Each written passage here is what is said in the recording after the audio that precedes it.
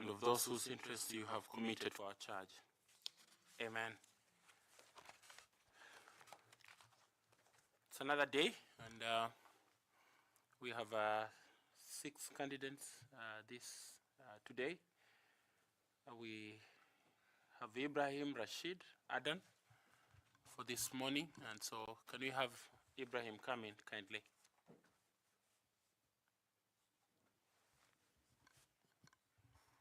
Welcome, Ibrahim. Please have a seat. Thank you. Thank you very much, Chair.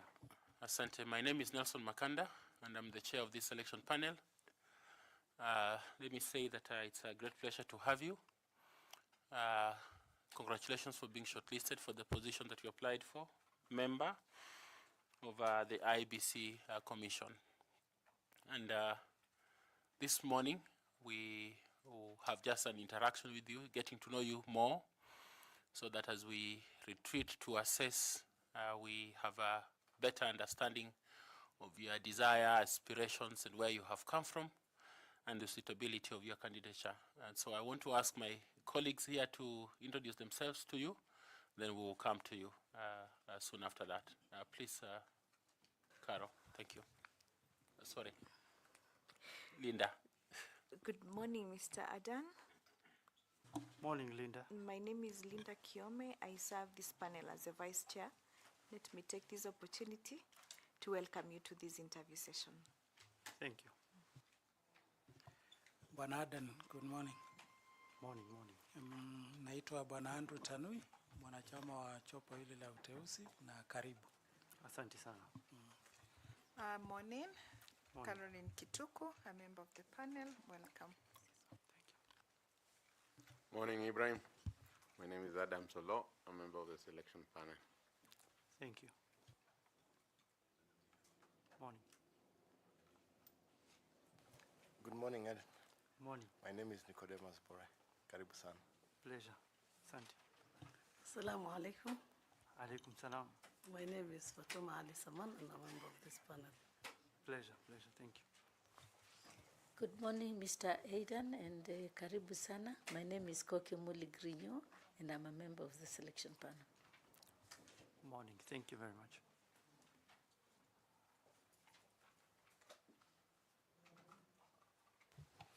Good morning, Ibrahim.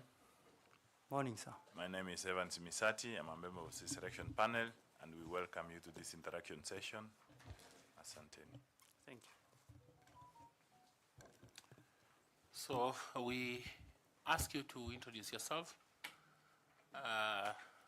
briefly give us your profile, indicate if you have any awards or honors, and if you belong to any professional society, and just give us those milestones that you think are significant for us to know, and given that even Kenyans are listening in, they will be happy to know who you are.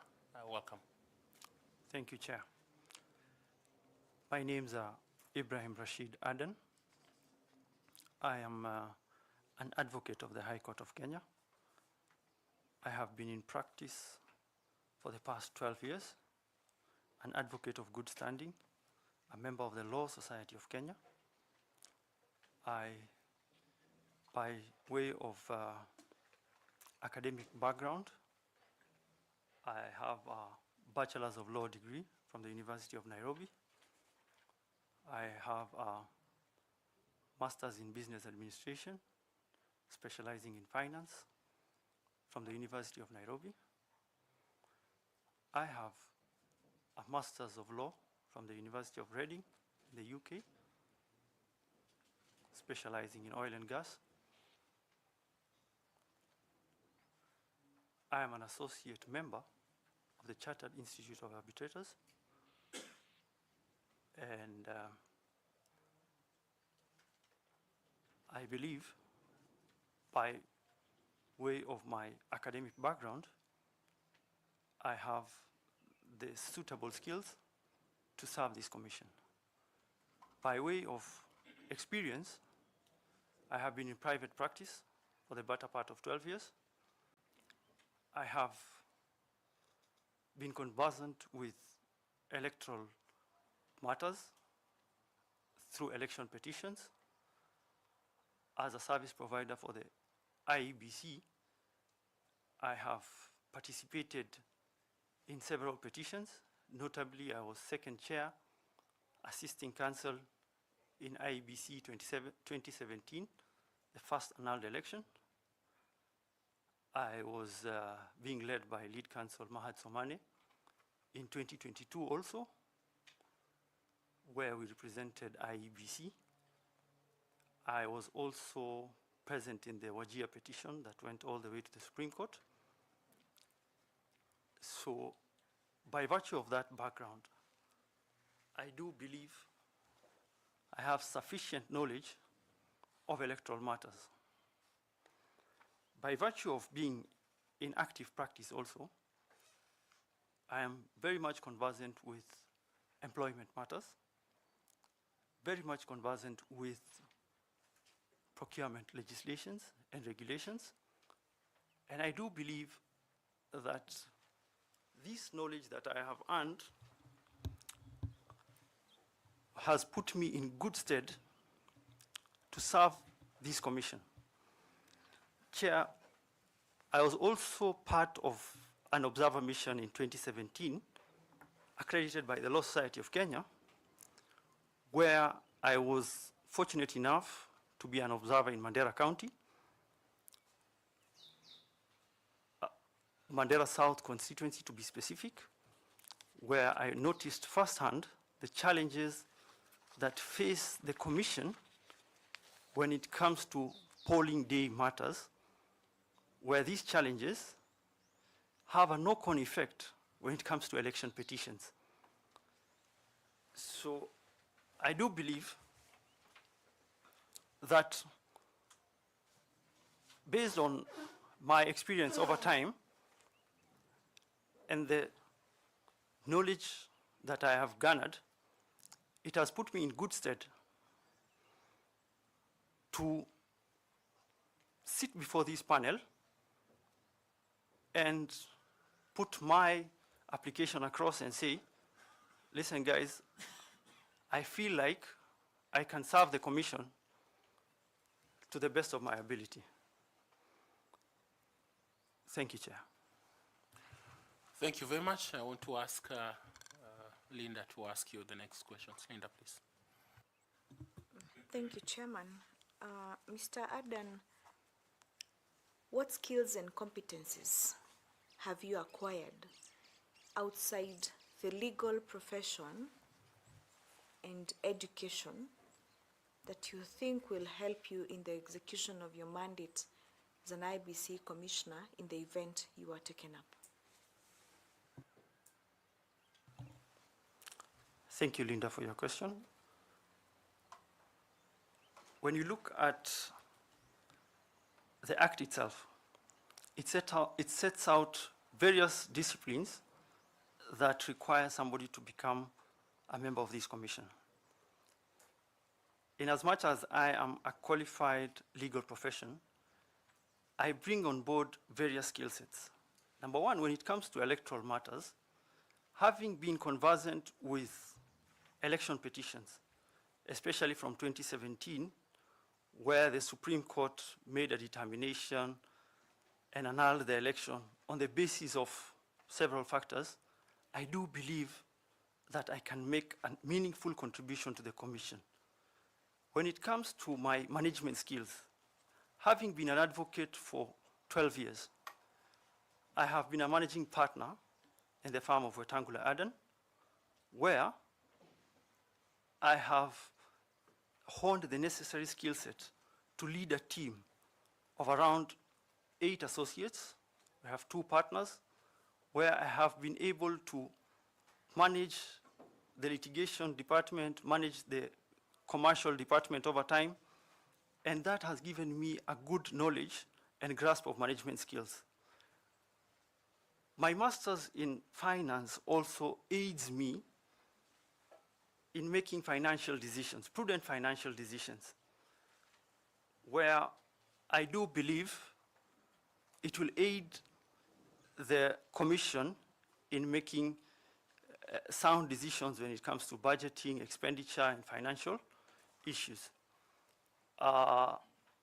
Also, in another related discipline, having practiced law also, it has given me a good sound foundation when it comes to survey and land matters.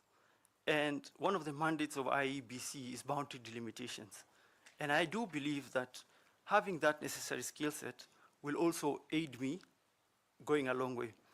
I've also assisted youth groups from my community with regards to governance issues, and being a leader from the community, I do believe that it will aid me in making decisions on behalf of the Commission, together with the Commission and other commissioners, when it comes to making sound policy that affects perhaps maybe the youth.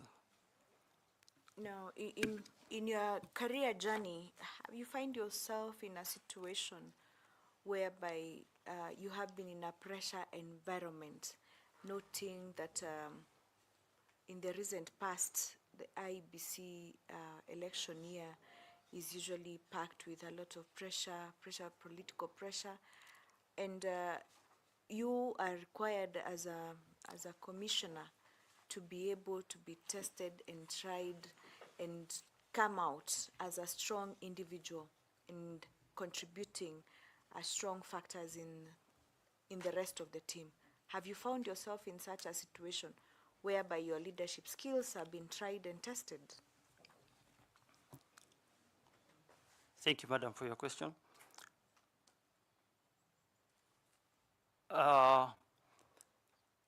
Honestly speaking, being an advocate is a high-pressure environment because every other day you represent a client who believes that you are the problem to his solutions. And IEBC is a high-pressure environment. And I do believe the skill sets that I bring on board, being proper communication skills, having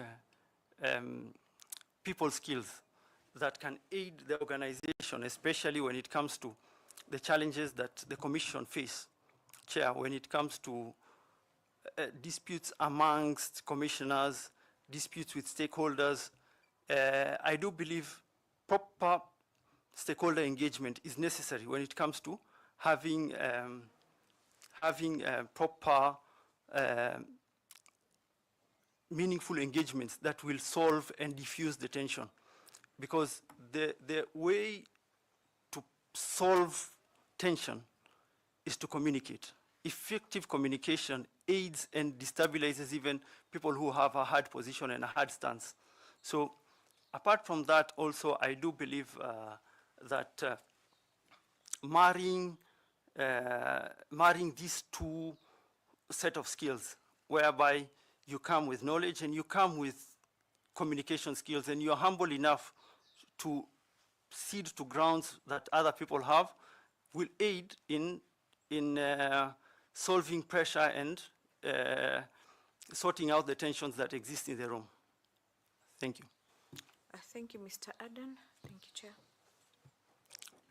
Thank you very much. I want to invite Caroline to also ask Adan some questions.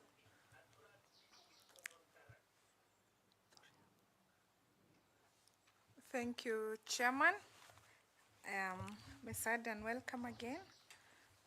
Thank you, Madam. I'll pick it up from where my colleague has left it. I hear you speak about your experiences in electoral matters, and particularly your litigation experience.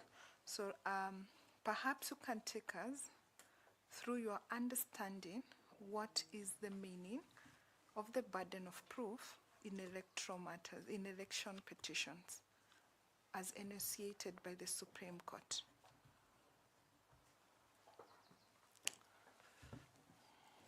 The burden of proof in civil matters, because an election petition is a civil matter, is on a balance of probabilities. Unlike criminal matters where the burden of proof is beyond reasonable doubt, the Supreme Court has also put a more stringent, or let me put it as if it has raised the bar from from a balance of probabilities, but to a higher level of balance of probabilities. So applying that burden of proof, how did the Supreme Court in 2017 annul the results? What did it look into when it was annulling the results in 2017? Thank you very much, Carol. Remember, in the 2017 election, the court moved away from the 2013 position where it said that procedural irregularities does not hinder the substantive position when it comes to IEBC and result declaration. So in 2017, the main issue was that the results were announced without the proper, all the Form 34As being transmitted. So when you look at that, whereby this is a strict position of the law, whereby verification of these Form 34As is necessary. But however, on stricter scrutiny, it was found that some forms did not even have, watermarks and proper seals. Around 11,000 polling stations had not even submitted their Form 34As. And it's on that basis that 2017 was annulled. And looking at it, it is the Supreme Court just looked at the strict position of the law in that if the law provides for transmission and verification of results, has IEBC undertaken its mandate? So that's the position on which it was annulled. Okay, progressively, how did the Supreme Court then depart from that position and use the same standards in not annulling the 2022 results? Thank you very much. In the 2022 position, the forms, the substance of the forms were the ones which had a problem. The forms had been sent. The issue was that the application for scrutiny and the application for scrutiny of ballot did not yield the desired result by the applicants. And in 2022, again, most of all the Form 34s had been transmitted and tallied. The only challenge now that existed in 2022 was with regards to whether stray ballots should have been indicated on the Form 34As. And this is a recommendation the Supreme Court later made and said, you amend these forms to that effect. Okay, so to what extent then did the Supreme Court's decision in 2022 redefine the constitutional standards for electoral integrity, particularly concerning technology, burden of proof, and the threshold of fairness and justice? Thank you. The 2022 election set out certain legislative gaps. As you have set out, one was with regards to the forms. They said that there is a need for these forms to include a column for stray ballots. They also set out that the form needs to also include other signatures like those of the observers and the agents. With regards to technological integrity, the Supreme Court pushed for more stringent and more, improvements on technological integrity when it comes to servers. The issue of Fungua server came about in 2022, whereby the Supreme Court set out that for IEBC, there is need for us to have a technological integrity in the transmission model, the voter identification model, or the biometric voter model. So 2022 basically set out some legislative gaps where IEBC now needs to take up, and bearing in mind whatever reforms that were pushed by NADCO to push for these legislative gaps to be addressed. All right, so just a follow-up. In addressing the technological failures or lack of compliance with technology and the burden of proof in 2022, what is it that the Supreme Court said that would determine if the failure was material. What is it that the Supreme Court is looking into?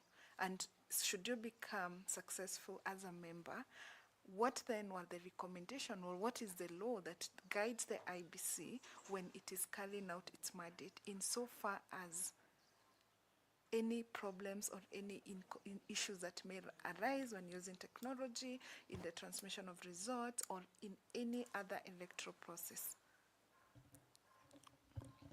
Pardon, please repeat your question. I hear you what you're saying, but I am not getting the substance of why the 2022, the Supreme Court did not annul the results, despite the fact that there existed other issues around the electoral system. In 2022, if I get you correctly, in 2022, the Supreme Court, in determining the results in favor of our current president, looked at the procedural regularity by Iebc when it comes to the voter transmission, when it came to the tallying at the Bomas of Kenya, and the announcement of the results. So they looked at the strict letter of the law and even set out the position that the chairman did not need to consult, as set out in the Iebc Act, that he is the one who had the mandate to announce the results. So they set out that the procedural regularities, again, it went back to the procedural regularities as set out in the 2013 election. Thank you. Okay, thank you. I wish you well. Thank you, Chair. Thank you. Thank you. I want to invite Madam Koki to ask you some questions, please. Thank you very much, Chair. Wakili Aidan, I want to follow up on the same. This is your area of expertise, and therefore I want to bring it now down to the IEBC and refer to Article 88.4, subsection E, which I'm sure you are familiar with. So what we are looking for is not just the role of IEBC in resolving disputes across or around all the phases of the electoral cycle, but what you think would be whether IEBC has sufficient authority to actually resolve the disputes that come throughout, from the registration of voters or the limitation of boundaries all the way to the declaration of the results in an electoral cycle. So each one of these activities, and there are very many, has potential for disputes. Do you think that IEBC has sufficient authority to settle those and address those disputes? And then if you think so, then I will ask you my follow-up question. Thank you, Ambassador. You can demonstrate that authority with the examples. Just pick 2 or 3 of the electoral cycle. Yes. First of all, let me highlight what the election cycle entails so that we can break down from there how IEBC's mandate are. The election cycle, there is the pre-election cycle, there is the election cycle, and there is the post-election cycle. The pre-election cycle is with regards to voter registration, where a party feels like there's a dispute with regards to registration of a voter. He can raise that issue with the registration officer, who is an employee of IEBC, who has mandate to solve it. Yes, like what kind of a dispute in voter registration can arise? Voter registration, I can give you an example where, say I am registered as a voter in Nairobi. I go to the mobile app, I verify whether I am a voter registered in Mandera, and then I say, listen, these details are not my details, so I can raise the issue with the registration officer so that at first hand, the registration officer can solve that dispute. from that cycle, there is the nomination cycle, where disputes also arise at nomination stage.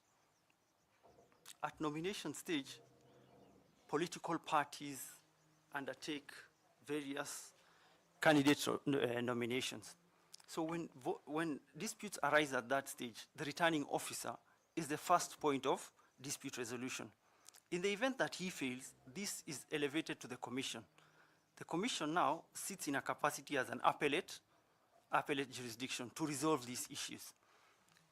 There is a regulation also that was put out in 2017 in the Wajir determination, where the Supreme Court also held that any pre-election dispute shall be conducted by IEBC pre-election. That's also a dispute resolution mechanism of IEBC. Come to the election stage. At the election stage, IEBC's mandate is greatly reduced because IEBC no longer is an arbiter. It's the court which can handle election petitions. And that's a clarification that's necessary to make because IEBC now becomes a party to the dispute.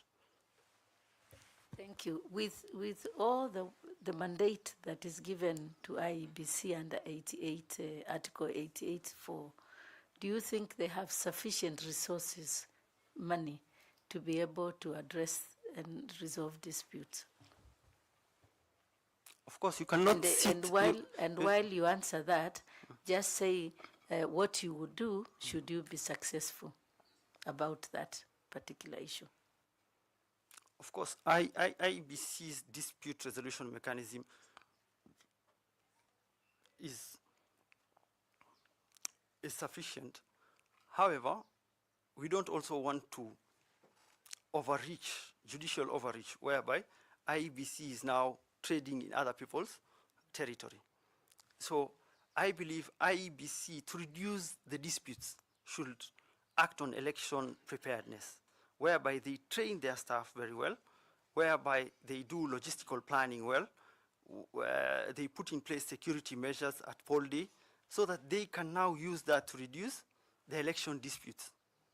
So practical examples is on polling day, and preparedness of presiding officers is what becomes a challenge in most of these election petitions, whereby you find so many questions arise out of IEBC's inadequacies.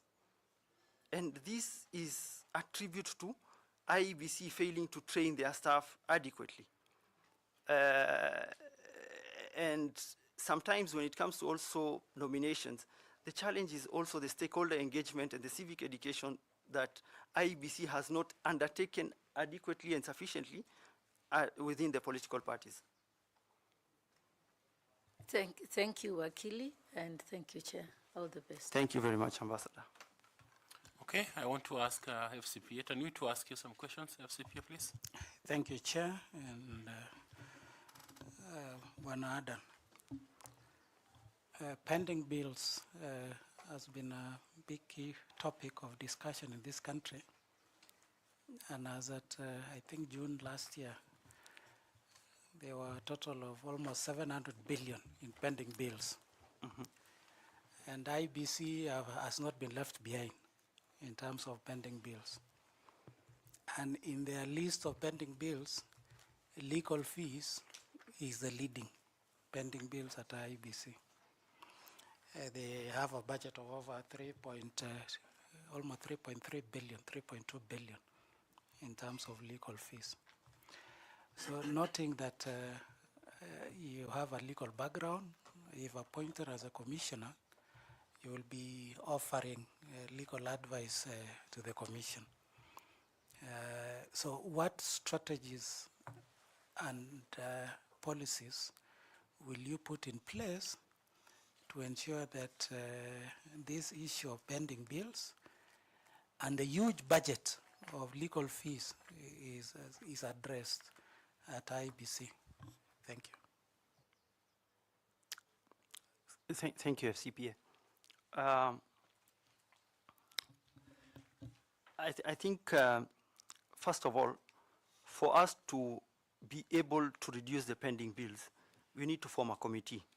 Similar challenges have been faced even with county governments, whereby there is need for audit of these legal fees on the basis of which ones are verifiable. Sit down, holder, committee, stakeholder, call these advocates to a round table, and then negotiate so that you can see whatever is verifiable can be reduced. Number two, budgeting is also crucial because you cannot be sourcing for services on the basis of funds that you don't even have. So it's crucial because you see IEBC's enormous legal budget arises when it comes to election season, because even lawyers call it the boom season when it comes to election petitions and litigations that follow after. So if you can set out and map, have framework contracts with advocates so that you can negotiate also their fees in advance, bearing in mind that advocates' fees are also regulated by advocates' remuneration order. Another suggestion that I can come up with is having in-house counsels, whereby this can greatly reduce the outsourcing of outside legal work to reduce the cost that is being faced by the Commission in defending litigious matters. Another suggestion will also be basically the first in, first out rule, whereby the first bill that comes in is to be settled first. Should IPC actually be in court? IBC is an arbiter. You see, advocates will agree with me that when it comes to, I'll give you a practical example. When it comes to land matters, the chief land registrar is always in court. Why? Because he is the custodian of the documents. In this scenario, where two parties go to court together in election petitions, IBC being the arbiter is mandated to be there so that they can produce the documents.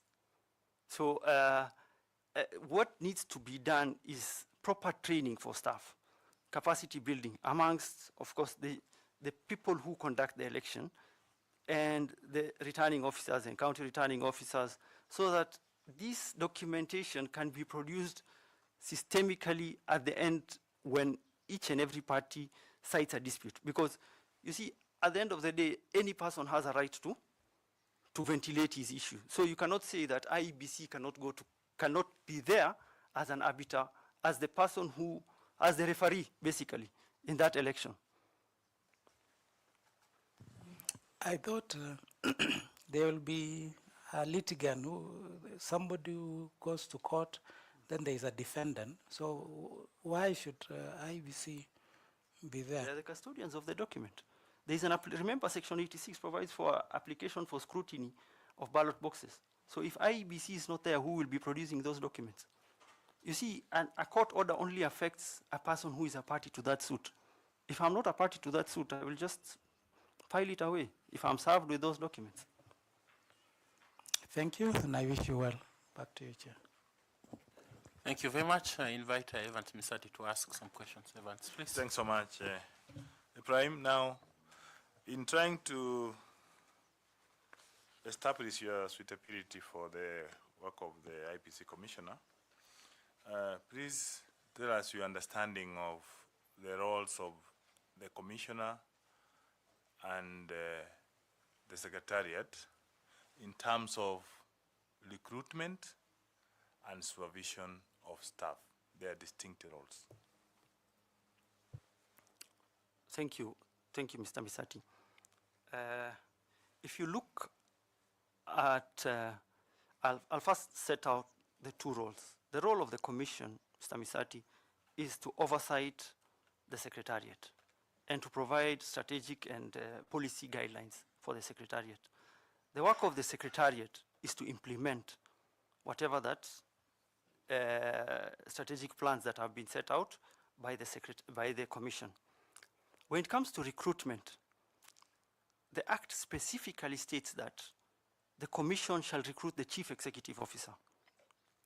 From there, the rest of the members of the staff of the Secretariat will be recruited by the directorates within the Secretariat. Remember, the Act also sets out that the Secretariat can put themselves in the position of directorates, agencies, committees. So when it comes to recruitment, the strict latter sense of recruitment shall be done by the Secretariat.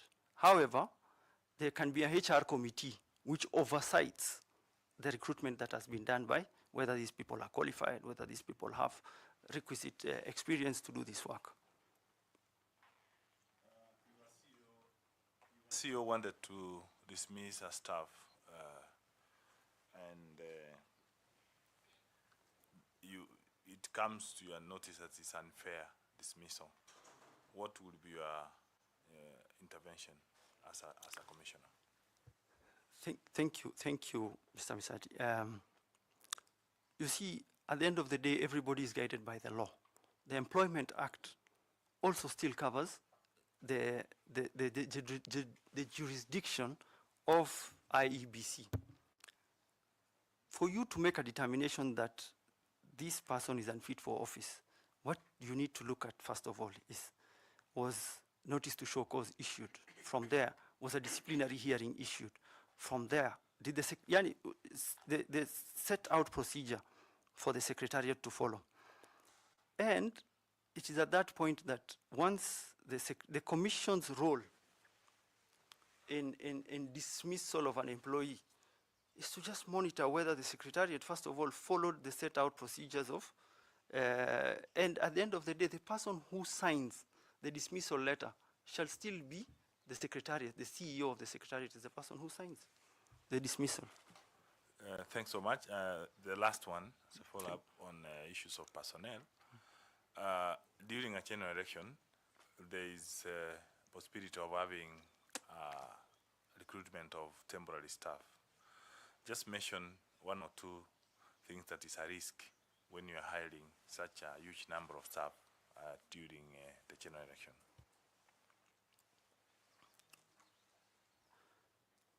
Number one, the problem that has been encountered, especially in my experience when I was an observer, was that most election staff are not properly trained. Because of the rush to recruit these people, most of them are not properly trained. So the lack of training brings about small challenges which end up nullifying even ballots. A sanctity of a ballot is not guaranteed because maybe a polling clerk failed to stamp on the ballot paper. Number two, material, there is also a risk, there is always a risk of employees failing to turn up. So you find a polling center is understaffed because there was a rush in recruitment. People just indicated their names as polling clerks and then they failed to turn up. Another risk is that there is a challenge whereby the confidentiality of documents, especially when it regards to polling documents and materials, risk falling in the hands of staff who have not even signed confidentiality agreements and such. Thanks so much, and I wish you well. All the best. Thank you. Yeah. Okay, Fatuma Saman, would you like to ask some questions, please? Thank you, Chairman. Mr. Ibrahim, Thank you. Please tell the panel what are the practical ways, in some of the practical ways, that the IEBC can actually engage political parties to work well and, to reach the goal that they share.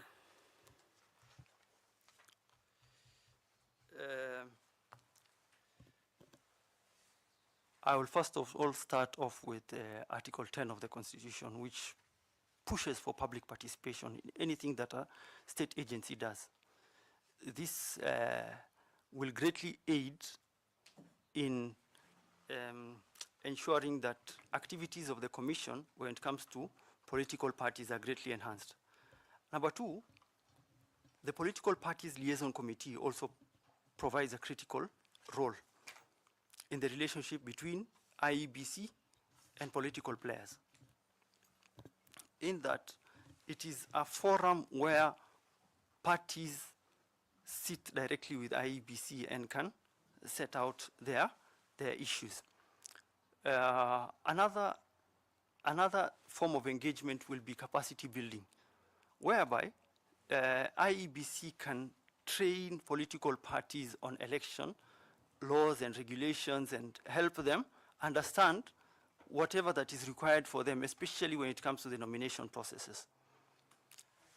Another form of engagement between IEBC and political parties is when it comes to overseeing the nomination process. Because IEBC, remember, sit in a capacity where they can determine as an arbiter between political players themselves at the nomination process. Another manner in which political parties also interact with IEBC, Madam Saman, is at the appellate stage again. So if IEBC can I call it ease of access of justice, whereby political players, when they feel like they have been aggrieved from the procedures and the process of the nomination process, can also interact with IEBC. Training also political players can also greatly aid in the engagement between IEBC and political parties. I think that's some of the. Do you see opening for consultation? Yes. Feedback? Yes. How would they practically do this? How do you practically do this? You have multi-stakeholder forums. You have barazas with political parties. You have workshops where you can engage them, sit down with them, tell them that this is the agenda for this week. We are coming to Naivasha maybe to discuss these legislative reforms and those kind of policies that need to be introduced. So the forums, there are several other forums that you can engage, maybe through the media, sharing of contacts with, of course, in a structured manner, where you can always document whatever you are sharing with political parties and whatever kind of engagements you are having with them. So a multi-stakeholder forum is very key. Workshops and benchmarking forums are very key for your form of engagement with political parties. Thank you very much, and I wish you well. Thank you, madam. Thank you. I would like to invite Nicodemus Bore to ask some questions. Please, thank you. Nicodemus. Thank you, Chairman. Eden. Yes, sir. You have served at the bar for 12 years now. 12 years? So you have not worked anywhere else apart from practicing? I'm sure if there's an advocate over here, she will tell you that practice itself is enough experience, because law is a multidiscipline kind of profession. I'm not disputing that bit. Thank you very much. I'm just asking whether you have served elsewhere apart from serving in the bar or practicing. No. In my professional career, I can say apart from private companies where I sit as a board member, yeah. I have not served. You know, service is full-time employment. Yeah. But I will not categorize my service as a board member as service itself. Okay. And in your CV, you've noted that you have indicated that you are good at electoral laws and systems. Now, you are aware about the first past the post system of electoral, and what recommendations will you propose to make our election system more effective? And what do you think about the first past the post election system? If I get you right, our election system, where, of course, the first past the post system has its own challenges. The first past the post system means it's the winner takes all system, whereby the candidates on the ballot paper, the person who has the simple majority wins. And this in itself disenfranchises the rest of the candidates or who they represent. But to bring it into perspective, in as much as our country has tried to achieve the two-third gender rule, because the first past the post system,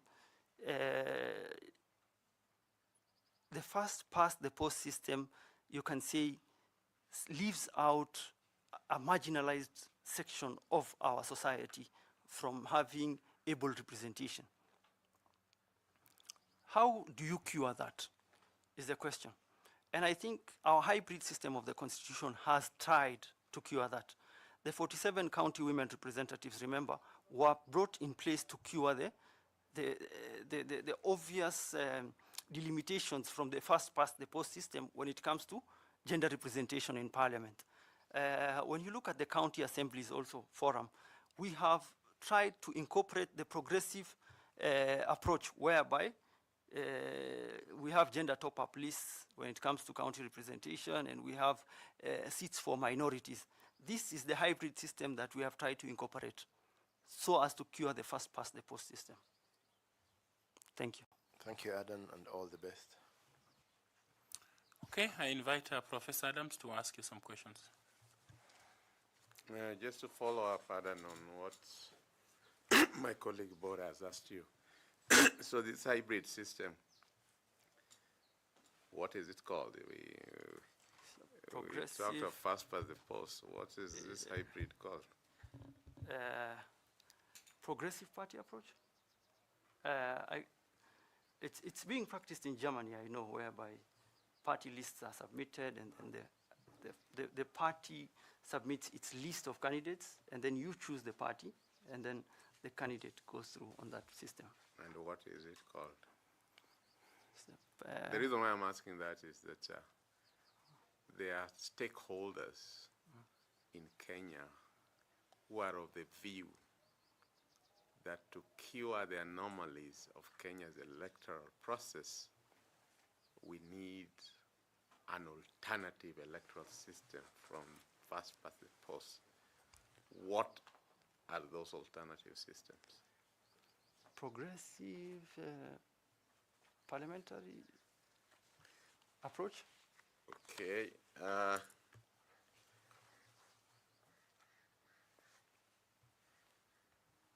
What is the difference between leadership and management? Because you have been a managing partner. You have been a chairman of, I believe, the Kenya Forex and remittances. So there's a manager and there's a leader. Is there any difference? To some extent, anybody can manage, but very few can lead. So that is I can say the distinction in the first place. However, what I would like to put into perspective is that leadership comes with some form of integrity. Leadership comes with ethics. Leadership comes with a more clearer role whereby people tend to follow leaders. Managers give directions. Leaders lead from the front, basically. Thank you. Describe Ibrahim Rashid Adam's leadership style and how this would impact on the commission if you are made a member of the IEBC. My leadership style, a people-centric approach, whereby you engage people at their level, you have time to hear each and every party's position, transparency in decision-making, and integrity, basically giving people the comfort that anything that is brought about to you will get a free, fair, and honest decision-making from Ibrahim. Thank you, Chair. Thank you, Prof. And then if I may ask, how will you handle conflict of interest should you succeed in this process, given that IBC has been your client? Number one, the first cure, Chair, of conflict of interest is disclosure. If there is disclosure that I am IBC's client, I, first of all, will move away from the farm. I will resign from the farm because the IEBC in itself is a full-time commission. And when it comes to decision making that affects anything that brings about conflict in my stint at IEBC, I'll publicly declare that I have an interest over here, and this is my interest, and I disclose that interest. Say to a committee, say to the full commission, publicly, and say that this. Number two is recusal. Because the moment you remove yourself from the decision making, it becomes clear that any decision that is made without your input. I believe, and also basically communicating and engaging members and telling them that, listen, now that we are at IEBC and I have no longer any tenable interests in private practice. Thank you, Chair. How you resign as a managing partner, but what about your proprietary interests? I will leave it at the door the moment I enter IEBC. Yeah, because you see, at the end of the day, even if it means removing my farm from IEBC, so be it. Because you see, at the end of the day, IEBC is one client out of many. Okay. Thank you. Prof, do you have some last two questions? Yes, Chair. Banadan. Yes, sir. You have been the chairman of the Kenya Forex and Remittances Association since 2013? Not 2013. The association has existed since 2013. I was just elected last year, December 2024. But you have also worked as a principal officer at Pacific Forex Bureau between 2008 and 2012? Yes. So you are very familiar with the Forex Bureau in Kenya? Operations, yes. That was my hustle, let's say, when I was in campus. When were Forex bureaus first established, approved, and licensed in Kenya? Okay, it was deregulated in 2003. But I want when it was first established, approved, and licensed before the deregulation. Well, but should I say always pass. Yeah, because, okay, 93, I think, after the multi-party election, when we came up with the SAP's structural adjustment programs at Treasury. Okay. Which two countries of Africa were involved in a historic peace agreement that was signed in 2018 to end 2 decades of conflict?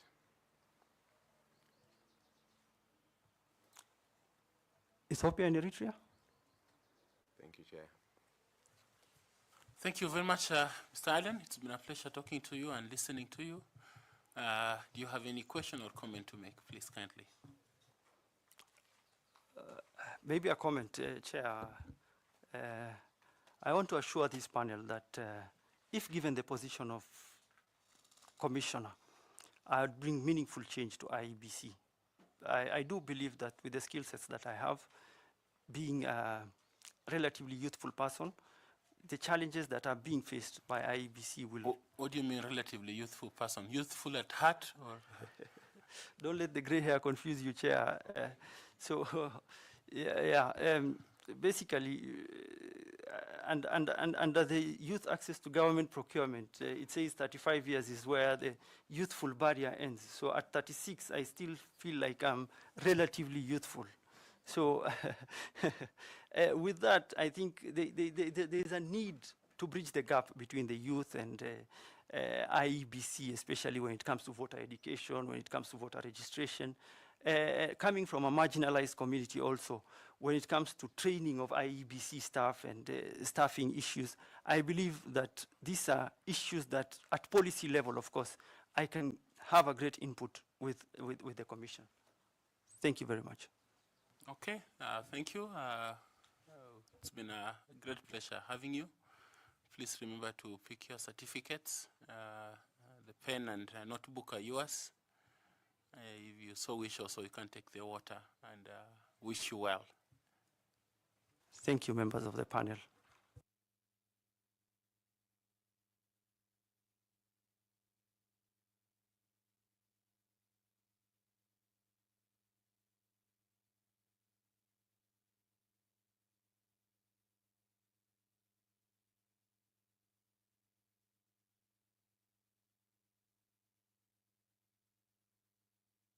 The next candidate, please.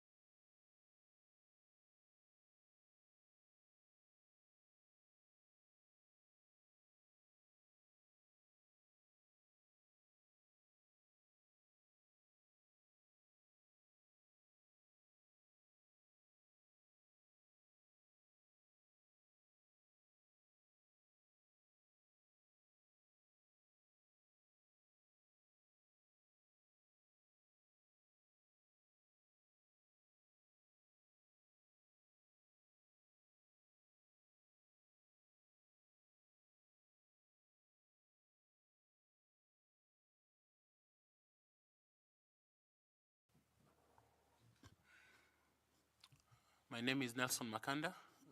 I'm the chair of this selection panel. And let me say that it's a great pleasure to have you. And congratulations for being shortlisted for the position you applied for as a member of the IEBC.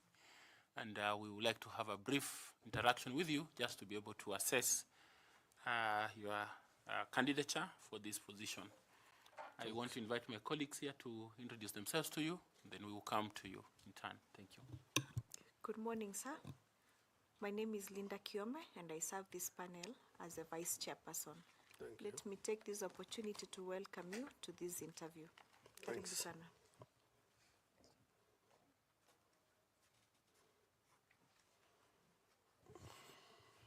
Bwana Ali, habari ya asubuhi.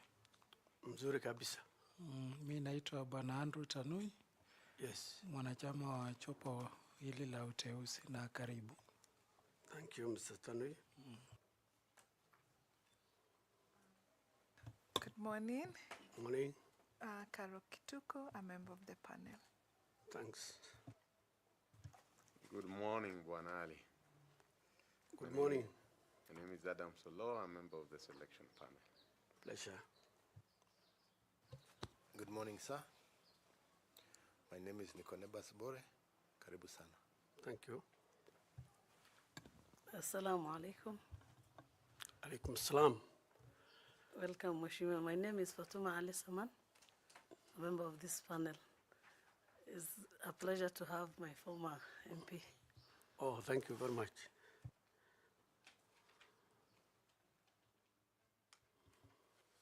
Good morning, Honorable Ali. Na karibu sana. My name is Koki Muli Grinyo, and I'm a member of the panel. Thanks. Good morning, Honorable Ali. Morning. My name is Evans Misati. I'm a member of this selection panel, and we welcome you to this interaction session. Thanks.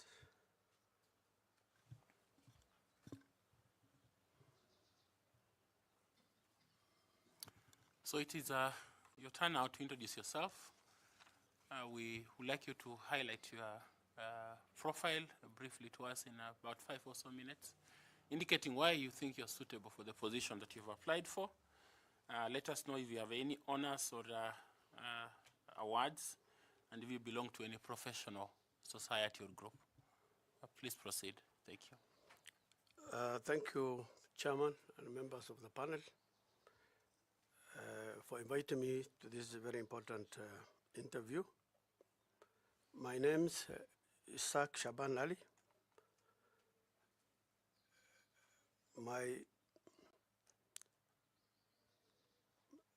My experience and qualification have been in terms of education. I have a bachelor's degree in international relations at the University of USIU Africa, which is domiciled in Kenya. I've also had a training, 3-year training technical course in the College of Ministry of Water Staff Training College, now the Kenya Water Institute. I've also had professional trainings in the Kenya School of Government and did a strategic leadership development program. I also had a training, professional training in the Institute of Isami, which is in Arusha, Tanzania. I did a course in strategic intelligence and strategic emotional quotient. In my political experience, I worked in the Ministry of Water Development as a technical officer in Garissa for about 7 years. I was in charge of Garissa urban water supply, providing water to the people of Garissa and with the stakeholders in that county. I was also appointed as State Minister in the Ministry of Local Government during the Kibaki administration in the Ministry of Local Government. I was also appointed as chairperson in a parastatal called Northern Water Works Agency, whose mandate was about 7 counties, namely Garissa, Wajir, Mandera, Samburu, Isiolo, Marsabit, and Laikipia counties, which I served for about 4 years. And my mandate was chair of the board and the mandate of that agency. In terms of political experience, I was elected as a member of parliament in Mandera East constituency as an elected member for 3 terms, from 1994 to 2007. Thereafter, I lost election in 2007, but I came back to be a member of parliament between 2013 and 17. So I had a total of about 18 years as a member of parliament in the political cycle. Thanks.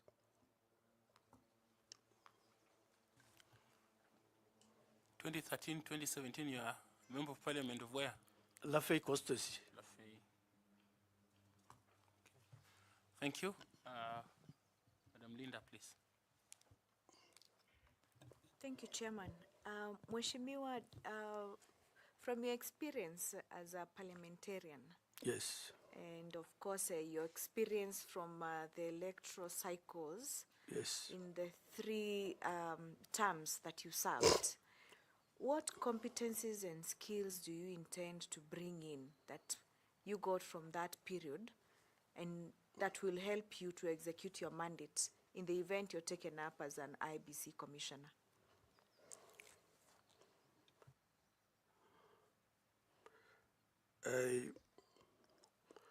I had the experience and skills I will bring to this organization is that I'm experienced politician.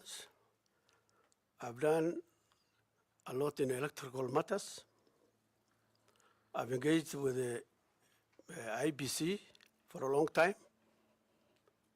as one of their candidates. I had also had disputes with them in electoral matters, which I went to court. So in electoral matters, for the last 18 years, I was actually dealing with electoral matters. So a lot of experience with the IEBC, as well as political parties, because I'm also a product of political parties, where they have nominated me to stand for election. So I've also engaged in political parties. In terms of other skills, as a technical officer in the Ministry of Water, I was in charge of water supply. I had management skills. As a water officer, I was dealing with the management of Garissa urban water supply, where the whole Mandera people, the Garissa people was my stakeholders. As a manager, there's a lot of people who are coming under me, including staff, including assets, which I was managing. So in that process, I was involved in the planning and control and execution of the waterworks. At the end of the day, we're supposed to provide water which is clean, which is potable, which is wholesome, and at the end of the day, we give adequate water to the residents of Water Garissa as our stakeholders. So in that management, I was required to have control, to deliver, and to ensure that the Garissa people had enough adequate water. At the end of the day, our task was, the end product was Garissa people had water, had enough water to drink. In terms of administration, I was also dealing with public administration when I was officer, because 7 years I was dealing with the staff and ensuring that several staff, some are dealing with the issues of water quality, there's a laboratory, some are maintaining the machines that was required to produce water, there was treatment, there was staff, there was those who were supposed to repair with these breakdowns. So at the end of the day, I was required to account for the work the employees were doing. So at the end of the year, what we used to do is what is called annual appraisal of the performance of each staff. At the same time, we had also I was charged with the disciplinary of the staff to see who is not working and who is not working. And at the end of the day, those who worked properly, we are rewarding them, either for promotions or other rewards. Thanks. No, sorry, I'm not completed. In terms of finance, I'm not a financial person, but in my work experience, I deal with financial matters. For example, when I was a board chair, we were required at the end of every financial year, before the financial year starts, to ensure that we complete the budget cycle. The secretariat will prepare the budget. As a board, our work was to put input so that we can transmit to the parent ministry. So in that way, we had financial, I interacted with finance. As a member of parliament, I was a member of many committees, including Public Investment Committee, Public Accounts Committee. And as a member, we are required to scrutinize the reports from the Auditor General of the executive and the executive in terms of the parent ministries and corporations. So in that regard, we had a lot of dealings with the financial matters. We scrutinized the audits, the reports, where he has qualified, and at least in that process, we had a lot of interaction. In budget making, as a member of parliament, we're also dealing with budgetary issues, because once it leaves the treasury and it comes to us, stakeholders were coming to us. For example, if the Ministry of Agriculture, I was a member, stakeholders will come and we listen to them so that they can participate where there's a problem. And they say there are issues and also financial matters. In terms of law, I must say I'm not a lawyer, but my role as a member of parliament included legislation. So many a times we are called upon to legislate in terms of constitutional amendments, in terms of issues of regulations, we participate in terms of finance, including in the House, in the plenary, House of Committees. I've been part of it, and we have amended laws in the constitution making, like for example, in 2004, during the bombers, we participated in the constitution making, and also law making. I was a member of one of the committees in devolution. So in that process, we also engaging a lot of constitution making, and there were a lot of stakeholders, and each one was contributing. So we did a lot of push and pull in order to ensure that devolution works. Thank you very much, Mheshimiwa. But I still have the real issues on governance. In governance, as a member of parliament, that's what we are doing with governance. That is the issue, actually, our job. As a member of parliament, we are accountable to the people of my constituency. You know, we have been accountable to them. If you're not accountable, you will not come back for 4 terms.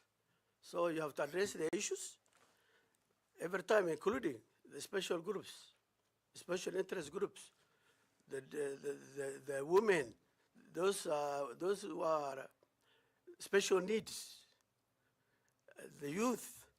These are people you engage every day. So that's a lot of governance. And the rule of law, constitution making, law making, that's part of it. Accountability. You have to be transparent in all what you are doing. As a board member, I was playing an oversight role to ensure that the projects which are implemented by the technical people Thank were you. actually delivered. Thank you. You have explained it. Thanks. I'm okay, Chair. I think he has elaborated his skills and competencies, and that is enough. And in the interest of time, let me just return back to you, Chair. Thank you, sir. Thank you. I want to invite Carol to ask you some questions. Carol Nakituku, please. Thank you, Chair. Mheshimiwa. Good morning. Good morning. Good morning, Madam Caro. Yes, yes. Yes. All right. So, what is, in your view, or your understanding of the mandate of the IBC under Article 88(4) of the Constitution? Under Article 88, the mandate of the Electoral Commission mostly deals with the electoral cycle. It includes from the time of voter registration, voter education, voter verification,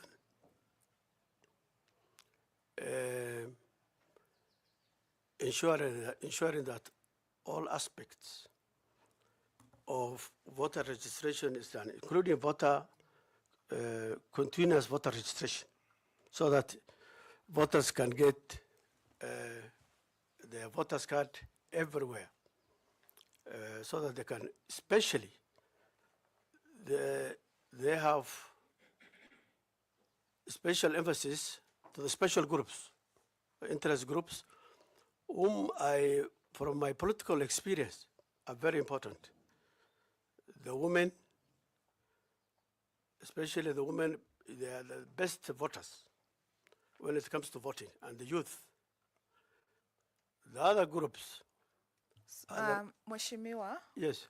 let's come back to Yes. the Article 88(4). Let's limit our conversation Yes. on that provision. Yes. You've spoken about one of the mandate of the IBC being voter registration, Yes. voters education.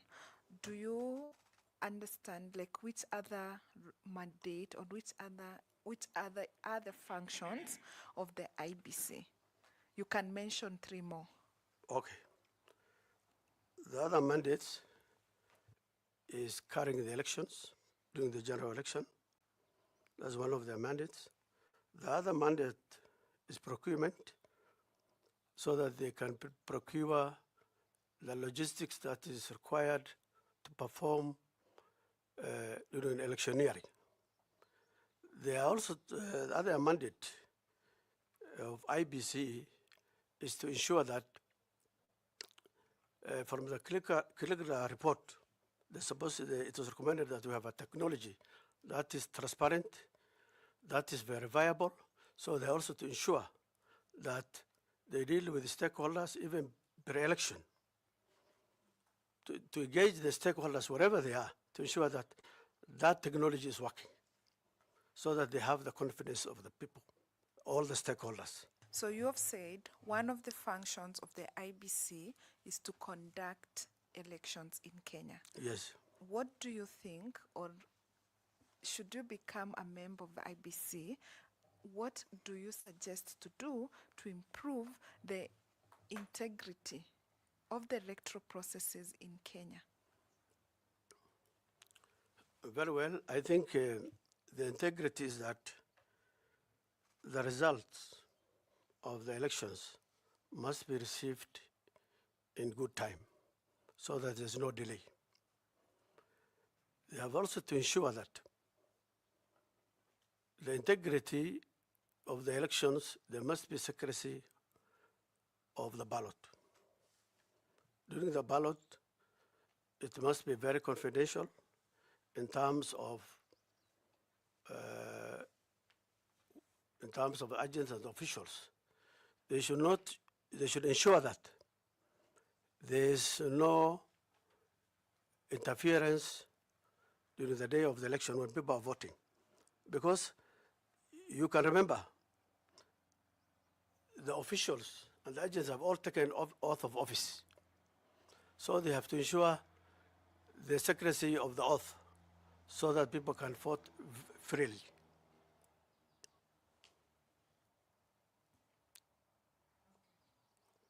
Thank you very much. I wish you well. Thank you, Chair. Very well. Thanks. Thank you, Madam. I want to invite FCS Koki Muli to ask you some questions. Koki, please. Thank you very much, Chair. Mheshimiwa Ali, Yes. for 18 years, you have been a consumer of services by IEBC. Yes. Now you are seeking to be a member of IEBC. Yes. And for those 18 years, you said you have also sued IEBC because of maybe something they have done which you didn't like. Yes. In terms of conducting elections. Yes. And we know the integrity and the legitimacy of the electoral process in Kenya actually depends fully on the conduct of political parties and candidates in an election. Yes. Unlike what is popularly believed that it is IEBC. IEBC is just an arbiter, or Yes. they supervise and conduct elections. Yes. Your experience, Yes. I would like you to identify 3 things that you have done as a candidate in the 18 years that have, number 1, disadvantaged or undermined the work of IEBC, and 3 things that you have done that have actually enhanced or supported or complemented the work of IEBC. So let's first discuss the 3 things as a politician, not you, Mheshimiwa, but generally people from that political divide, political parties, candidates. What do you do that undermine the work of IEBC? 3 things. Okay, and not what I supported with the IBC. What undermined? That is the next after, but we start with the negative things. What I have done to undermine the IBC? Not you, but political parties and candidates. Oh, political parties. Because you are clients and customers of IEBC. Yes. And you are the reason why elections actually do not succeed, or they fail, or they succeed. Oh, very well. So what are those 3 things that political parties and candidates do that actually undermine the work of IEBC? Okay, as I start with as a candidate. As candidates, I think there's political interference by the candidates in terms of favoring certain, officials to be posted in a certain area. The other thing that undermines is that during the voting, some candidates, they still, after some time, 3 days or some days, you're supposed to be campaigning. So they continue campaigning, either even in where the polling is taking place. The other thing is issue of bribery. Some of them, they think they do double registration. They think they will get more votes, not knowing that's an illegal. I think a lot of things happen that really undermines the integrity of IBC. Thank you very much. And what are the 3 things that you do Yes. that can enhance the work of IEBC? And when you answer those 3 things that enhance the work of IEBC, please tell the panel how you will strengthen those 3 things if you are successful and you become a member of IEBC. Yes. I think one of the things I've done as a member of parliament to enhance the work of IBC is voter, is, can we say, civic education. I've been going around before even, or during the election, during the voter registration, very flank areas everywhere to ensure people register without the input of the IBC. In that way, I was helping political rights and universal suffrage. That is one. Two, I was helping the IBC is that in very far marginalized areas where IBC could not reach, we have been taking voter education and telling people it's time for registration at our own expense. Can you come and register? The other thing we've been trying to help is to go to people with special needs, like people who are disabled, to ensure that we go to the institutions so that they register as voters, so that they are not left out. Other thing, very important things, is to engage the youth. And a lot of times, youths have been disenfranchised. They have been not been voting. Majority of them have been left out because of IDs. So we're making sure to go our way to the people who deal with the registration of ID cards, to ensure that youth get ID cards. And in that way, we're helping the IBC so that we have more people registering. Thank you very much, Mheshimiwa. Just one more follow-up question. Should you be successful, what specific actions are you going to propose or to undertake to strengthen these three things at IEBC? These three positive things that help IEBC. One, I come from a very rural area. We enhance, increasing more polling stations so that we can reach the people in helping the right people to vote. That's one. Mobile registration. People are pastoralists. We advocate for mobile registration. IBC go down to far flank areas to go and register those people. And the other thing is to improve registration. In Article 38, there's political rights. And there's universal suffrage, the right to vote, and everybody who is adult to have to vote and to be registered. So I think what we need to do is continuous registration, which is now not taking place. Probably when the IBC is not there, why don't you have continuous, why don't you invite the Secretariat to continue registering people?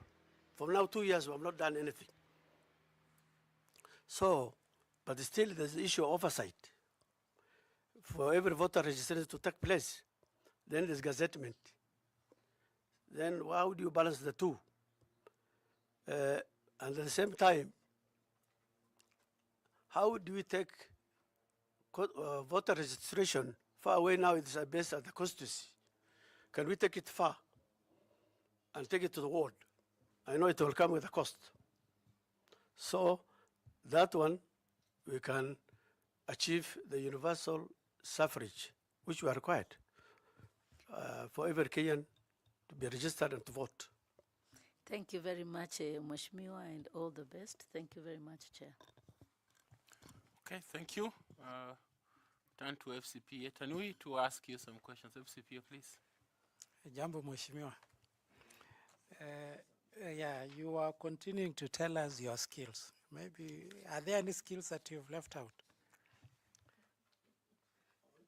The skills. You remember the questions my vice chair had asked you And it's like you wanted to continue to tell us some of the skills that you're bringing on board. I heard you talk of finance, management, law. Were there any that you had left out?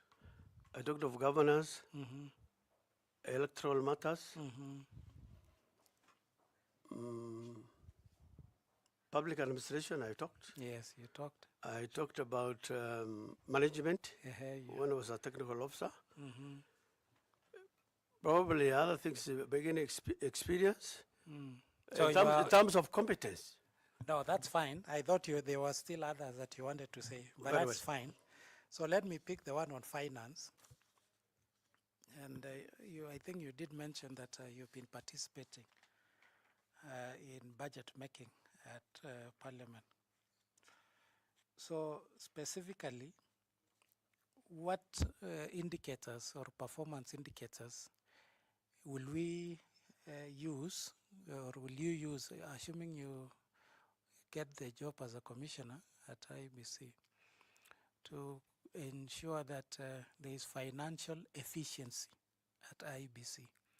Financial efficiency. What indicators or what measures will you use to establish that IEBC is financially efficient? Thank you. One, I have an experience as a board chairperson. In order to have finance properly protected, we have the auditors, internal audits, who will audit the projects and they directly report to the board instead of the management. So in that way, they will be able to tell us as a board, in the commission, any wrongdoings. Another thing which is also important is that you must have a quarterly report to show that where is a misstep, where is a problem, through the audit reports. And the other thing, we also engage external auditors. In our management, we also have government, we have external auditors. Where we have a serious problem, we invite external auditors to come and produce our documents.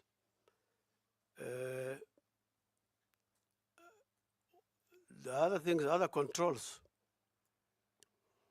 is that on finances, you said finances,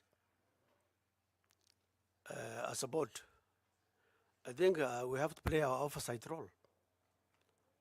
As members, that's what we're given. At the end of the day, there are audit reports which are qualified from the Auditor General. Then we have to ensure that we comply with the audit report from the Auditor General so that we can be able to close all loopholes which has been said by the Auditor General. That's also a way of helping the IEBC to run properly. Thank you, and I wish you well. Back Yes. to you, Chair. Thank you very much. Evans Misati, please. I want to ask. Thanks so much, Chair. Mheshimiwa, allow me also to take you back to what you mentioned about the voter registration and the ongoing activities, and you are concerned that it has not been ongoing. Now, from your understanding, you mentioned about the oversight role of gazetting the IPC's personnel that does that. So what will you do in view of the fact that the Constitution says that voter registration should be a continuous process? So what will you initiate in terms of regulations to ensure that that happens? In terms of regulations, I think we have to enhance more legislation, as I said. In terms of voter registration, to enhance it, as I said, we can take it further. We make it continuous. One, if budgetary allows, we can take it further to the wards. We put more regulations to put it to the wards so that we achieve more more people to vote. The other thing is that, that requires finance. And a lot of times, the IBC does not have finance, and when it is required. So I think we need to legislate to ensure that the IBC, through Parliament, to ensure that IBC receives the necessary funding from Treasury and parliamentary approval. But now there's a problem. Sometimes it's political interference. I think what we need to do is charge finances to IBC on the consolidated fund and make it mandatory. And also give it timelines so that we don't have delay of the finances to IBC. Sometimes you are supposed to register, you don't have finance. There's political interference. You can't move. So we make it law so that finances are released in real time, say 2 years before elections. And if it's not released, we make it either regulation or legislation, we give it timelines. If the treasury does not release money in good time, I think we give it a penalty that they have committed an offense. That way the electoral commission can work. Many times, you see, because of political interference, IBC is just idle, and the last minute money is released. When there's a logistical issues,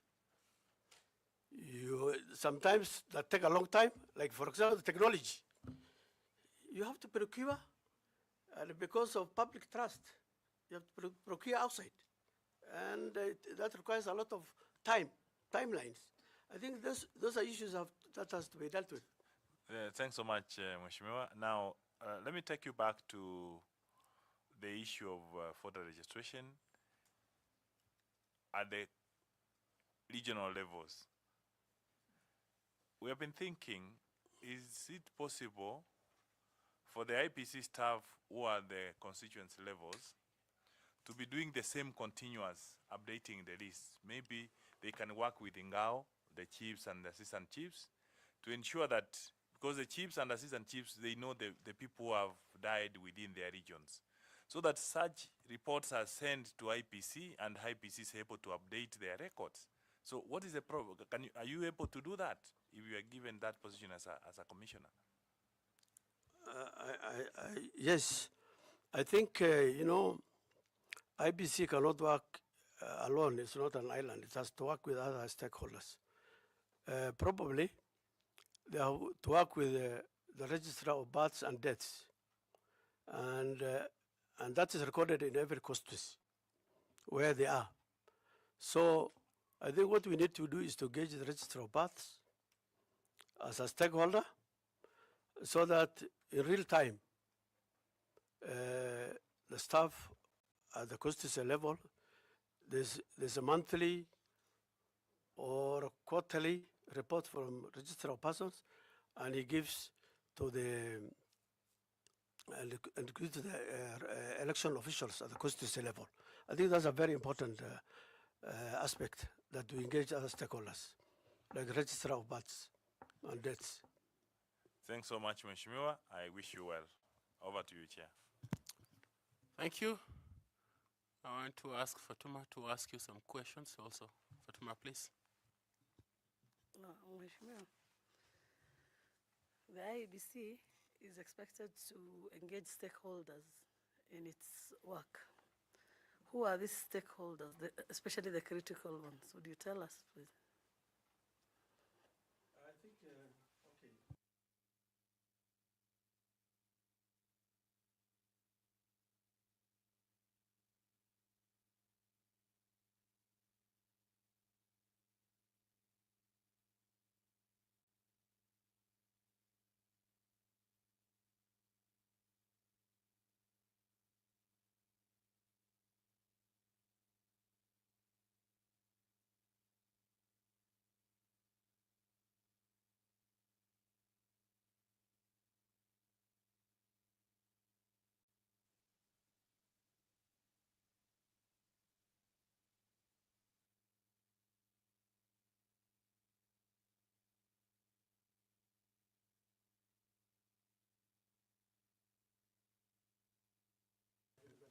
Please turn on your mic. Sorry about that. Oh, sorry. Can I repeat again? Yes. Yes, sorry. The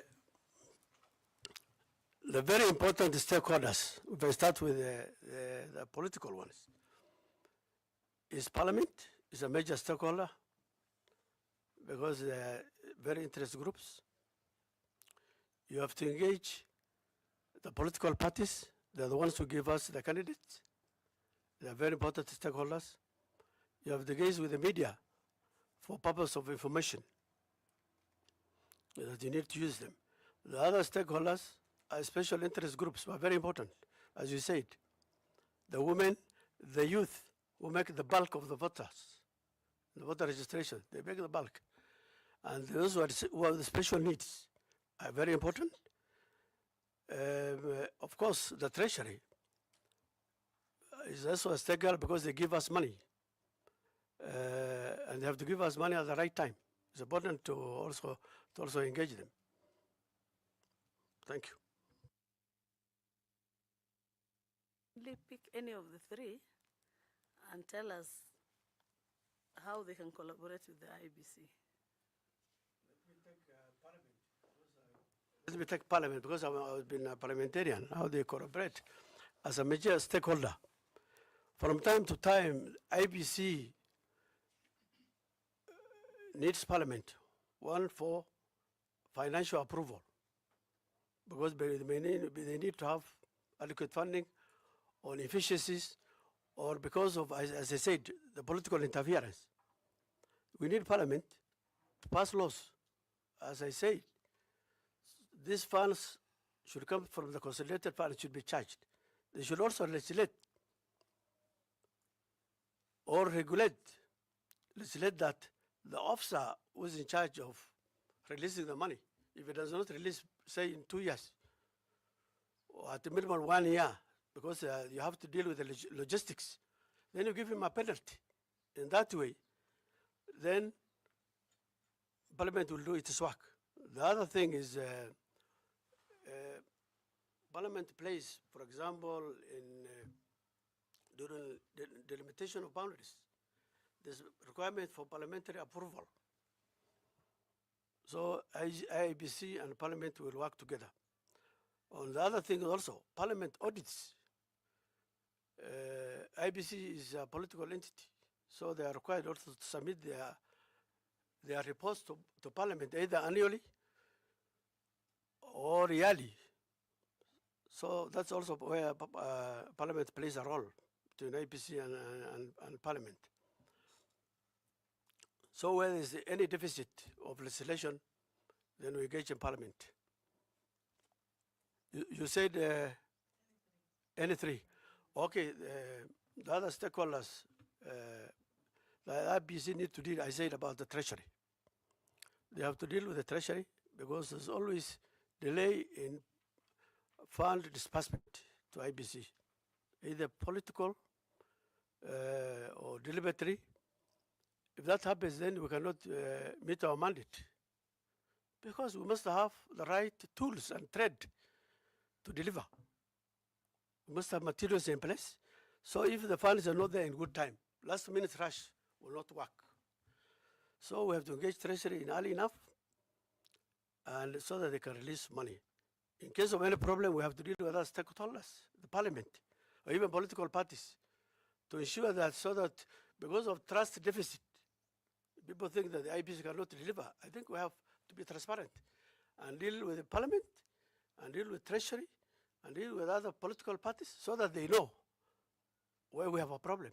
So we don't sit until the last minute, unangoja pesa kutoka Treasury inakuja and it does not come. At the end of the day, you are blamed. The buck stops with IBC, Patuma. And of course, I think the media is a very important component because whenever there's a general election and we gazette, I think we need to invite the media so they tell Kenyans that there's a general election. The people will not know. And at any time there are issues, we invite the media as stakeholders, they're very important, to tell them where we are, what problems we have, so that they know. For example, if you are in the elections and there's a failure of technology, we have to inform the people.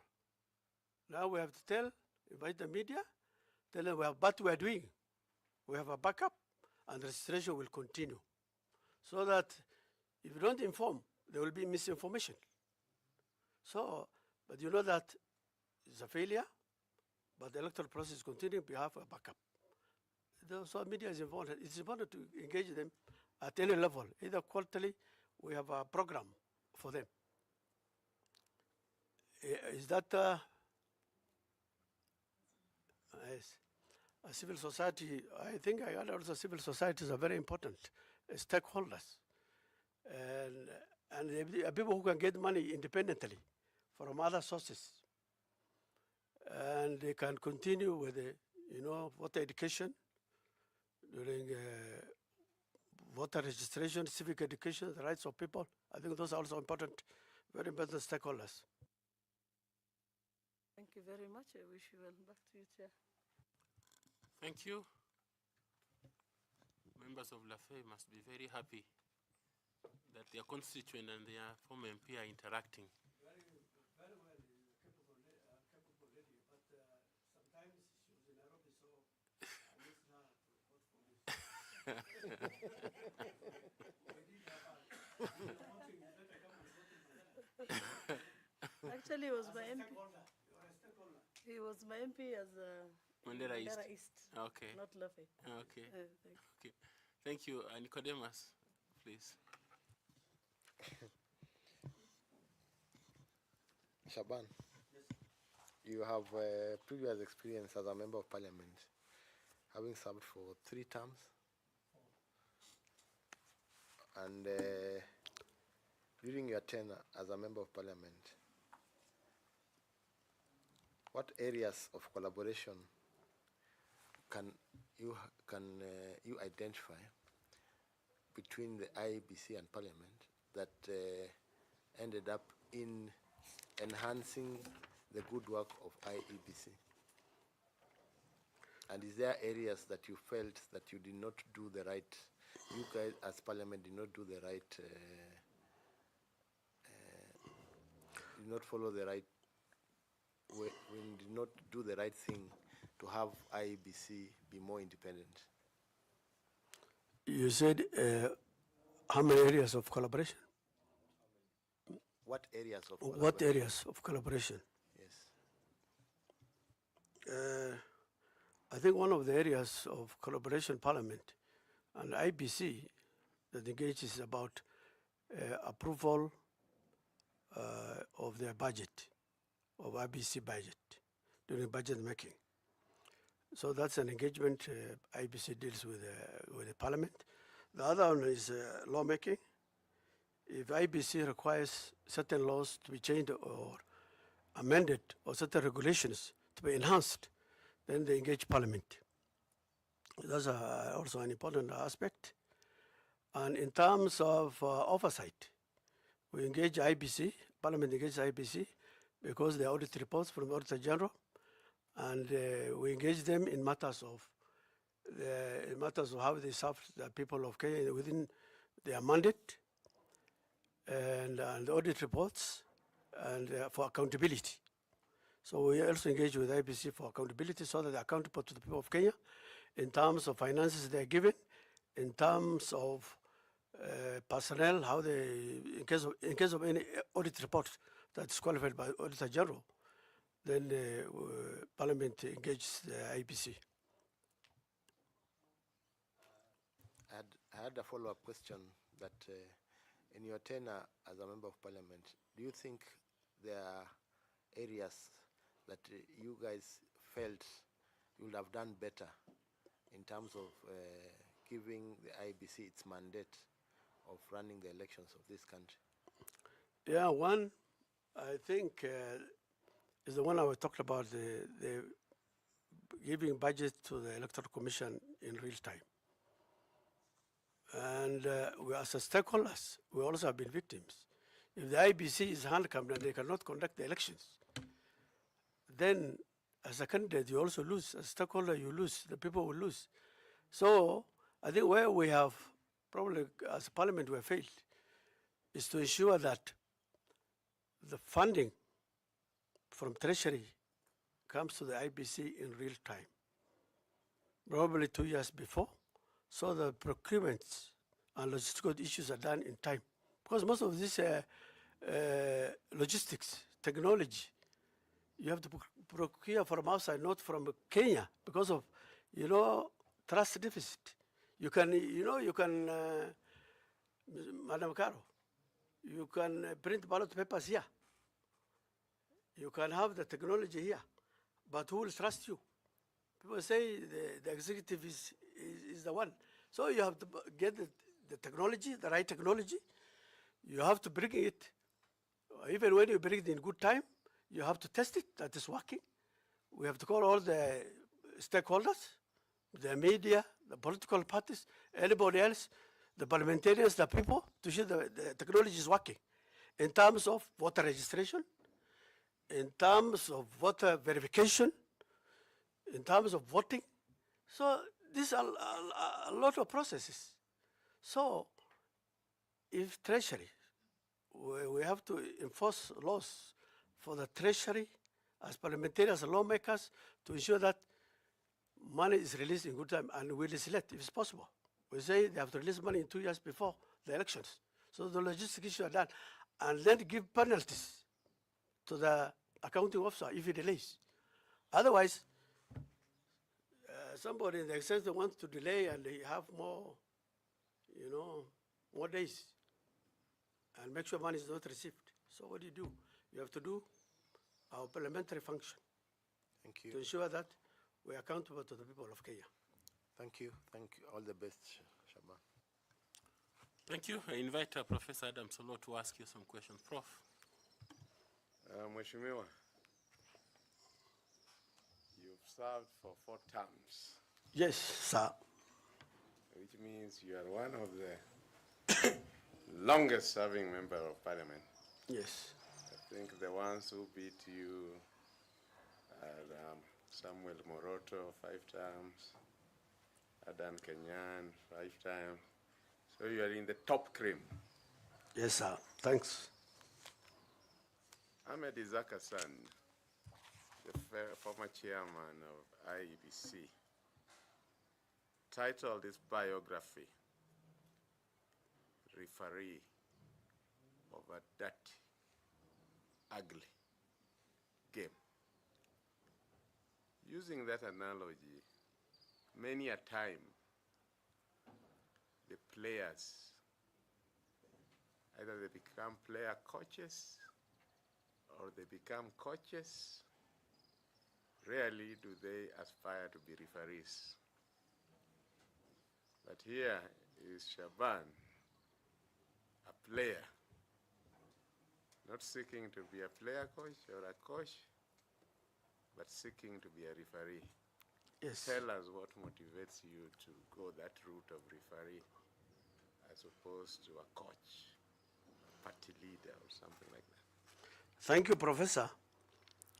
I'm a Kenyan and I have to serve the people of Kenya.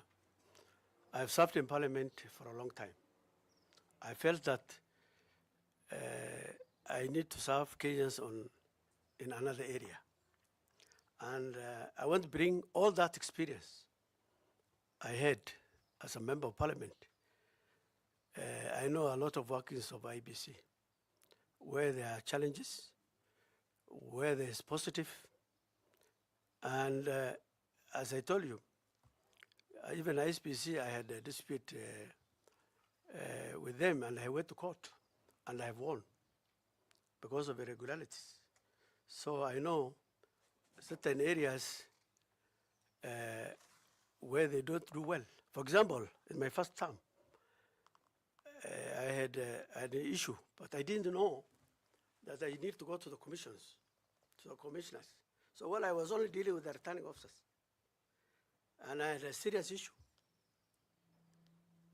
So these guys were ignoring me, and at the end of the day, serious irregularities happened. Could I have known that the commissioners have the powers second level to report to. Then I will go to the commissioners. Now I know the areas where disputes can come in. That's one. The other one, political parties. I have been the subject of many political parties primaries. They are also sometimes not a saint. Sometimes they just nominate without due process. And you will be the popular candidate and you're that party, and time has lapsed. So we have to ensure that we subject IEBC as an arbiter, the political parties, so they do the right thing at the right time. And the nomination they do in good time, and they submit those lists in good time. And if there's any irregularities, you know, if there's no timelines, there are a lot of things IEBC can do. So we have to give timelines in which they can bring their nominated candidates to IEBC. If there's a dispute, it can be resolved. Sometimes 3 days to the election, and there's still a dispute. It's a major issue. So this issue of making sure that disputes are resolved in good time is very important. The other thing I bring to the table, as a parliamentarian, and I will bring to assist the Commission in terms of electoral disputes. I'm happy that the click report mentioned it, that the cases should be finished in good time, in real time. So it's 6 months. During our time, as a member, when I was dealing, when I had a petition in the court, there was no timeline. In fact, my case was decided after 2 years. Others were decided on the eve of elections. So this is what I'm bringing to the table, that experience. And the one I mentioned about the funding from IPC, it's a serious issue we have witnessed. During voter registration, you're being told there are no funds, there are no equipment, no materials. This is what I want to bring to the IPC. Lastly, you've just mentioned Parliament, and initially you had mentioned Parliament as one of the expertise you bring in terms of legislation, in terms of being a member of various committees, including Public Investment Committee. From that background and experience, what are some of the measures that during your service in Parliament you undertook in fighting unethical behavior, be it financial irregularities, be it integrity issues, that you will bring to IEBC? During any time or during Parliament? During your tenure in Parliament, 4 terms. Or outside Parliament? Okay. No, in Parliament. In Parliament. Very well, you know, as a member of Parliament, when Kenya became a multi-party democracy, when Section 2A was repealed, after some time, even within time, you know, Parliament was still reporting to the executive. And as young parliamentarians and Democrats, we had an exposure, we went around the countries, and many countries, parliamentary countries, presidential systems, and we found out that there was a need to have separation of powers. And the system was not ready for it. So, as young parliamentarians, we have come together, especially the backbench, we call backbench, and we said the interest of the country is larger than our individual interest. So we came together, and as a team backbench, we drafted a bill. And we appointed Olo Arinko as chairperson. So we passed the bill in Parliament with the simple majority, and it was rejected by the presidential assent. So it came back to Parliament. As members of Parliament, especially where I was that time KANU, in the KANU party, we have been summoned to State House. So we are told not to pass that bill. But you see, there needs to be checks and balances. So your individual interest and overrides I mean, not the country's interest overrides your individual interest. You are a lawmaker. The country is looking unto you. So when we have invited the backbench from KANU, mzee alisema hii mambo hakuna, you have to reject this bill. Lakini there was a lot of pressure even within ourselves. So we had taken a small oath, but when we started, there was a lot of pressure, and we had to breathe. We had to breathe, others couldn't breathe. So we said, Mzee, we have voted for you, but this one is the interest of the country. There has to be checks and balance. So we left it despite the balance. We called the rest of the MPs. We did a bipartisan approach. And we also called the assistant ministers. Those days they were called, we were calling them, they were neither birds nor animals. So we all came together, and when the bill was called, we passed with a 2/3 majority. That's why I have Parliamentary Service Commission. That's why we have separation of powers. That I took a lot of part. Thank you very much, Chair. Okay, Prof, do you have some questions, small ones? Yeah, Short. now that you are in familiar territory with the Parliamentary Service Commission, also can you tell us the forum that gave birth to the ECK of 1997, the ECK that conducted the 1997 elections? Which forum, given that good parliamentary history? Mr. Prof, for that question, it was the interparliamentary group. Lastly, Parliamentary group, which came together as a bipartisan team, and then there were a lot of reforms that time. Even there were a lot. just quick, so you've answered. Yes. You don't need to explain that. Yes. The last question. Recently, we saw the Gen Z protests, not just in Kenya, but across the world. But earlier on, there was the Arab Spring. Which country in Africa experienced the first Arab Spring? That's very hot. Is in North Africa. That's Tunisia. Thank you, Chair. Did you mean Tunisia is very hot?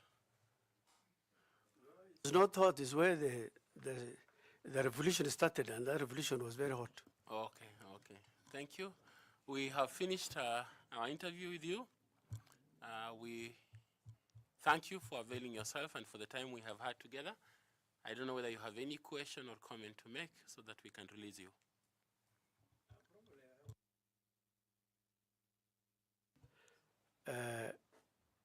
Some suggestions, or since I'm here for the interest of the panel and the country. You know, the major problem we have in this country is the winner takes it all. And you can win with a very small margin. And a lot of Kenyans are also left out. For example, somebody gets 49%, the other one gets 50 plus one as required. So that person is not peaceful. Is not peaceful. And after elections, it's presidential, you have no role to play. And our democracy is young. So I think what is very important is to give that runners-up a place to breathe. Probably you can have him as a leader of official opposition in the House. He can keep his troops. Now his troops now are helter-skelter. I remember during the time of Kibaki, when he was the leader of official opposition, he was making the government accountable, and his troops were safe. And he was providing leadership. So there was balance of power. Now there's no balance of power. The guy is outside. He has 49%. People voted for him. He's an angry man. He has noted, but probably, you know, these laws should be made for posterity. It's not made for an individual.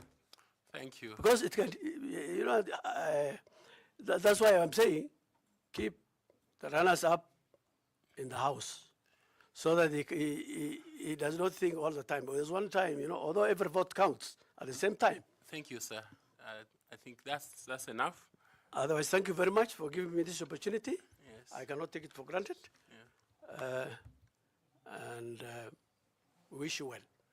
Thank you. And for your comments, I hope that you participated in NADCO by giving some views. And what we have as governance today is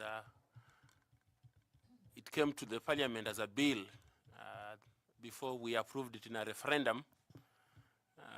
So that's what we have as a constitution today, and you participated. So we hope that your comments can be taken up elsewhere. But we wish you well. Please remember to pick your documents, your certificates. The notebook is yours. We have enjoyed our time with you. Thank you very much. Yeah, your documents are at the door there. Thank you.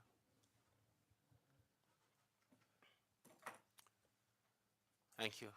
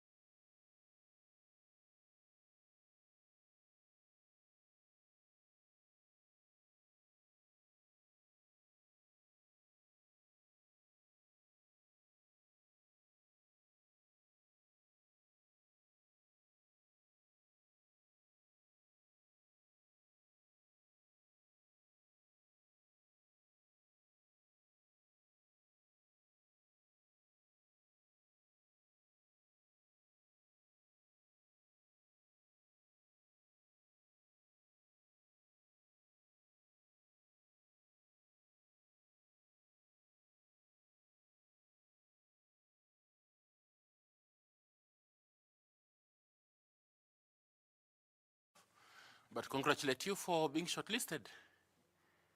We will have a brief interaction with you just to try and get to know you better beyond your CV. And so we will be giving you time to do that. But in the meantime, let me ask my colleagues to introduce themselves. Linda, please. Thank you, Chairman. Good morning. My name is Linda Kiome, and I serve this panel as a Vice Chair. Let me take this opportunity to welcome you for this interview.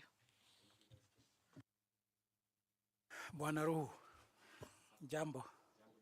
Ninaitwa Bwana Andrew Tanui, mwanakamati wa chopo hili la uteuzi, na karibu.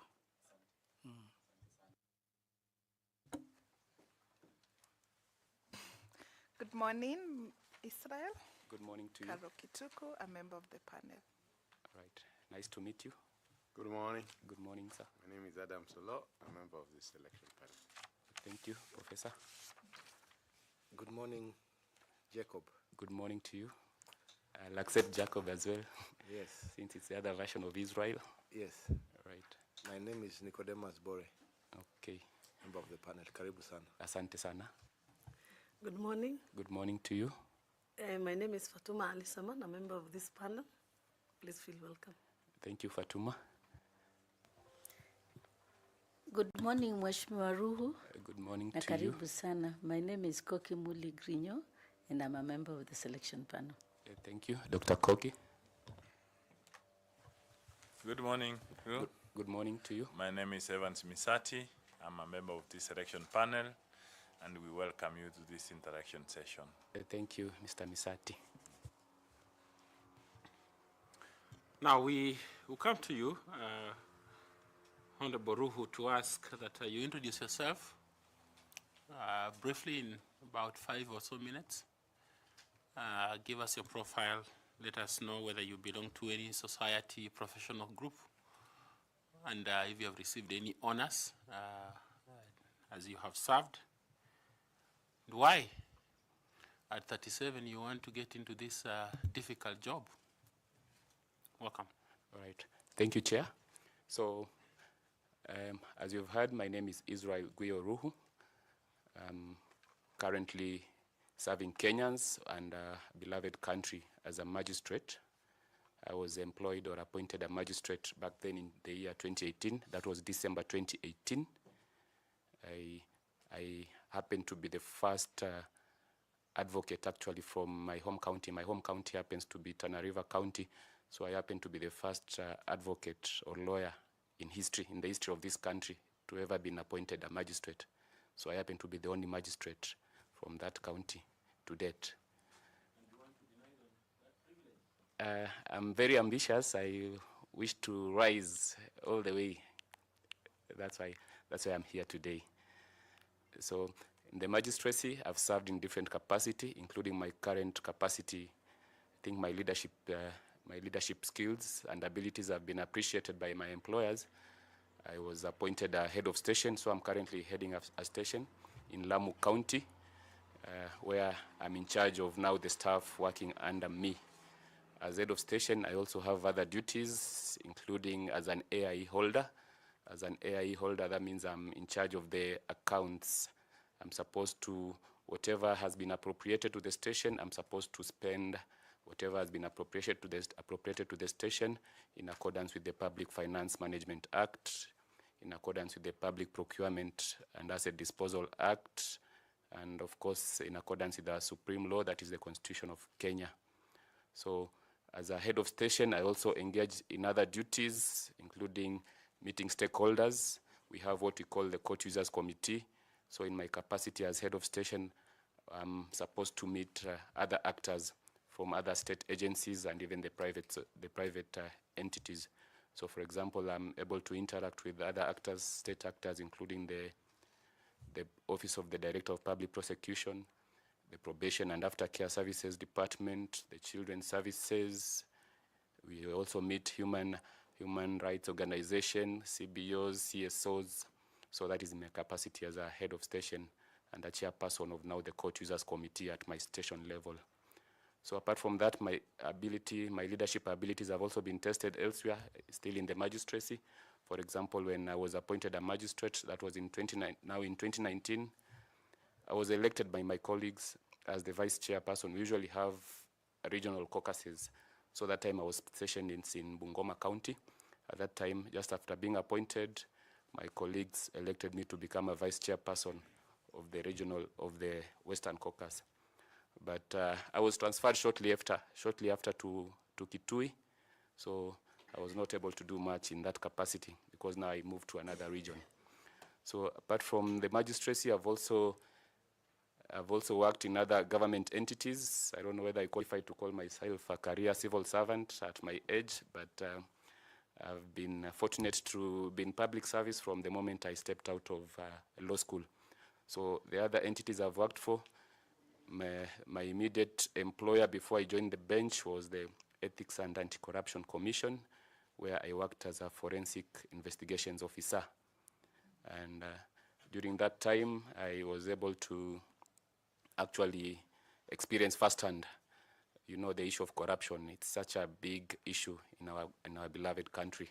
So at least I had firsthand experience in matters corruption and how to deal with this dragon that we try so hard to slay, this dragon of corruption. So before joining the EACC, I had also worked for the county government of Mombasa in different capacities. At that youthful age, at that time I was still in my 20s. Despite my young age, I was fortunate to have several promotions. I started as a legal officer in the County Assembly of Mombasa, where my duties included drafting bills and related issues. So mostly the legislative aspect of county assemblies, now that we all know that the legislative authority is vested in the constitution, it vests in the county government, is vested in the county assemblies. So apart from working as a legal officer to the County Assembly of Mombasa, I was also able to work in the county executive in different capacities. I was promoted to a deputy director in charge of policy and partnership. I also had a short stint there before I moved to the office of the county attorney. I was again promoted to becoming the director in charge of litigation, that is in the office of the county attorney, Mombasa County Government. So I believe all these promotions are not by chance, despite back then still being in my 20s. I believe they demonstrate my leadership abilities. So as a professional, I'm a member of the Law Society of Kenya. I'm also a member of the Kenya Magistrates and Judges Association. And by virtue of being an LSK member, I'm also a member of the East Africa Magistrate and Judges Association by virtue of being a magistrate in Kenya.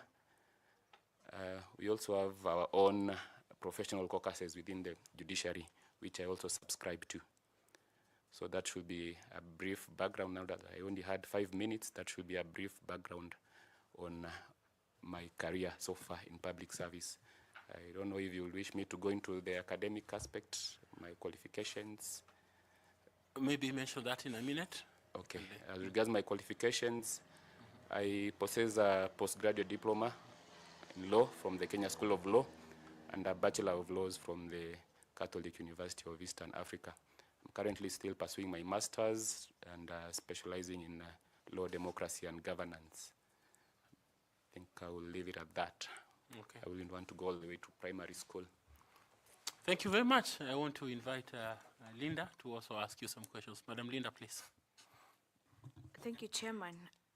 Mheshimiwa, with your experience as a magistrate, you also worked for EACC, also in the field of legal profession. What do you bring to the table? All right. As a magistrate and having worked for different government agencies, I will say, in fact, having worked for the three arms of government, because if you look at the county assembly, this is the legislative arm of the government, although at the county government level, it's still the legislative arm of the government. Then you look at the EACC, it can easily qualify as the executive arm of the government. Then now the third arm of the government, which is the judiciary, my current position. So what I bring to the table is that unique experience. I'm lucky to have that dynamism through my exposure now to all these arms of government. So I know not so many Kenyans have that privilege of having worked for all the arms of the government, especially at a youthful age. So I bring dynamism, I bring that experience, and which I believe will be favorable to this position that I've applied for. The Iebc working environment is a high-pressure one.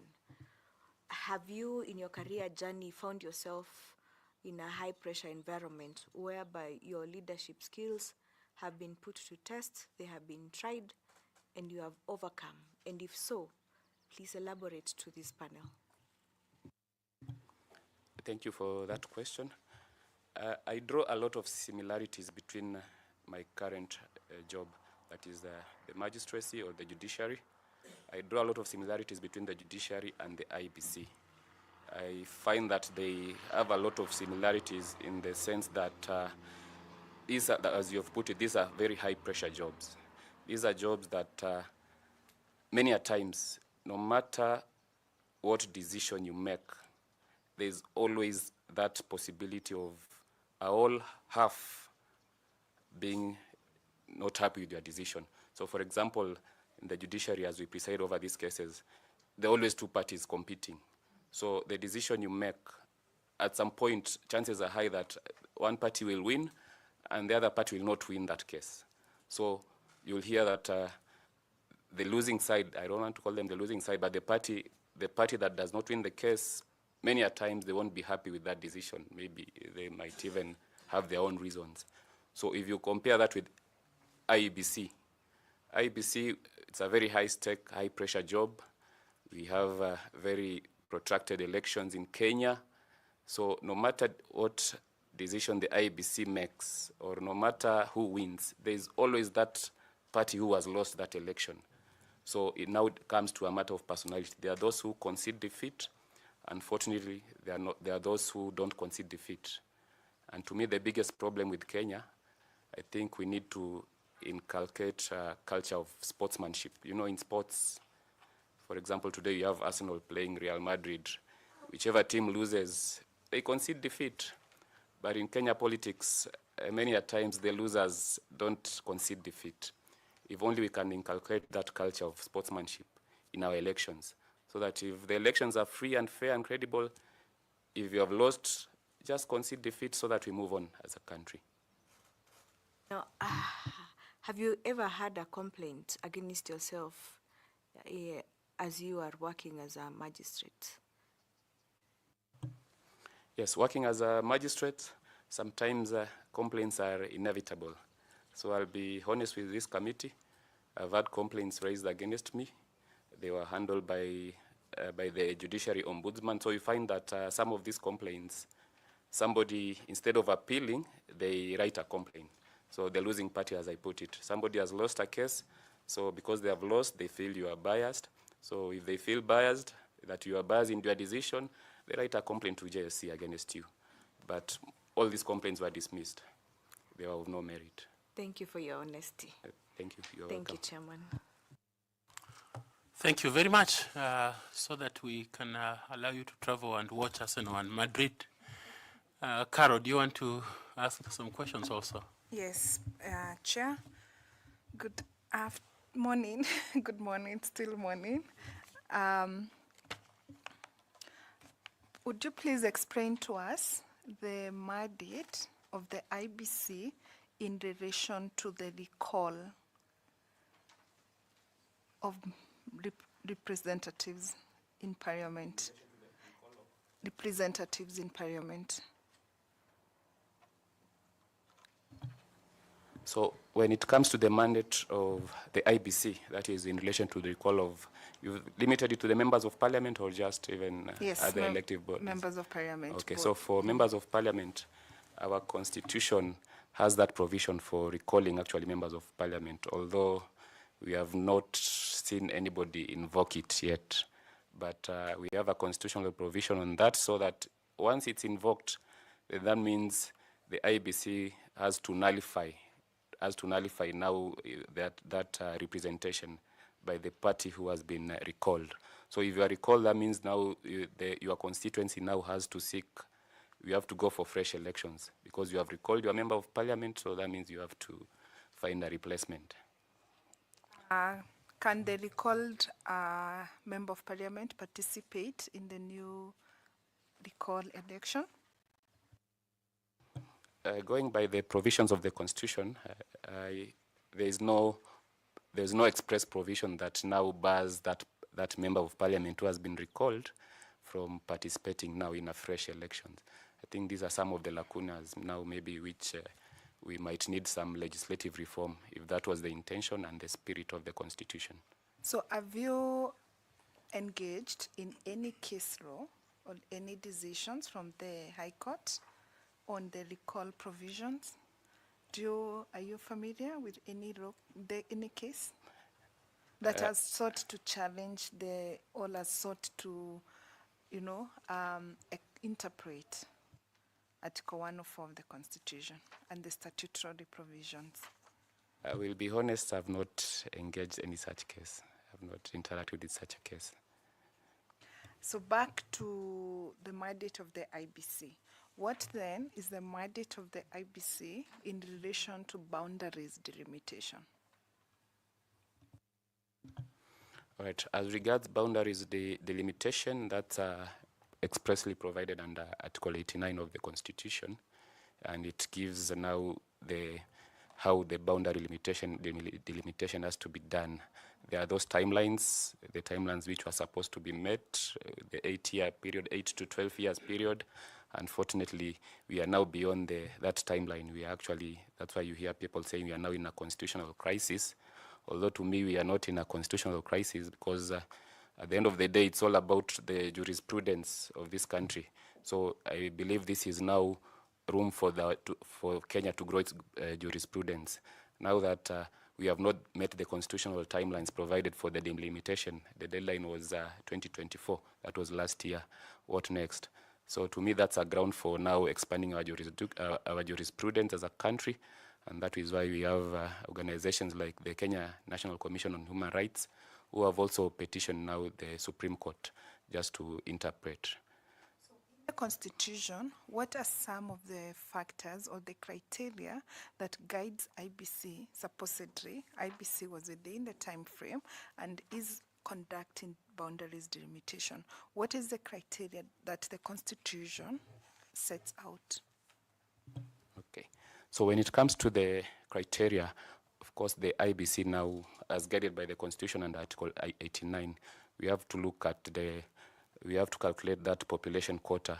So the census, the last census of this country matters. So because now we use that to do that calculation to arrive at the population quota. So at the moment we have 290 constituencies. So going by our last population census, so we'll use now, if we are 40 million Kenyans, we'll now divide 40 million Kenyans, you divide 40 million Kenyans with 290. Now you get the population quota. So that comes to 100 and something thousand.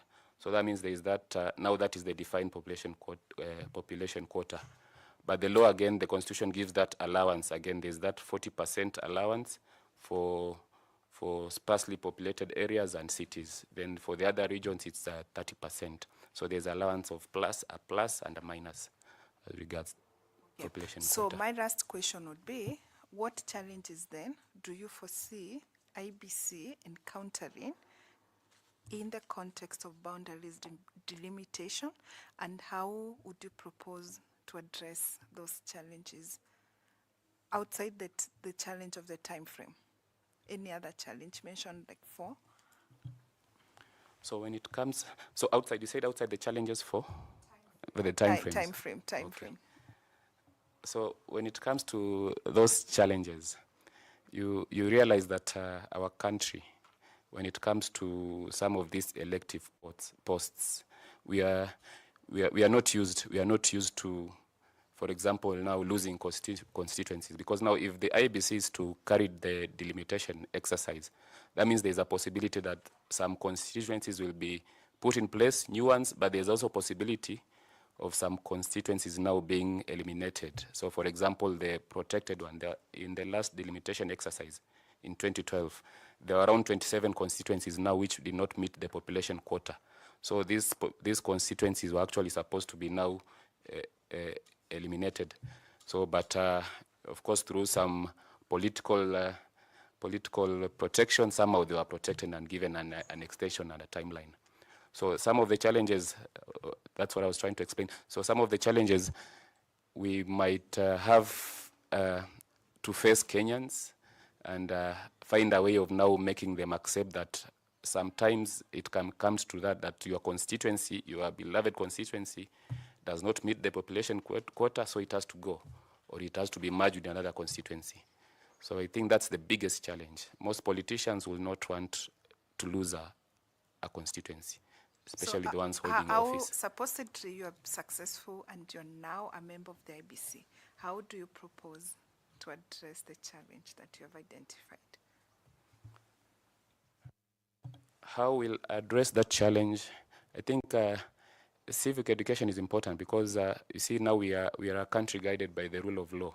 So if these are constitutional provisions, there's nothing much we can do but just to make the people accept that now these are legal provisions which we must abide with. So I think just a lot of civic education so that Kenyans now get to understand this issue of delimitation better. I think civil education will play a big role. Thank you so much, Mr. Nguyo. I wish you the best. Thank you, Chair. Thank you. I invite FCS Koki to also ask you some questions, please. Thank you, Chair. Mheshimiwa Ruhu, during elections, all the time, you find that there is a problem, a challenge that you find most in the reports of observers, that in fact election offenses, such as even campaigning around the polling station, voter bribery, and other electoral irregularities are committed right in front of the police that guard the polling stations. And in fact, I can tell you through my experience that it is rare that you find any of these offenses anybody being arrested. And so we have serious problems that I would like to request you to address. One of them is use of public resources for campaigning, and the issue of voter bribery, the issue of intimidating opponents, and so on, those irregularities. If you are successful and you get to the IEBC, what are you going to do different from what commissioners and IEBC has done throughout the electoral history of Kenya to actually ensure that these election offenses are dealt with in real time? Thank you. All right. It's an interesting question. Thank you for that question. Let me give the example of the judiciary or other state entities. You said there are offenses which occur, but now it depends on we have different state actors who are involved now. If you are to bring somebody to book, it's a whole chain reaction now. We have so many actors involved, all the way from the ODPP, the DCI, and other entities. So you have to find a way of now ensuring there is synergy between all these actors, because now, you see, some of these offices, they are more of independent offices. So if an election offense is committed in the presence of a police officer, and this police officer now is well aware of his duty now, he even has that duty now to arrest, but somehow this police officer does not arrest the suspect. So, and this police officer also enjoys some form of independence. So in my interpretation, they actually say that yes, their work at the polling station is to guard yes, the polling station and the election officials. They cannot be able to arrest people. So okay, what measures additional measures would you put in place to actually have those matters addressed? all right. So from that point of view, I think now there is need for more legislative reform, so that we propose amendments to the IEBC Act, for example, so that we have very clear provisions that now mandate these police officers to assist the IEBC where they're supposed to assist us. Otherwise, if the law is silent, because now at least if we have a clear legal provision on that, then you can use that now to make somebody accountable for either acting or failing to act. I think now the legislative reforms will be the best way to go, given such a scenario. And what would be your role in that, as if you are fortunate enough to be appointed as a commissioner? If I'm fortunate enough now to be appointed as a commissioner, I will use my past experience as a legislative drafter. I think you have seen from my certificates, I have quite a number of legislative drafting certificates. I've attended a lot of courses, so at least I have that background in legislative drafting, I think, which I can now capitalize on, so that to assist the commission to come up with some of the best reforms in terms of the current legislation. Thank you very much, Mheshimiwa Ruhu, and all the best. Thank you. Thank you, Chair. Okay, I want to ask FCPA, Tanwi, to ask you some questions. Please, Tanwi. Thank you, Chair. Bwana Ruhu, you told us you are a magistrate. What level of magistracy are you currently? I'm a senior resident magistrate Senior resident magistrate. Yes. And I Above thought, that is which one? okay. So when it comes to the magistracy, we have the different ranks. No, above Above you it is which principal magistrate, then senior principal, then chief magistrate at the very top. one? So senior resident and then? And then principal magistrate, then senior principal magistrate, then chief magistrate, Okay. the apex. Maybe I should also mention that it's not, it's a rare occasion for senior resident magistrates to become head of station. So I'm one of the very few senior resident magistrates who have been entrusted with that responsibility. In fact, if you look that's at most head of stations, they're usually at chief magistrate, senior principal magistrate, so I don't take it for granted. Yeah, that takes me to my question. Your role as AI holder, and also you told us what is your role at CUC committees, Court Users Committee? What is your role there? I'm the chairperson of the Court Users Committee. Yeah, chairperson. So those are actually responsibilities for head of station, isn't it? Yes. Which you acknowledge that given your ranking, you are privileged to be in charge of such responsibilities. Correct. Now, of what benefit is your experience and the CUCs can be for IEBC if you are to be a commissioner? Can CUCs be of any benefit to IEBC, or your experience at CUC level be of any value to IEBC if given an opportunity as a commissioner? Okay. Thank you, CPA. So from my experience now as a chairperson of a Court Users Committee, I will say the Court Users Committee can be of monumental benefit to the IEBC, because this committee is where we have all these actors now coming together and discussing pertinent issues regarding the administration of justice. So many a times, some of the challenges, because any organization has its challenges, so many a times, most of the challenges we face as a judiciary, we usually address them at the CUC level. You see, sometimes when you're on this side of the bench, you might not know what you are doing is wrong, or you are not able to review yourself. But from this Court Users Committee, it now gives us a platform also for review, so that we have all these actors coming together and now pointing out some of the weaknesses maybe within the judiciary. Once they are pointed out, we are able to address them. Then if there are any other challenges regarding the administration of justice now with the other actors, so that's where now we also get an opportunity to raise it with the other actors. So if the prosecution are not prosecuting their cases well, for example, you can find a ground. If the police officers are not doing their job, maybe there is a miscarriage of justice because an investigator did not... I appreciate the role of COCs, but Okay. I'm saying how will that be of benefit, or how can it help in the management of IEBC? Yes, now when it comes to the IEBC, we can also replicate that. We can borrow that kind of arrangement, because you see now the IEBC also has to work with other actors. The example given by Dr. Koki, you see, you have police officers informing the IEBC that their role is only just to make sure everything is safe. They cannot make those arrests.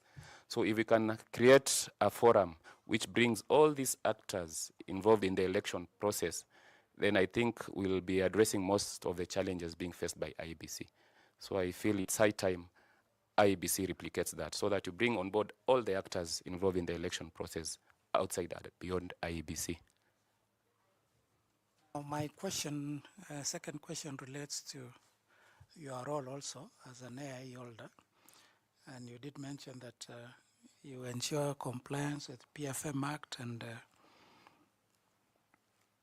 Public Procurement and Asset Disposal Act. And my question is that IEBC frequently has audit queries.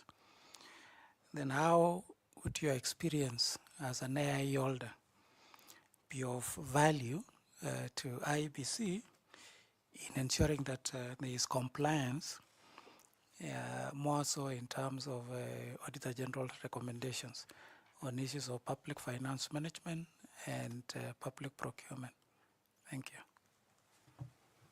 So when it comes to matters public finance and public procurement, you realize, let me give the example of procurement.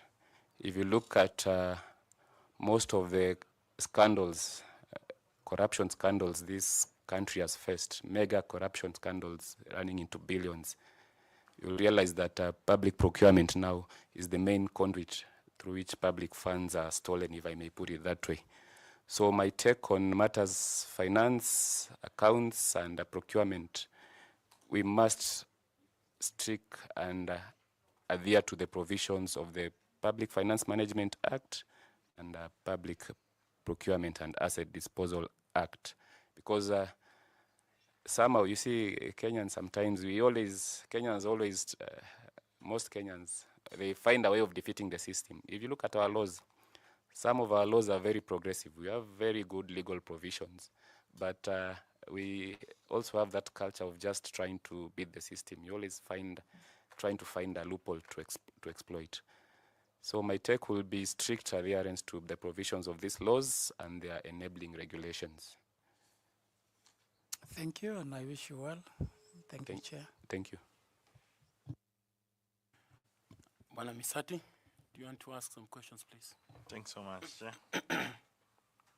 Bwana, now I want to take you back to where we were in the Constitution, Article 88 rather,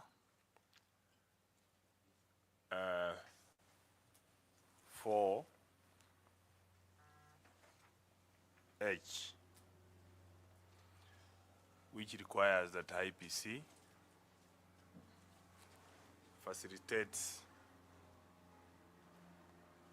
the observation missions, monitoring and evaluation of elections.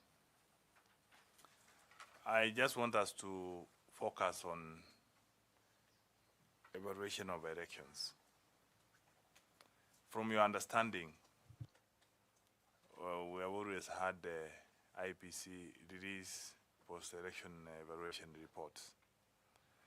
From where you sit, do you think that is right, from the interpretation of that itself? Thank you for that question. So my understanding of that constitutional provision, if you look at national values and principles and Article 10, they include accountability.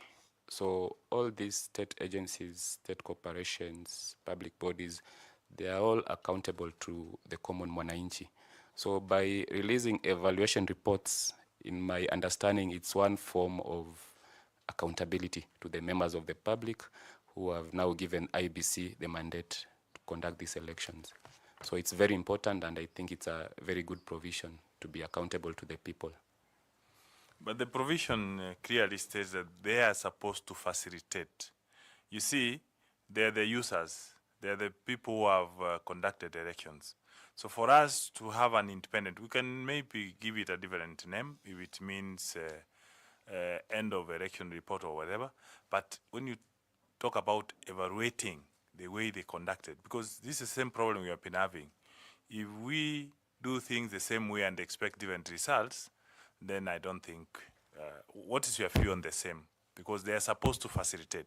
Because how do they, for instance, how do they spot out the mistakes they have if they were the actual people who are doing it? Right. So my take on that is, I will use the example of the Court Users Committee again. So if we are to facilitate this evaluation, it's only fair that we allow now a third party to evaluate us now as IEBC, if we are given that mandate. Otherwise, you cannot be the referee in your own match. So I think it's a good provision so that you get now a neutral perspective on whether what you have done is good enough or not. So that if there are any failures or laxities, they can also be pointed out. So if given an opportunity and you are a commissioner, what will you do in that line? Because you will get induction from the IPC secretariat, they tell you how they do things, and part of that will be like, this is how we do things, reports. So is there any changes you will make if you are given an opportunity and you are a commissioner? So if given that opportunity now to serve as a commissioner I will first look at now the current status, so that if the system is not broken, there is no need to fix what is not broken. What you can do now is just improve. So I look at what is the current practice, so that if it has been working, then we can just now make it better. But if the system has not been very efficient, now we'll be forced to adopt new measures in terms of evaluation and facilitating evaluation. Thanks so much. Now, last question. If my memory serves me right, the constituency is protected there 26, not 27. I don't know. Could you please name any 5 of them, the ones who are protected? So if I'm to name 5 of those protected constituencies, I think we have Mbalambala constituency. This one, I'll just be honest, I'll pass. I don't know them often, the 5 of them. That one I'll pass. Thanks so much. I wish you well. Over to you, Chair. Okay, I want to invite Fatuma to also ask some questions. Ms. Fatuma, please. Thank you, Chairman. Mr. Roho, would you kindly share with the panel what measures you will use if you become an IEBC member to ensure, to check if the stakeholder engagement is working? Because it is important that the IEBC stakeholder engagement, or other strategy that they are using, works. So what measures would you use, or what mechanisms would you use to check and see if it is working? Thank you, Fatuma. So if I'll be fortunate now to be appointed as commissioner, I'll play a very proactive role now in following up on matters stakeholder engagement. Just the way we do it in the judiciary, we always make sure we keep close contact with our stakeholders.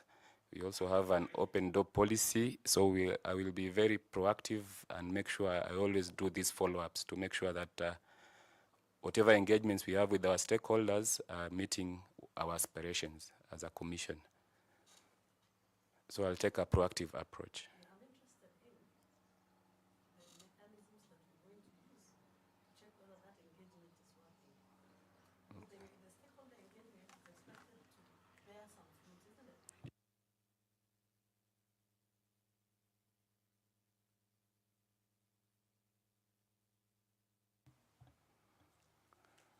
So some of the measures I'll use, for example,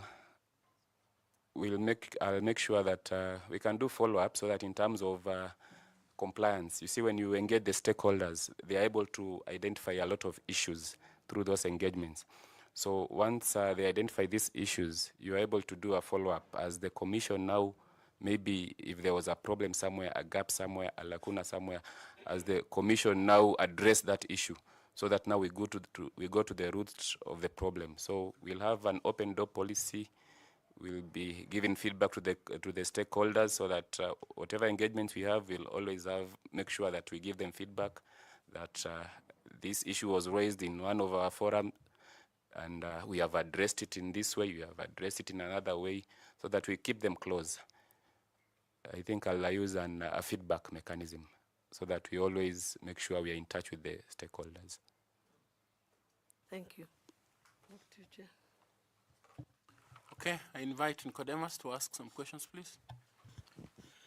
Thank you, Chair. Israel, from your CV, you've stated that you worked as a magistrate from 2018 to date, and you have the privilege of serving as a head of station, though your level is not. It's a privilege that you have been given by the judiciary. Correct. And you are responsible for ensuring resources are utilized in accordance with the PFM Act, Public Procurement and Disposal of Public Procurement and Asset Disposal Act, and other financial regulations. Correct. This is a very crucial asset that you will have to bring to the Commission if given that opportunity to serve. What do you think are the risks at IEBC on matters procurement? Okay, thank you for that question. So when it comes to matters procurement, as I had mentioned it earlier, the biggest risk is usually corruption. And that's why I mentioned that all the scandals of billions lost that the country has lost, all these scandals, it's usually corruption, it's usually procurement related, 99% procurement related. So for me, I think corruption is the biggest risk when it comes to procurement. Any other risks? Maybe mention one or two others. So other risks that may come with procurement may be incompetence. You can have members of staff who are not competent. Yes, so if they are not competent, that is why they are not able to follow some of these procedures. So incompetence can be one of them. It can also have political interference. Yes, so political interference is also another big risk when it comes to procurement. Not just political interference, but just interference from outsiders. So in your role as a magistrate and as a leader of your station, can you share an example of a leadership challenge that you faced in your career and how you navigated it to ensure fairness and accountability? So one of the biggest challenge faced as a magistrate, I think, is you see now you are forced to become, the nature of our job makes you to become more of an introvert. When I joined the judiciary, I was a very outgoing person. So my first posting, I will just be free with anyone. But I realized if I'm seen having lunch with you, then you end up appearing in my court. I'm now accused of being compromised by you.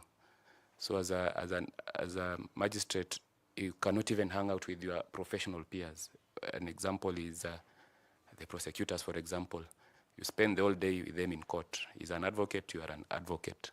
But now if you step out of that courtroom together and an accused person sees the two of you together, he'll now accuse you of being biased and being compromised by the prosecutor. Same with the advocates who appear before us. These are professional peers. But if I meet advocate so-and-so outside now, I just have to say hi and we leave it at that. I can't afford to hang out with him because he has matters before me.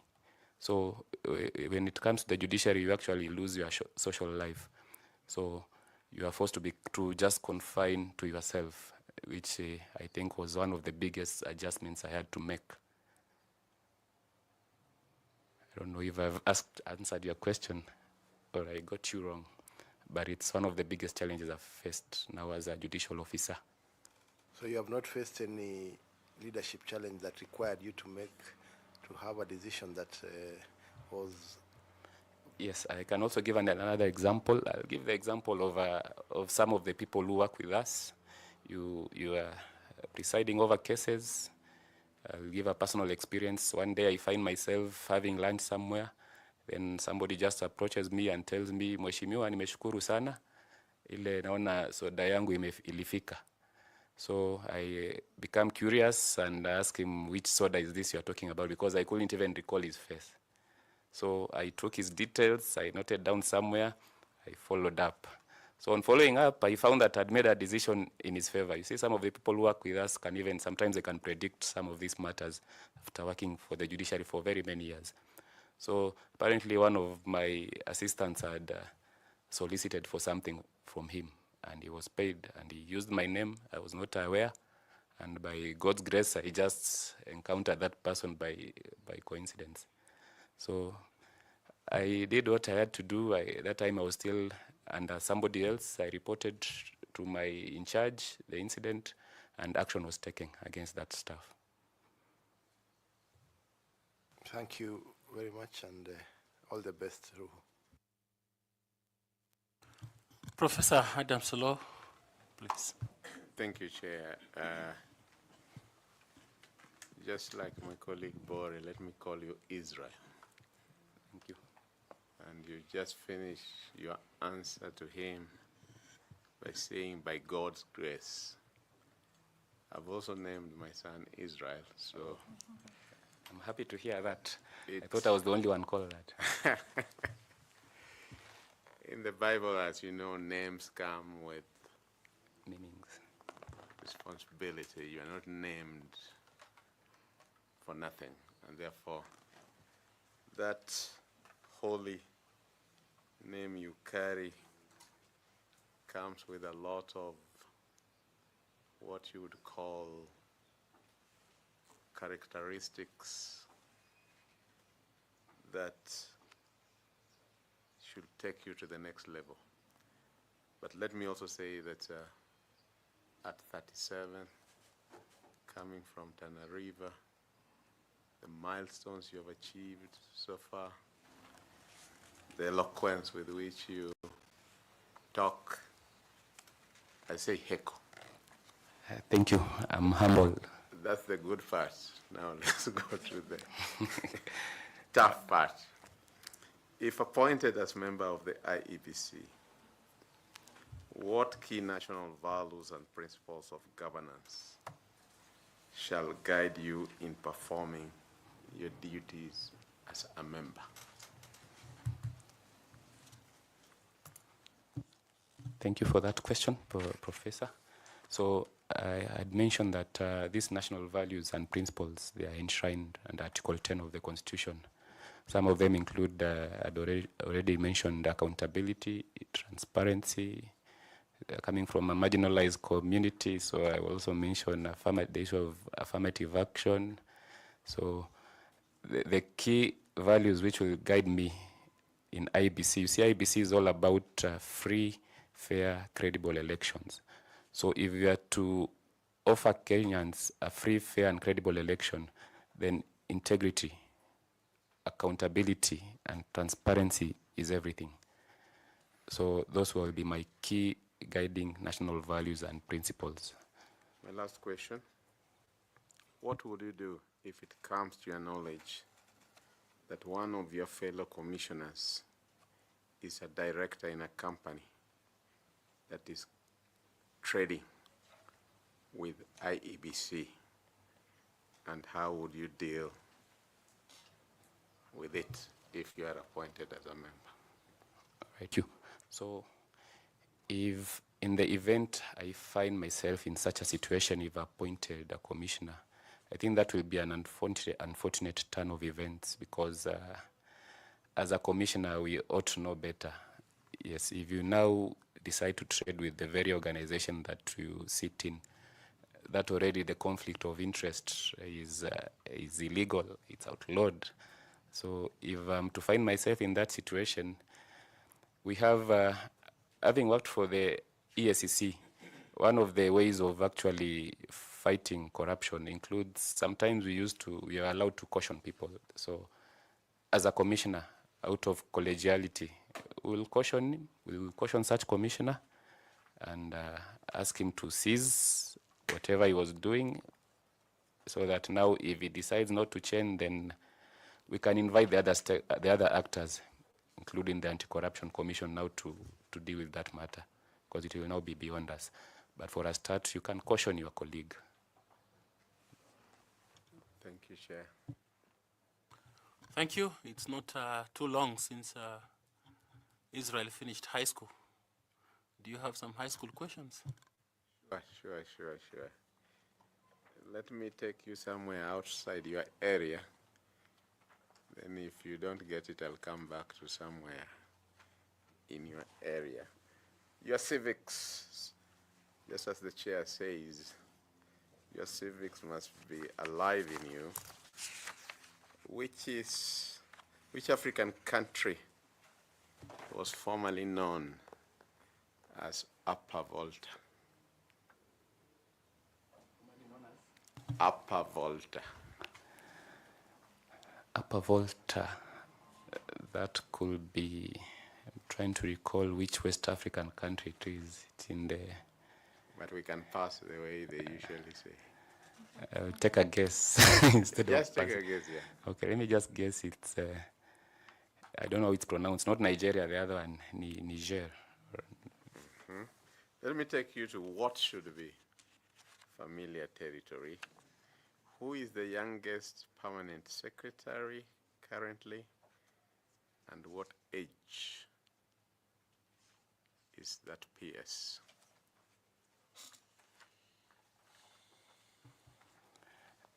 Youngest permanent secretary should be, I'll mention Umi Bashir. I'll try and look for you. Was appointed in the last batch. Okay, maybe I'm not framing it well. I should have said, who is the youngest nominee for PS? Sorry for that. Right, now that's better. So now that he comes from the coast where I come from, I can now comfortably say it's Fikirini Jacobs. Thank you, Sheikh. Asante. In his 30s. That's the best I can get. I don't know the exact age, but somewhere in his 30s. Thank you very much, Honorable Israel Guyo Ruhu. It's been a great pleasure talking to you and hearing your perspectives. I don't know whether you have any comment or question to make. So thank you, Chair, and the entire panel. I don't have any question, maybe just as a parting shot. I will just give an example of the biblical story of David versus Goliath. I believe it's also mentioned in the Quran, or the benefit of Fatuma. I urge this panel just to give this country a David moment.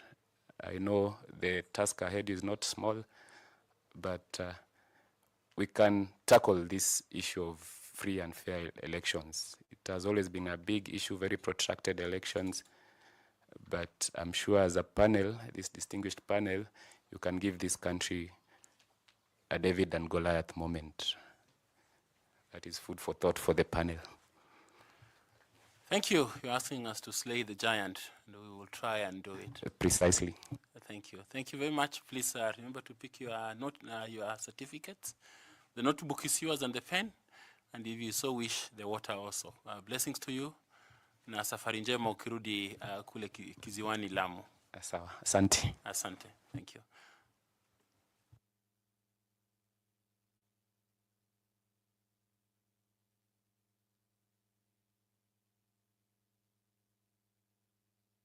Okay, thank you. Can we have the next candidate, please?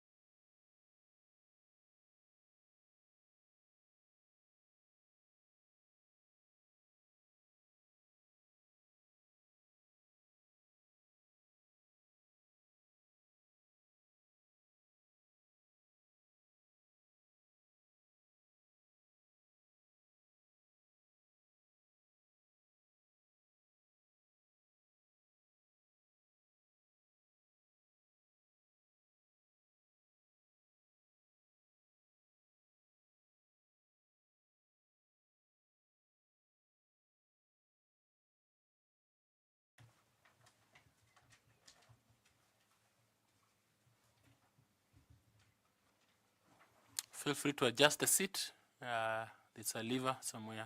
Yeah. Asante. My name is Nelson Makanda, and I'm the chair of this selection panel. We would like to welcome you to this brief interaction moment, thanking you for showing interest in the advertised position, but also congratulating you for being shortlisted. We will have a brief session together just to be able to engage you on your interest in the position of member for the Commission of IEBC. Madam Linda, do you want to proceed and introduce yourself, please? Thank you, Chairman. Good afternoon, Madam. Good afternoon, Madam Linda. My name is Linda Kiome, and I serve this panel as the Vice Chair. Let me take this opportunity to welcome you to this interview session. Thank you. Madam Jacinda, good afternoon. Afternoon. Yeah, naitwa Bwana Andrew Tanui, Yes. mwanachama wa chopo hili la uteuzi, na karibu. Asante. Shikamo. Maraba. Caroline Kituko, a member of the panel. Karibu sana. Asante. Good afternoon, Madam. Good afternoon, sir. My name is Adam Solo, a member of this selection panel. Thank you. Good afternoon, Jacinta. Good afternoon, sir. My name is Nicodemus Bore. Karibu sana. Asante. Assalamu alaikum. Walaikum salam. My name is Fatuma Ali Saman. I'm a member of this panel. Welcome. Asante. Good afternoon, Madam Ishmael. Good afternoon. And karibu sana. My name is Koki Muli Grinyo, and I'm a member of this panel. Good afternoon, Jacinta. Good afternoon, sir. My name is Evans Misati. I'm a member of the selection panel, and we welcome you. Thank you, sir. Now we want to ask you to introduce yourself, give us your brief profile, highlighting those things you think are milestones for us to note, why you're suitable for this position, and if there's any award you have won, and if you're a member of any professional group. Kindly proceed. Thank you. Good afternoon, through the chair. Afternoon. I'm Jacinta Ismail, born and raised in Mombasa, school in Marycliff Primary School and Star of the Sea Secondary School. After finishing my secondary school, I was employed with Mombasa Municipal Council, the defunct local authorities, deployed into Housing Development Department, where we were doing the third urban World Bank projects. There, at a very early age, I started engaging with the communities because we were doing registration for the project of giving the land parcels to the wananchi in Chaani and Mikindani. From there, henceforth, I moved through finance divisions of audit, revenue, audit, and up to becoming an acting assistant municipal treasury when I was now transferred to Kilifi County Council. During that period, I registered myself as an accountant with CASNEB. I started doing my accounting courses. I got an award as the best in local authority finance and accounting paper. I also was involved through many workshops and seminars for the local authority. When I moved now into Kilifi County Council, now we were doing reforms for local authority. So I was involved in those reforms, the one-stop shop for licensing of businesses, now into the devolution systems, into the integrated systems of the former defunct local authorities. All those reforms I participated. And we were able also through those reforms to be the first local authority in cost out of the 13 in our performance contract, the first performance contract. So in short, my journey was purely through local authorities, then into devolution of the county government of Kilifi. There also I moved through departments and divisions, still under finance, finalizing into the creation of the municipalities, Malindi and Kilifi, where I was spearheading the structures of finance in those two municipalities. And we were able also to spearhead those municipalities. And as I'm speaking now, 3 more have been created because of the good performance. I also spearheaded the structuring of the Kilifi County Act, Scholarship Act, to which we did structures for the funding from the wards into the needy students of the 35 wards. So that generally is my journey. It has taken long for me also to pursue my studies. Being at a very early age, I had to pay for myself, and then I started a family. And also getting time off and so on, but I was very determined. So I finalized my CPA, so I'm a certified Iebc member. And during that journey also I was able to do my first degree with UNISA, which was affiliated with the Kenya College of Accountancy. And also I continued and I did my master's with Kenyatta University. I'm hoping I'll do my PhD also. So that is my career journey from school to where now I am. I got an appointment as a chief officer in Kilifi County government. And also in that tenure of the 2.5 years, I've been moved through 3 divisions, 2 being in finance, economic planning, and resource mobilization. And finally, now I am in the Department of Trade, Tourism and Cooperative, heading the Cooperative Development Directorate. Why do I think that this position, I'm able to perform in this position? At an early age, as I have said earlier, I have moved through communities. I have been trained of how to collect data, to analyze, and to do allotment. I have been keen in performance is through teamwork, a very seamless, profound teamwork, which has been my key milestone in all the performance issues I have been able to achieve. Under the financial management aspect, I have been able to bring on board also the soft skills, the communication, accountability, transparency, public participation, the data collection and analysis, and all those will be useful for this position of a member of the IBC. Thank you, Chair. Thank you very much. Madam Linda, please. Thank you.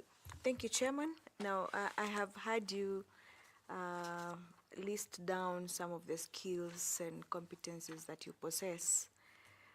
But in relation to that, in relation and in addition to that, what other skills and competencies do you think are essential for the entire team of the commissioners to be able to work effectively?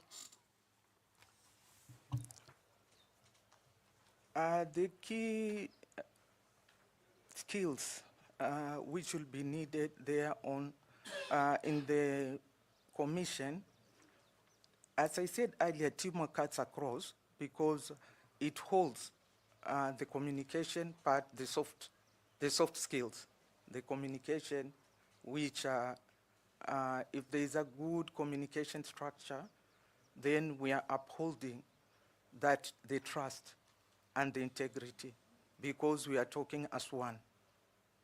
If the communication is broken down, there are gaps, then already we are having a structure which is fragmented. So with communication, and communication brings about the cohesion of also internally, even the staffing, the secretariat, because now everyone will know his or her roles.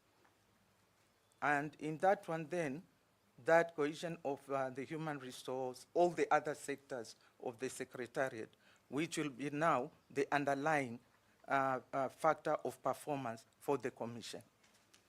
And in that one also you have to bring on board the emotional intelligence of how you'll deal with this between yourselves and between the commission and even the staffing.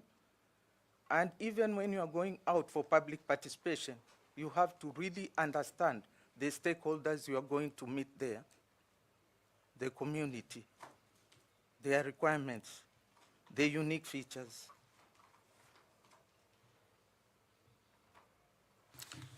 This one will be a yes or no question. I need you to indicate to this panel whether you have any of the following strategic complementarities, including electoral matters. Do you have any experience in electoral matters? Do I have? Any experience in electoral matters? Generally. Yes or no, madam? Is just a yes, yes or or no? no? Yes. No. No. What about management? Yes. Finance? Yes. Governance? Yes. Public administration? Yes. Good. Law? No. ICT? No. And accounting? Yes. Wonderful. Thank you very much. Thank you, Chair. Thank you. I want to ask Carol and Kituku to also ask you some questions. Carol, please. Thank you, Chair. Welcome once more, Ms. Jacinta. Yeah. The current legal and policy framework makes sure that Kenya is, takes into account the diversity of the people of Kenya. Such diversity includes the marginalized and persons with disability. What do you think that IBC should put in place or can do to ensure that persons with disabilities and the marginalized people exercise their right to vote within the framework of Article 38 of the Constitution?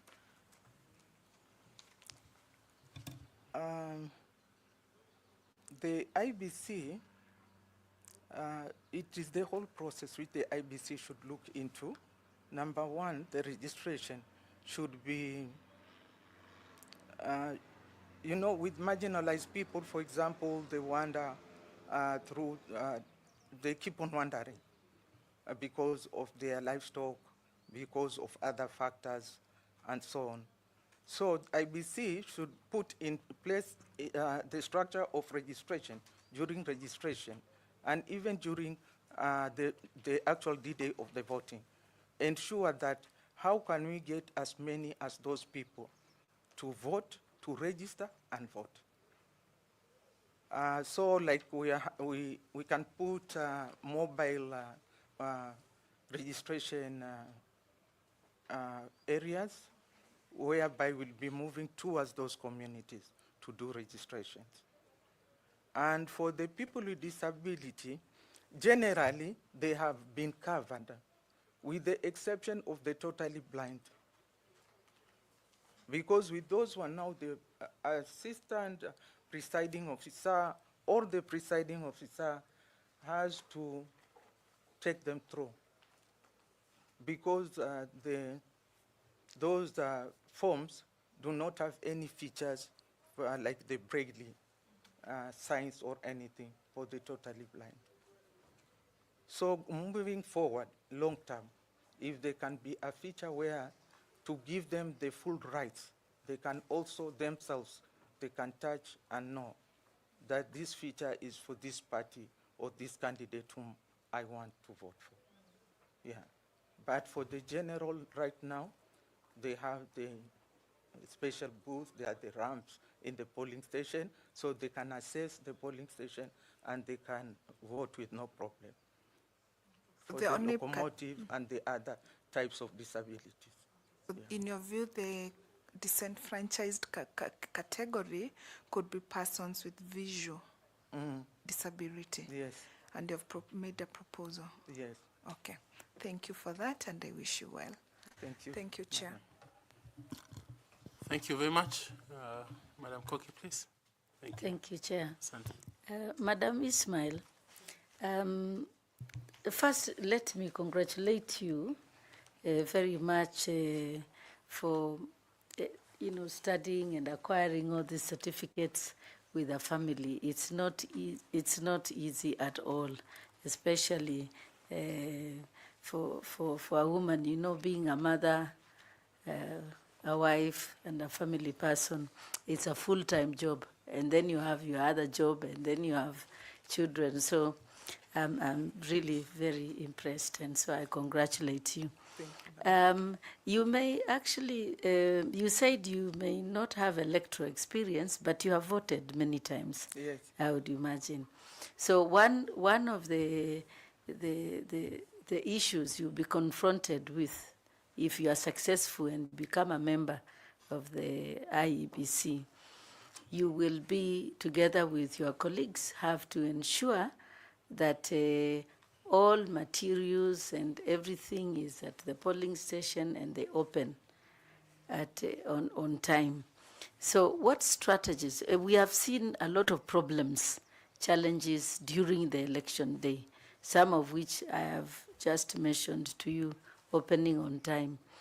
What other challenges have you experienced in your many years of voting and engaging with communities in Kilifi and Mombasa during election day? The challenges, as you have correctly, through the chair, the challenges which you have noted, Madam Koki, is the starting point, the time.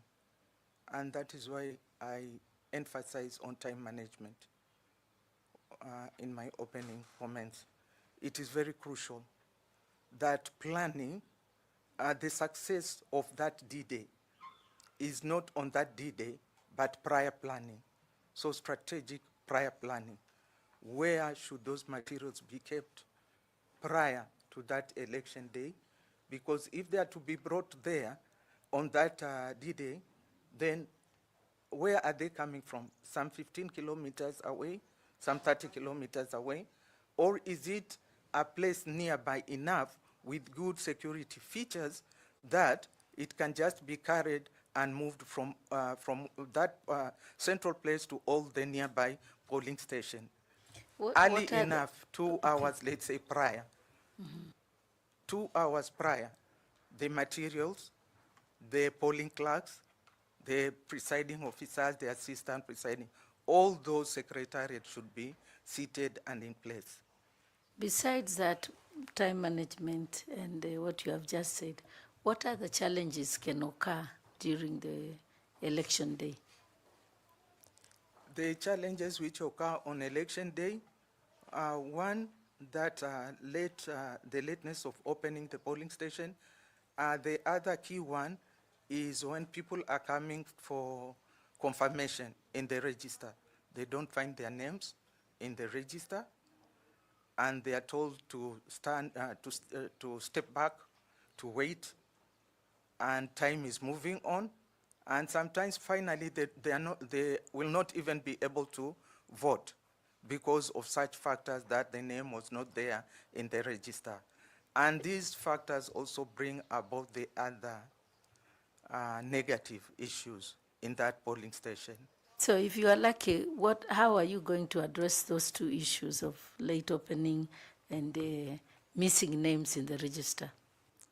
The late, I said, we will do a very strategic planning of where those polling materials should be kept so that we minimize on the time of transportation to the polling station and the starting time.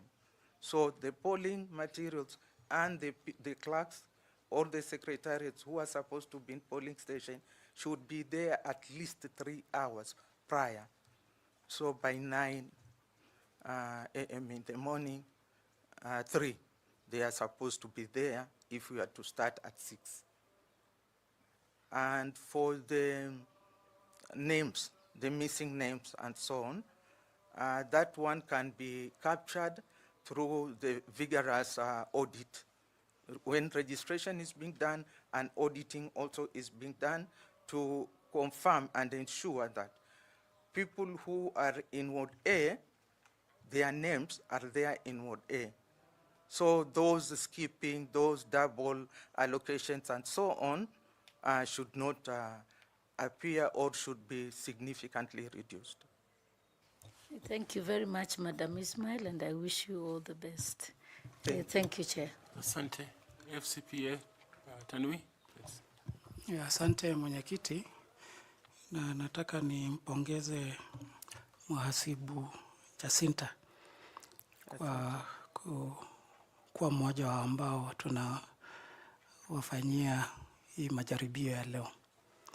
So Jacinta, nimeona kwamba wewe ni afisa mkuu katika idara ya utalii, biashara na mashirika, na pia mwanzoni ulikuwa afisa mkuu katika serikali ya kaunti ya Kilifi, mmoja ukiwa afisa mkuu wa uhamasishaji wa rasilimali na ingine ukiwa afisa mkuu wa mipango na ya kiuchumi, Economic Planning Division. Na pia umekuwa mhasibu katika municipality ya Kilifi na Malindi. So hizo miaka mingi kuanzia mwaka wa 2013 mpaka wa leo. Sasa hii uchuzi na utaalamu ambao umekuwa nao, kama ukipata nafasi kuwa commissioner katika tume la Iebc, hii uchuzi itakufaidi vipi wewe kwanza kama commissioner ukitekeleza wajibu wako kama commissioner katika tume la Iebc, na pili katika utawala bora katika tume ya Iebc. Asante. Through the chair, thank you. Ujuzi niliopata katika utendaji kazi katika hizo wizara mbalimbali nilizopitia katika ukuzaji wa malengo yangu, nitatumia huo ujuzi. Kwanza nimeupata ni wa kusimamisha, kikubwa kabisa ni kusimamisha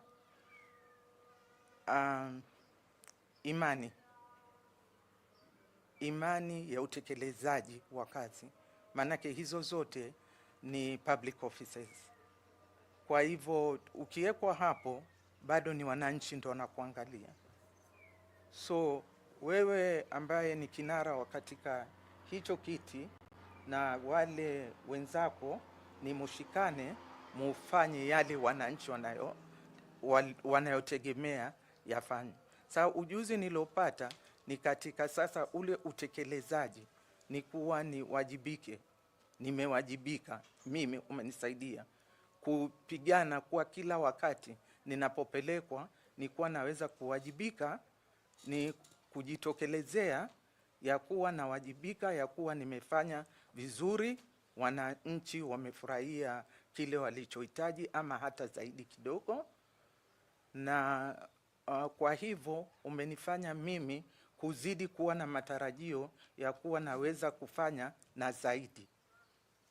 Lakini yote haya yanafanyika na ya kuwa wewe unaongoza, lakini katika ile mikakati yako ya uongozi ni wale ulionao wawe ni watu mutasongea nyote pamoja, ndio utaweza kutimiza hayo malengo.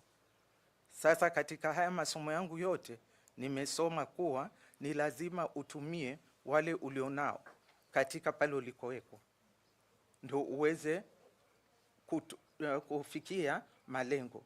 So malengo ukiangalia ni ya serikali kuu, ni ya serikali hizi za county, ni kuwa wananchi wanataka tu utumishi bora, wapate service delivery iliyo ya kueleweka na kwa wakati unaofaa, wawe wamejulishwa, wamejumuishwa katika ile mipango mnayofanya, na utakuwa umeweza.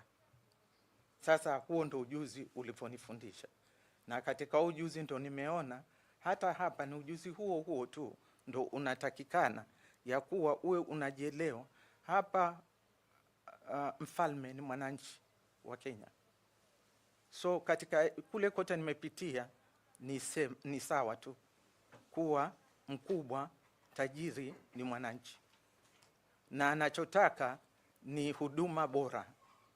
So kwa IEBC anataka akipiga kura awe ana imani kwa ile kura yake imeenda vile anavyotaka, imehesabika kwa vile anavyotaka, kwa wakati anaotaka, na kwa wakati ule wazikitangazwa ni ule yale matarajio atalokuwa nayo yamekuwa hayakuwa, lakini anaweza kuamini yale matokeo yalotolewa. Sasa hii uchuzi wako wa uhasibu itasaidia vipi ili tume ya IEBC? Uchuzi wako ya uhasibu. Uhasibu, through the chair please, sorry. Uhasibu ni nguzo. Ni nguzo katika maelekezo bora ya katika utumishi. Maanake uhasibu ndo unaleta uwazi. Uwazi unaondoa utaratibu wa kufanya ukora. So katika IEBC uhasibu nikiweka na zile misingi yake yote, itakuwa tumeweka tayari ile nguzo ya uwazi katika uandikishaji wa wapigaji kura. Itatusaidia katika wakati wa kupiga kura zenyewe, na tutamalizia, manake uhasibu uko connected, unalinganishwa, na mwisho kabisa ni kuwa lazima ufatilize ulichosema katika uhasibu ndicho ulichofanya, na unarudi mwisho kukiangalia ulifanya kikiwa sawa ama si sawa, na kama ni sawa bado unaweza kuongeza kuboresha vipi, na kama si sawa huko unakoenda mbele unaweza kurudi ukarekebisha vipi. So uhasibu kwa ujumla utasaidia sana. Asante na kutakia mema kwa mwenyekiti. Asante. Thank you very much. Mheshimiwa Evans Misati, tafadhali uliza maswali yako. Asante sana, Chairman. Jacinta, yes, sir. Sitaki kujaribu Kiswahili. Let me ask my question in English. Now, please tell this panel your understanding of the distinct roles between the IEBC commissioners and the IEBC secretariat. The distinct roles, their roles. Through the chair, roles and functions are clearly divided upon the different categories of staffing. So for the secretariat, it is the daily routine where they will be doing the daily work of administration, HR, and so on. They will be bringing on board to the board, that is the commission, all issues through the secretary to the chair, all issues through the relevant committees in the commission. They'll be discussed at the committee level, and then they'll be passed on towards the whole board of the commission. So theirs is purely administrative, the daily routine, the operations. The commission now is the policy. They are the policy makers. After being given the regulars, now they map it out into the policy, into the strategies, and finally into the causes of decision making which are supposed to be undertaken. How does the commission practice joint responsibility? Joint responsibility. How does? How,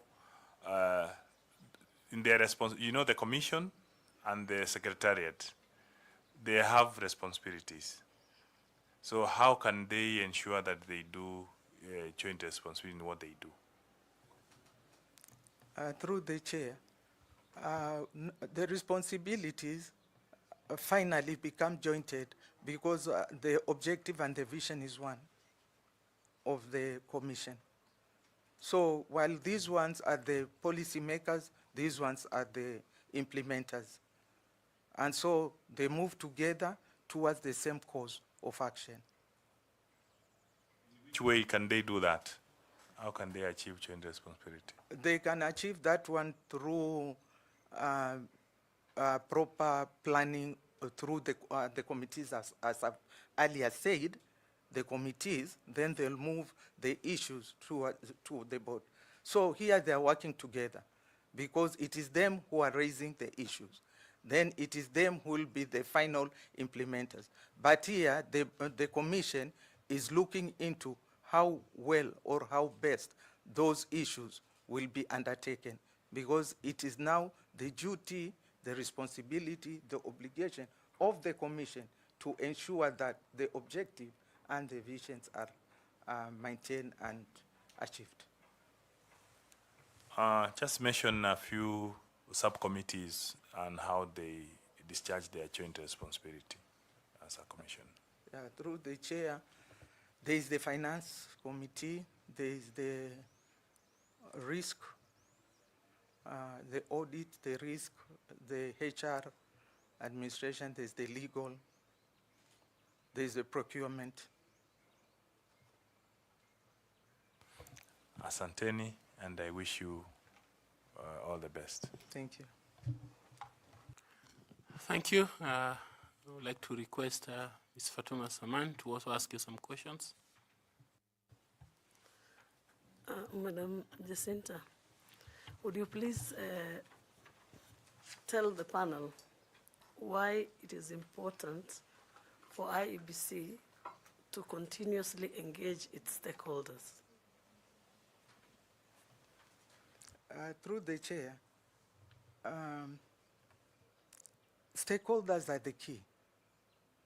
When you want to do the data mapping, the statistics, when you want to collect and so on, it is important that you engage the respective stakeholders in that field which you actually want to get that information from.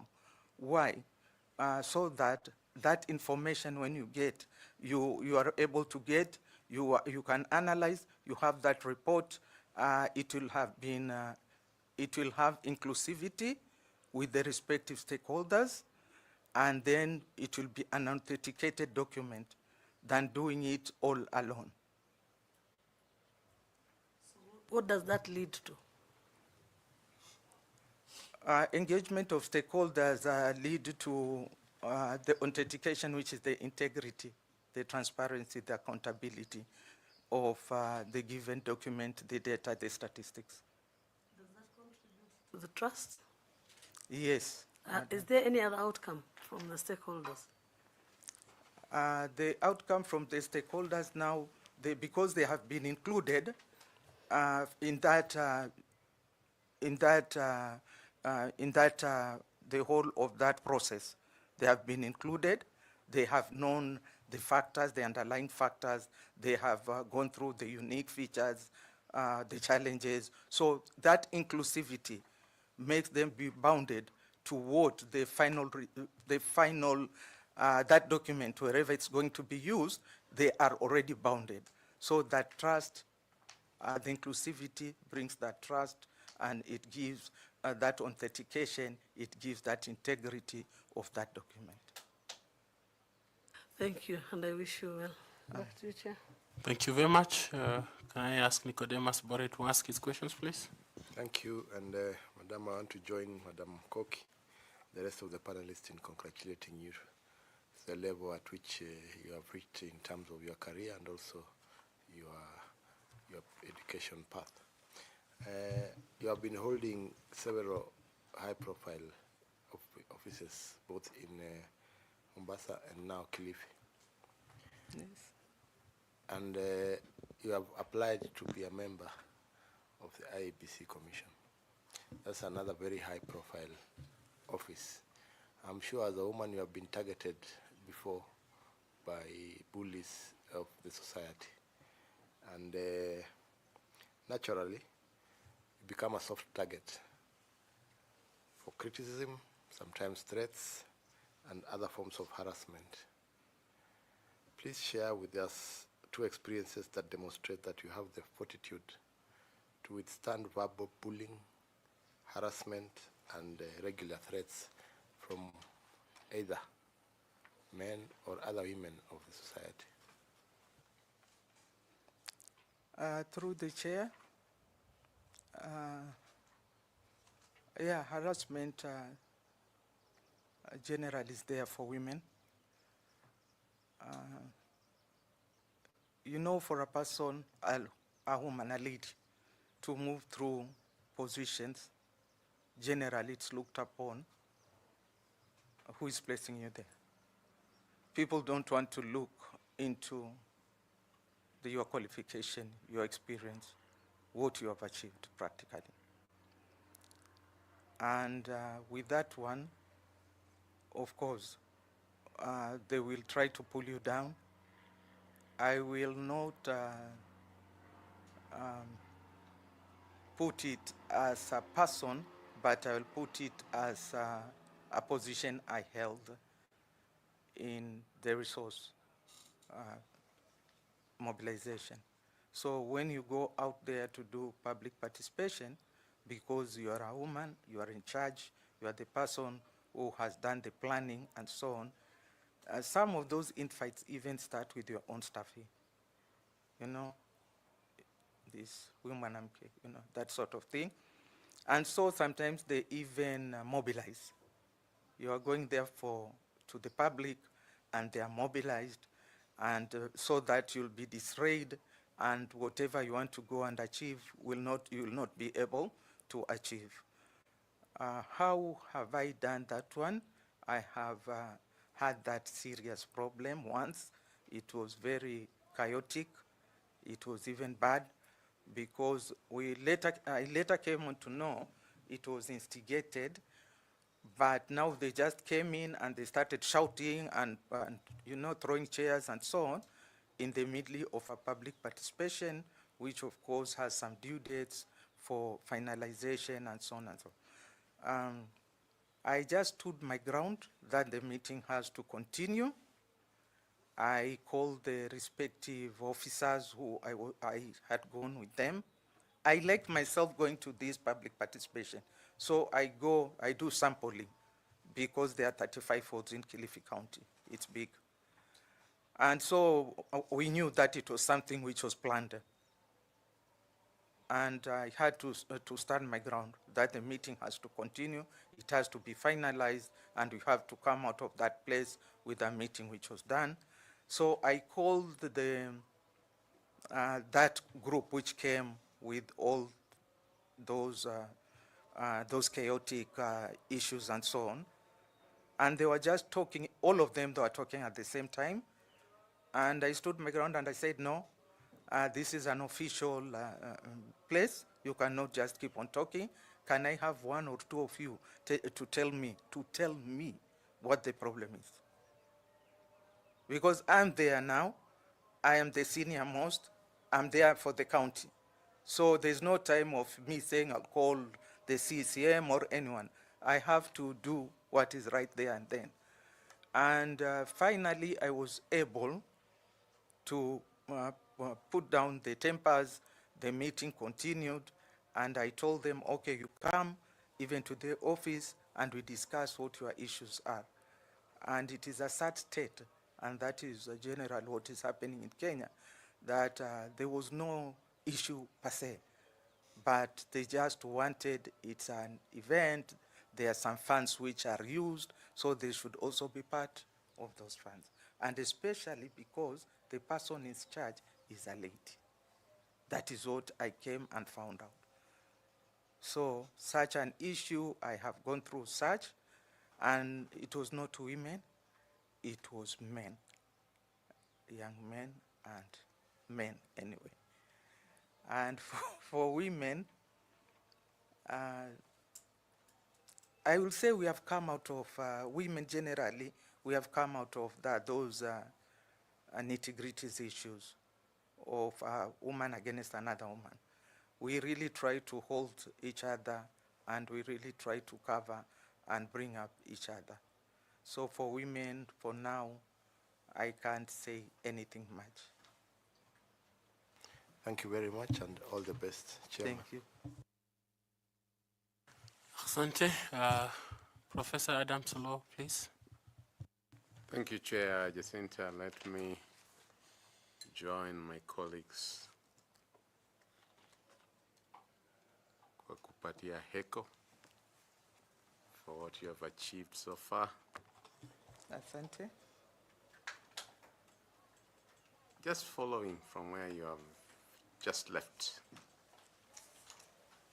In your career, what's the most stressful situation you have faced in your career so far? How did you handle it? Through the chair,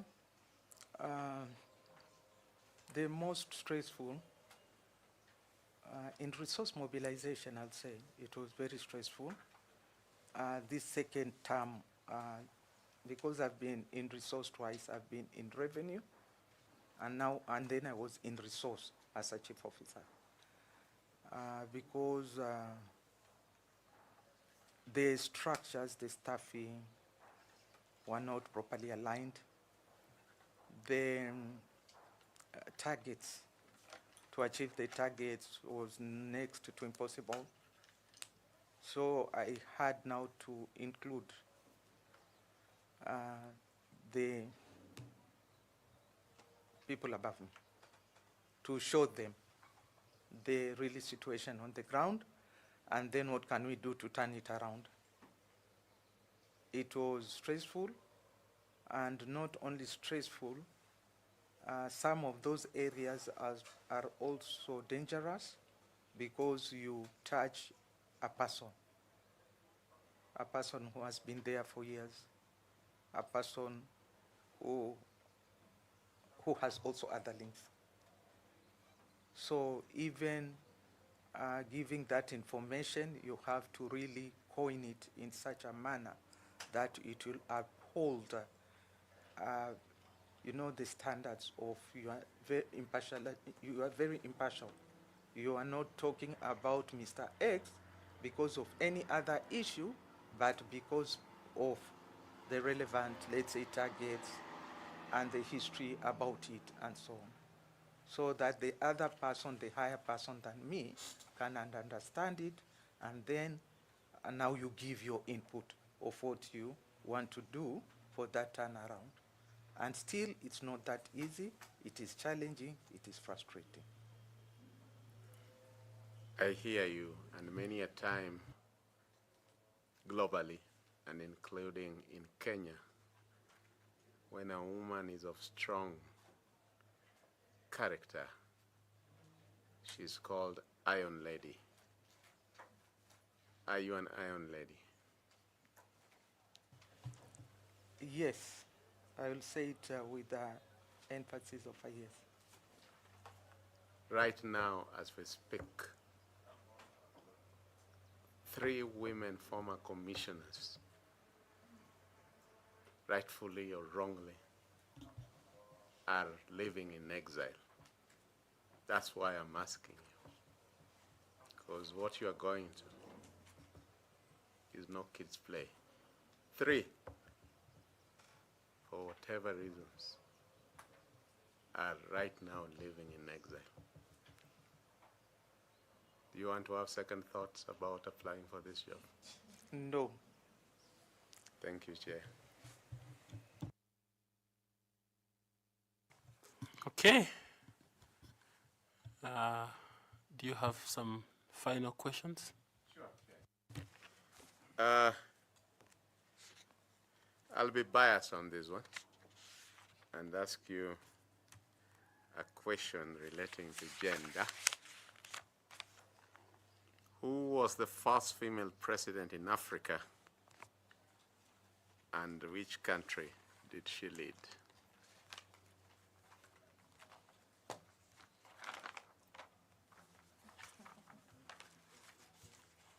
But we can pass. Country?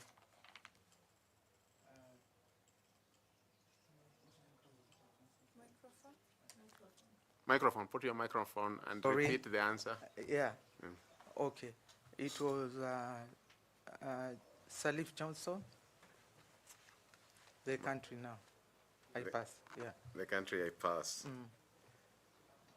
Let me ask you one which is not so much in your territory, but which you should know. Explain what the acronym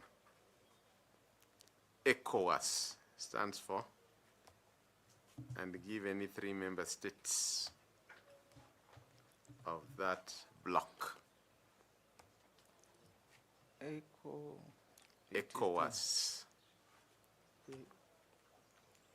Like EAC, like SADC, like the Maghreb Union. Yeah. The member states are.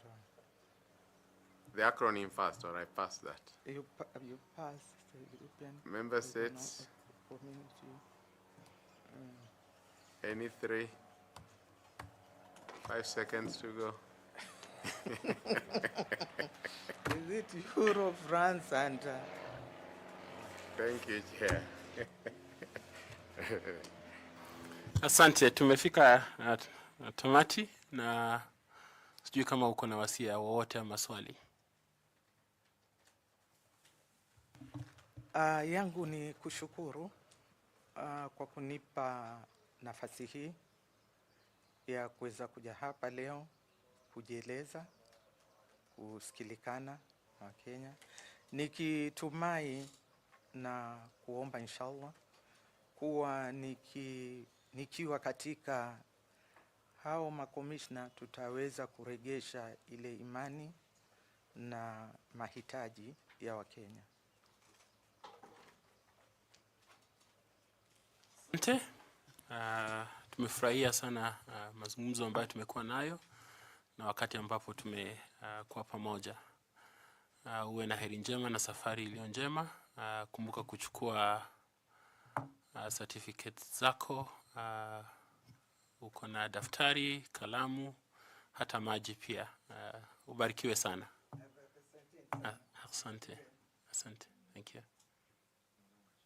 Thank you. Okay, thank you very much media.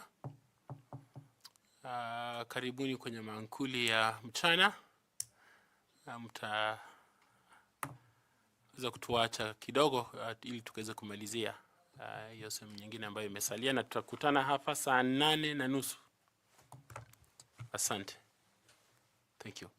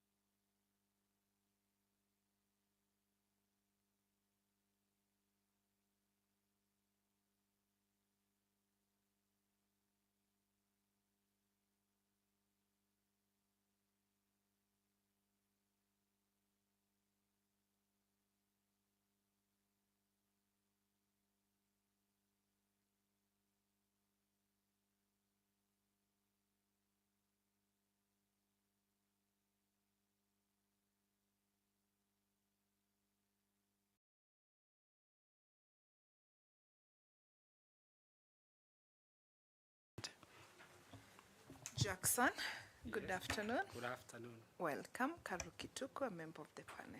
Thank you, Caro. Good afternoon, Jackson. Good afternoon. My name is Adam Solo. I'm a member of this selection panel. Yes, Professor. Good afternoon, sir. Good afternoon. Karibu sana, Jackson. My name is Nicodemus Bore, member of this panel. Good afternoon, Mr. Kibot.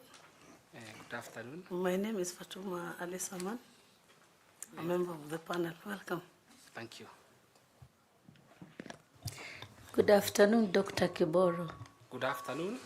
Na karibu sana. My name is Koki Muli Grinyo and I'm a member of the panel. Asante sana, Barozi. Nikana kwamba mungefurahia Kiswahili kidogo. Tutumie lugha ama Kiingereza. I am competent. You are confident In all the languages, in all the languages. but I would like to prefer English. Okay, thank you. Thank you. Thank you. Thank you. So as I said at the beginning, we are grateful and congratulate you for being shortlisted for this position of member of the Iebc Commission. We would like you to introduce yourself to us and just mention in a short time a bit about your profile and the competencies that you bring and how those are suited for the position that you applied for as a member of the Iebc Commission. So I'll let you to start with your introduction, please. Thank you, Mr. Chairman. My name is Dr. Jackson Kiboro, or Jackson Dere Kiboro. I was born in a subunit of a village called Karuma. It is in the Marimanti location, Tharaka South Sub-County, Tharaka Nithi County, Eastern Region of the Republic of Kenya, some 7 years back. I started my academic journey in Kamatungu Primary School from 1995 to 2002, where I ended by Kenya Certificate of Primary Education, KCPE, and I scored 348 marks out of possible 500. I proceeded to Kajundodhi High School. Kajundodhi is in the Meru South, currently Mudambi Sub-County. From 2003 to 2006. Those are 4 years, 2003 to 2006. I did my KCSE and I scored a B plus of 72 points. That was a very poor performance because my dad had cleared the school fees. He expected me to perform, and it equipped me with my character trait that when you are facilitated, you have nothing but to deliver. You have nothing but to deliver. So a B plus of 72 points was not taken lightly by my dad. But nevertheless, he persuaded me to continue my academic journey. In between, before I joined the university, according to the culture of that time, you were supposed to stay for 2 years before joining university. For those 2 years, I worked in the community as a PTA teacher in Waroko Primary from 21st April 2007 to 30th June 28, where I was a PTA teacher for mathematics. And those who are listening to me and those who are seeing, they can attest that I pushed the miniscore from 28% from that school to 67%. And also to thank the parents of that school because they were paying me a lot. I was being paid 2,000 shillings per month. That time, it was a lot of money, and it was a lot of money. Then I proceeded to the University of Nairobi, where I was admitted on 13th October on Monday at 2:46 p.m. I am a sticker of details because this job does not require tungambo. Does not require tungambo. I go 2:46 p.m. But then registrar Bwanambia Mwawero, I want to thank him, where I did my BA, double major options in economics and sociology, and I graduated in 2012 with the second degree honors upper division. And devolution came. When devolution came, I was employed as a ward administrator. And I worked along the way. But luckily, my dad is a consumer of education. He values education, and I consider it to appreciate him. Flew me to South Africa for my master's in economics. I came back. That one between 2013 to around 15, I finished. I came back. I did a very good work in the administration department. From there, my dad still was confident of me. He was confident. He flew me back again for my PhD. I finished. When I came, I was promoted to the principal administrator. I worked very well and became very honest. I was deployed to the finance department. And currently, I am in the special program, handling MBNDP program, both at the sub-county level and the other levels. Panel, I want to say this. All that one is because of God. Nashukuru zaidi kwa Mwenyezi Mungu. I want also to thank this panel for shortlisting me. May you feel valued and appreciated. Without God and without you, I could not be here. In all my career journey up to today, I want to say I'm a believer. Ambassador, I'm a believer. I fear the Lord. Even if I'm effective, efficient, result-oriented, dependable, non-aligned, if I don't fear the Lord, if I'm not a believer, I become a dangerous bomb ready to explode in the commission. We must fear God, Professor. The fear of the Lord is the beginning of wisdom. I have acquired various skills that are a key to this position. One of the skills I have acquired, there are three. One, administrative skills. And under administrative skills, we have a skill called intelligence gathering or a consumer of intelligence.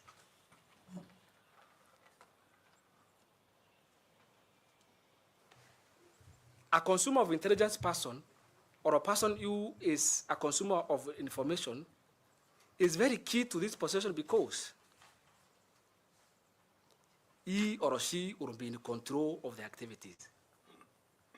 Bwana Makanda, when voting is ongoing, a good example, let's say in Ndoli Primary, Msambweni, in the Kwale, Mwitoko Primary, Luanda, Sub-County, Vihiga, Ndakale Primary, Wajir West, Kierandi Primary, Raka North. If you are not a consumer of intelligence, then you are periodical report. You are likely to give, you are more likely not to capture them, and the people will not have confidence in you. You must be able to know what is happening. You must be in control. When you hear someone mentioning activities from this one to this one to this one, it tells you he is in control.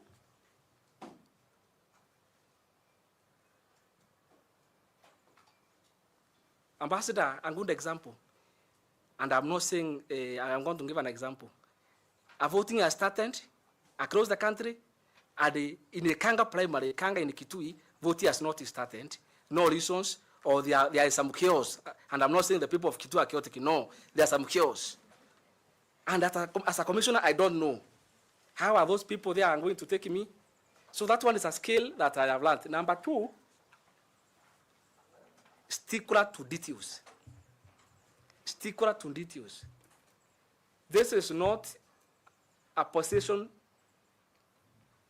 to guess. Stickler to details. Election is about adherence to the rules and the regulations to avoid irregularities and in data management.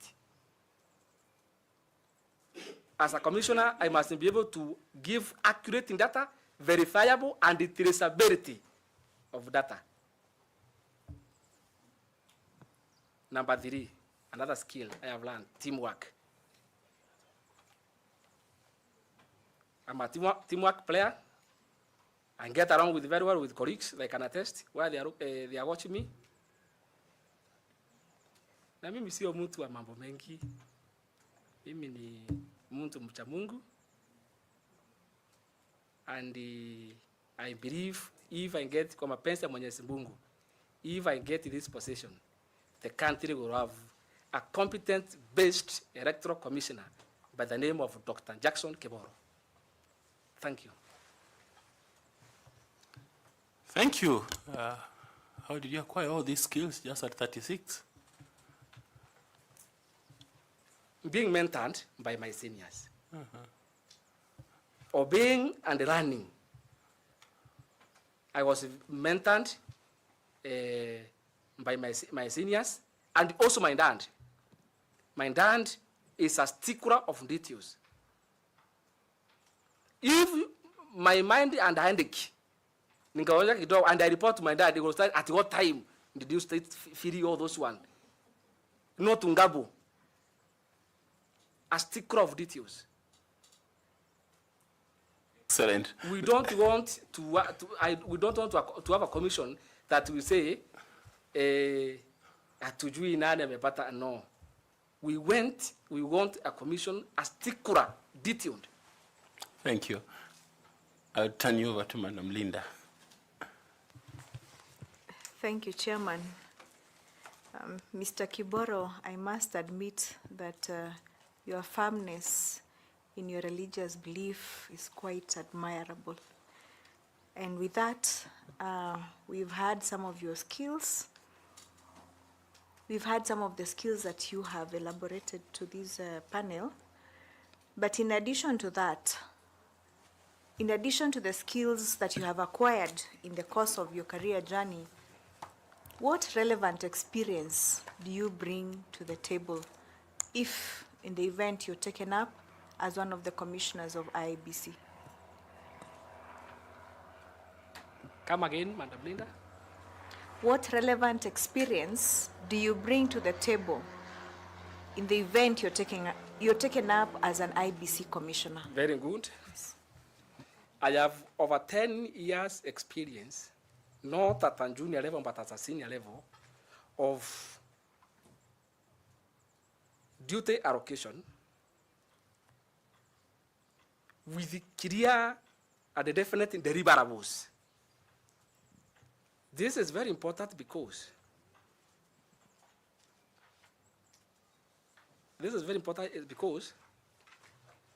during elections, I witnessed a scenario, and sorry to say this, a scenario where duty is allocated a first delay, and in between, there are errors that has have far consequences. Number 1, I have a skill of duty allocation. Number 2, supervision skill. That's an experience, supervising skill. I will supervise the secretariat, data analyst. Number 3, problem solving skills. Problem solving skills. Experience. Also experience. I have experience in solving problems. If, for instance, someone has been shortchanged, I know we sit down at an IBC level, trying to solve that problem. I have that experience of arbitration. In the course of your career, have you experienced a high-pressure environment where your leadership skills have been tried and tested?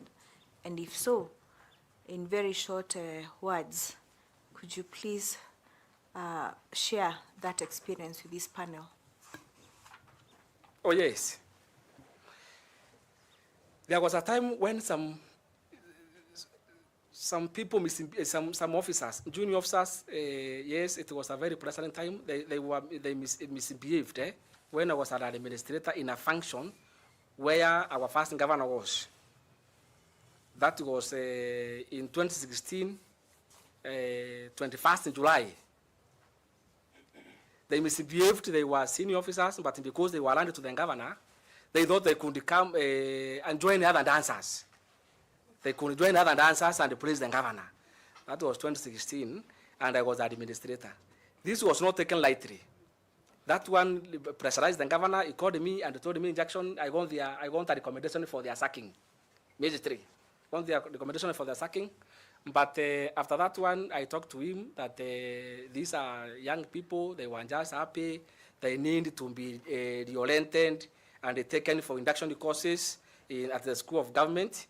So they were taken. Instead of them showing being sacked, they were taken. That one is an experience I gained.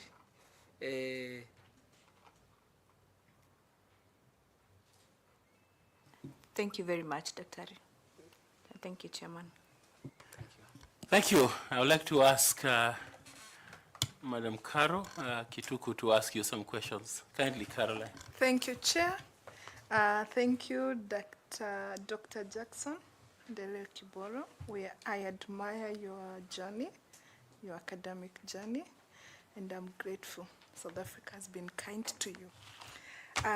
Let's come back to Kenya, to the job you're applying before at the IBC. So you know there is this thing called party hopping. Do you know what that is? Yes. Would you tell us what it is? Party hopping is where candidates move from one party to another or align with one party to another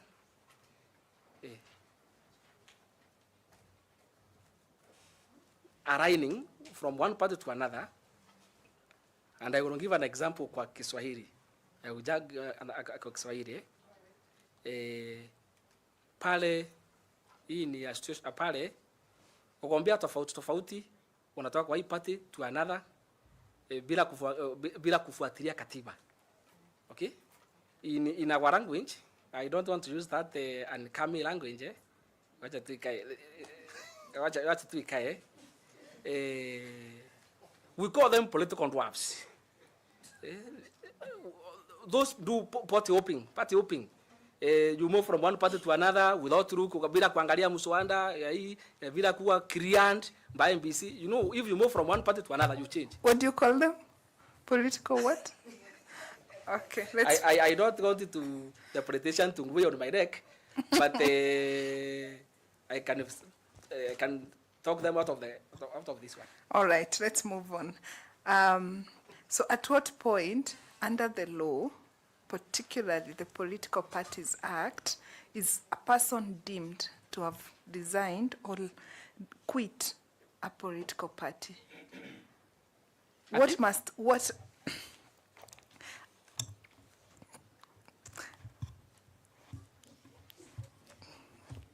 what point of that? At what point in law? Okay? Under the Political Parties Act particularly, is a person deemed to have resigned from a political party or to be said to have left or quit that political party? Oh, thank you. Explain to us maybe 5 circumstances that applies that will demonstrate that a person has been deemed to have left that political party. Number 1, when you disagree with the political agenda of the party and write to the registrar of political parties, quit that party. Number 2, when your association with another political party that did not sponsor you to a director post, when you are seeing associating yourself more on the management. An example, I have been elected by a party called the Elephant. An example, a party called the Elephant in the parliament. But when I go there, I see this party called the Elephant, tumekosana. tuseme na the party leader, I join a party called Donkey. It's an example. I join a party, or I am seen associating with it, with the party called Donkey. I am not going to name those parties because I should have been unaligned. Number 3, or when I become independent, or an independent candidate to join a political party. Yeah. Thank you very much. I wish you well, Daktari. Thank you, Chair. Thank you, Madam Koki. It's your time to ask some questions. Thank you. Thank you, Chair.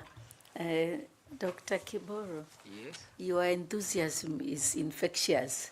So, and I am very excited to interact with you, and I am appreciating the fact that you have restrained yourself, because should you be successful, you will appear in front of those politicians.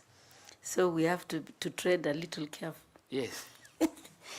Anyway, I want to ask you a question relating to voter registration, and specifically relating to the very low turnout of people of your age and below.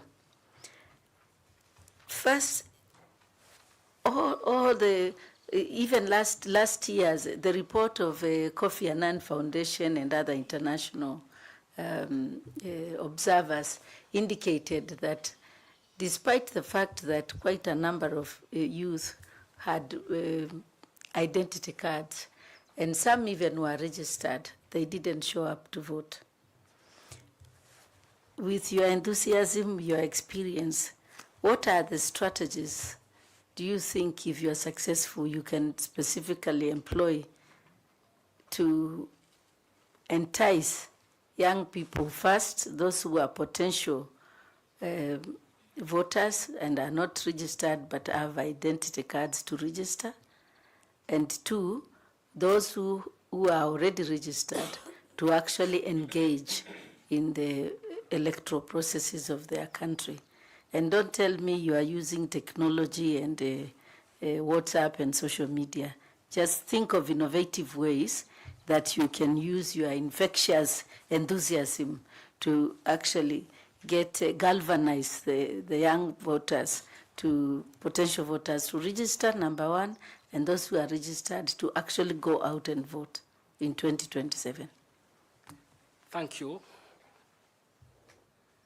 Thank you, Ambassador.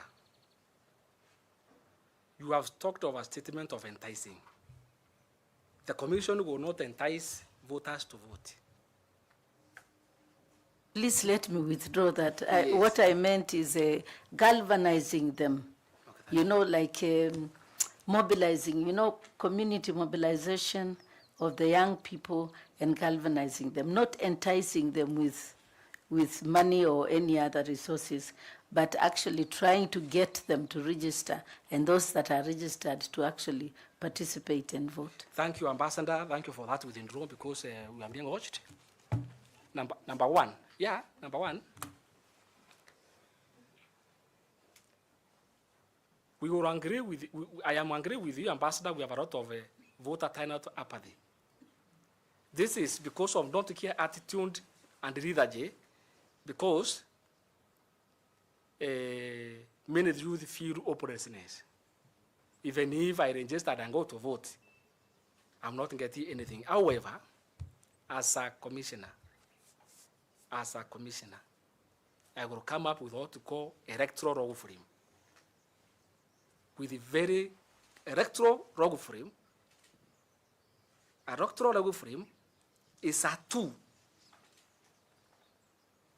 that has been tested and retested, not only in not in this country, but in other countries. I'm not going to mention them because Kenya has some diplomatic ties with them. Electoral rogue frame that has a very good plan. Number 1, I will prepare 2, plot in terms of population, and number 3, I will educate them, voter education. Ambassador Koch, you have talked about technology. I want to tell this team, you have talked about technology. Allow me to expound that one. We cannot rule out technology in the current political terrain. In the current political terrain. In fact, I had not, if I could have my laptop, I would have illustrated to this panel how people will register from home and vote from home. I would have just a step by step illustrated here. There is a system I've developed, step by step. So I think I think I will improve or enhance voter education. Today, everybody in Kenya knows a vote is more powerful than a missile.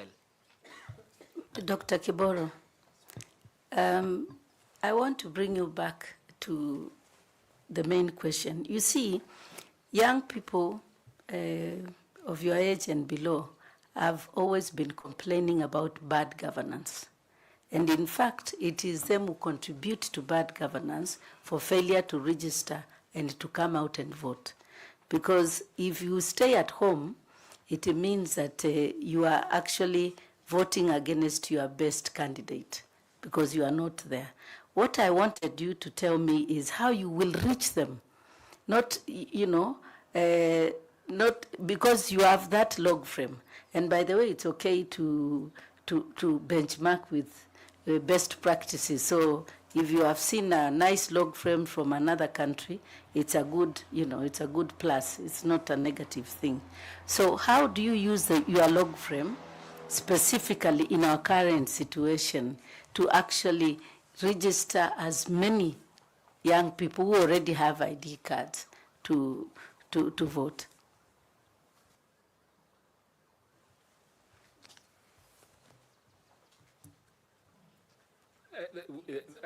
Yes? Yeah, thank you. If I've gotten you very well, Ambassador, a time has come for the Commission of this country to set out the funds for public participation. We need to engage and improve, increase public participation ratio so that we reach out to as many voters as possible. Number two,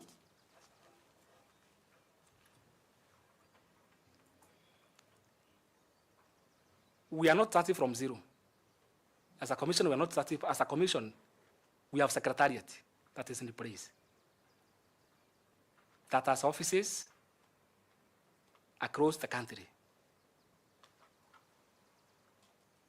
I believe if we plan very well, we prepare very well, we plot very well in an efficient, effective, economical, we can reduce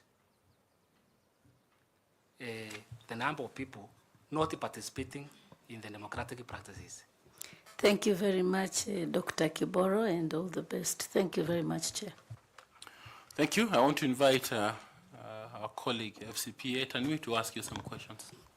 Thank you, Chair, and Mr. Kiboro. Let me also appreciate your dad and your efforts for the achievements that you've achieved at the young age of 37. Now, the second schedule of the Iebc Act, I believe you have told us you are a stickler to details, and I believe since you knew you were coming for an interview for Iebc, I expect you to have read the Iebc Act. And since you wanted to be a commissioner, you must have inquired on how commissioners conduct their business and affairs of the commission as provided for under the second schedule. So kindly give us some highlights of how do commissioners at Iebc conduct their affairs and business of the commission as provided for under the second schedule of the Iebc Act. Thank you. I want to be honest, I will just try because my background is not law. I will lose nothing if I become honest. I honestly, I will lose nothing if I become honest. What I know is that the commission is usually led by the chairperson, who has the same qualification with the Supreme Court judge. It has also other 6 commissioners. And the secretariat is headed by the CEO. The commissioners, they are there for policy formulation and oversight.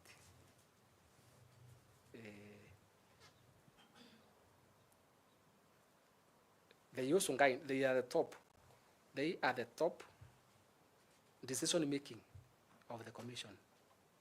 Yes.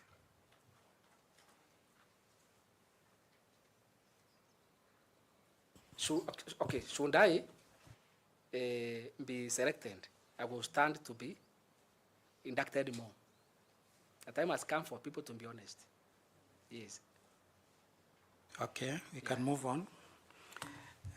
How can you ensure that IBC, or what strategies and policies can you put in place if appointed as a commissioner to ensure that the commission is able to handle emergency or crisis while handling election-related matters? Strategies to handle emergencies or crisis management at IEBC.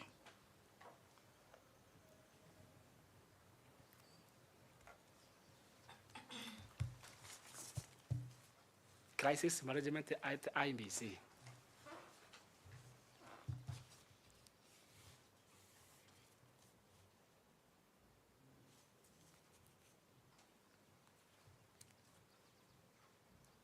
Thank you. One of the strategies that one has to need to be a commissioner is to be firm. You must be firm. That's one of the character trait. You must be firm. Number 2, emergency situations at the IEBC.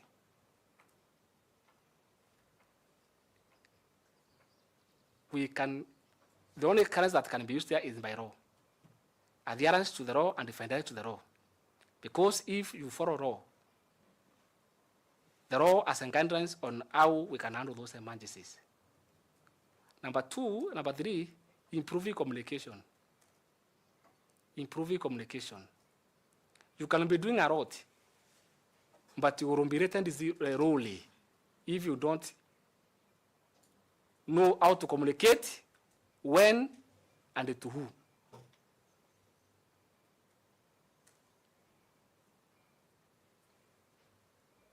Number 3, crisis of 2 nature. We can have data crisis or a personnel crisis. And a data crisis, we must have a very, very strong backup to handle those crises. But at a personal level, we have code of ethics that guide the operations or the working of every commissioner.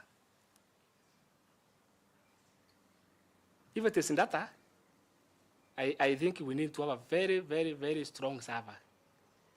A server is a highly automated backstopping system intertwined with a watertight software that handles and receives electronic data in real form and real time. And it is the last line of defense when doubt emerges as a result of data accuracy, verification, and traceability. So if we have a very strong software or a very strong data for that, I think in data crisis, we will be zeroed. Yeah. Thank you. Thank you, Dr. Back to you, Chair. When we introduce ourselves, Mr. T did not get time to say his name. He will say his name to you, then he will proceed and ask his questions. Please. Thanks so much, Chair. Dr. Kibol, my name is Evans Misati. I represent the political parties in this panel and a member of this panel. Now, I'm happy to deal with somebody who is very keen to details, according to your presentation.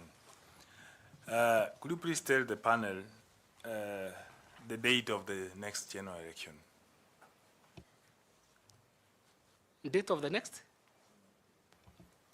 When are we going to conduct our 2027 general election? The second Tuesday of August.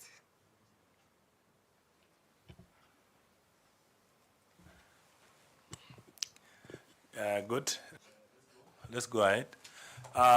What was the population quota at the first delimitation in 2012? Sorry?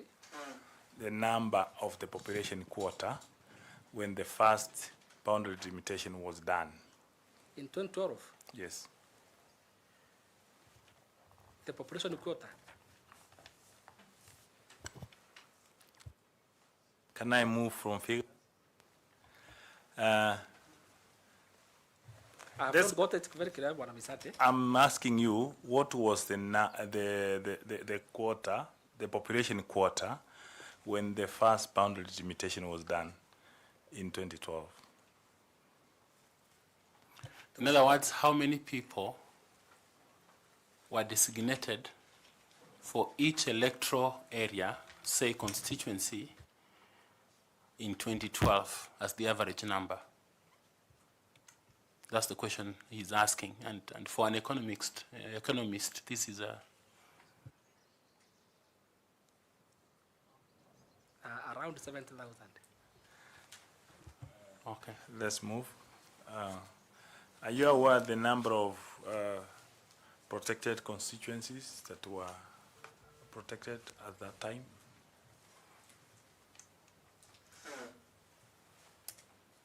$290.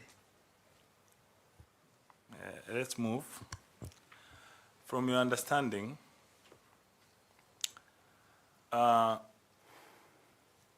during the general elections, we bring in new staff, like we call them temporary staff. Could you please tell this panel some of the risks you can anticipate during having such a mass number of people? Thank you. In the last general elections, the commission had conducted around 500,000 electoral personnel who under a lot of risk, like profiling. Some of them were being profiled by politicians. That this person, we are fearing pengine atavuruga uchaguzi. That was one of the major risk. Number two,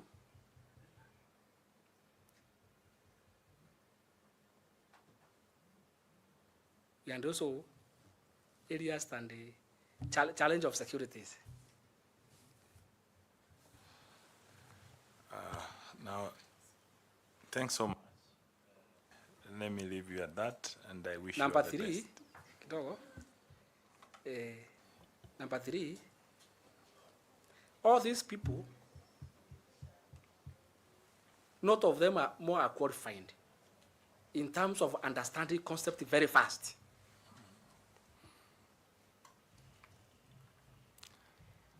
Now that you have invited me back, what will be the limit if you are given an opportunity and you are a commissioner?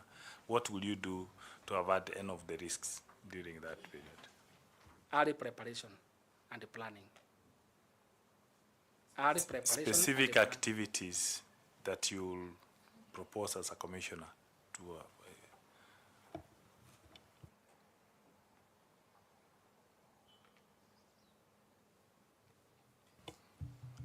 to avoid those ones, I think the commission can adopt high technology, use of technology. Thanks so much, and I wish you well. Thank you. Thank you. I invite Fatuma Saman to ask some questions, please. Dr. Kiboro, Yes. the civil society plays a critical role in the process of elections. How do you think IEBC should engage them? How should they be engaged by the IEBC?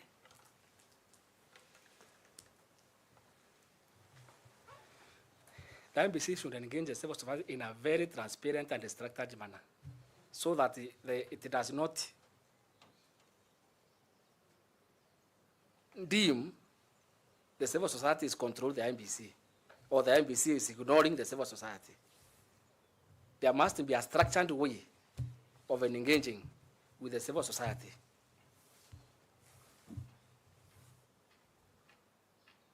Is that all? In terms of structured, in terms of their main activities, voter education, voter registration, intelligence gathering, dispute resolution.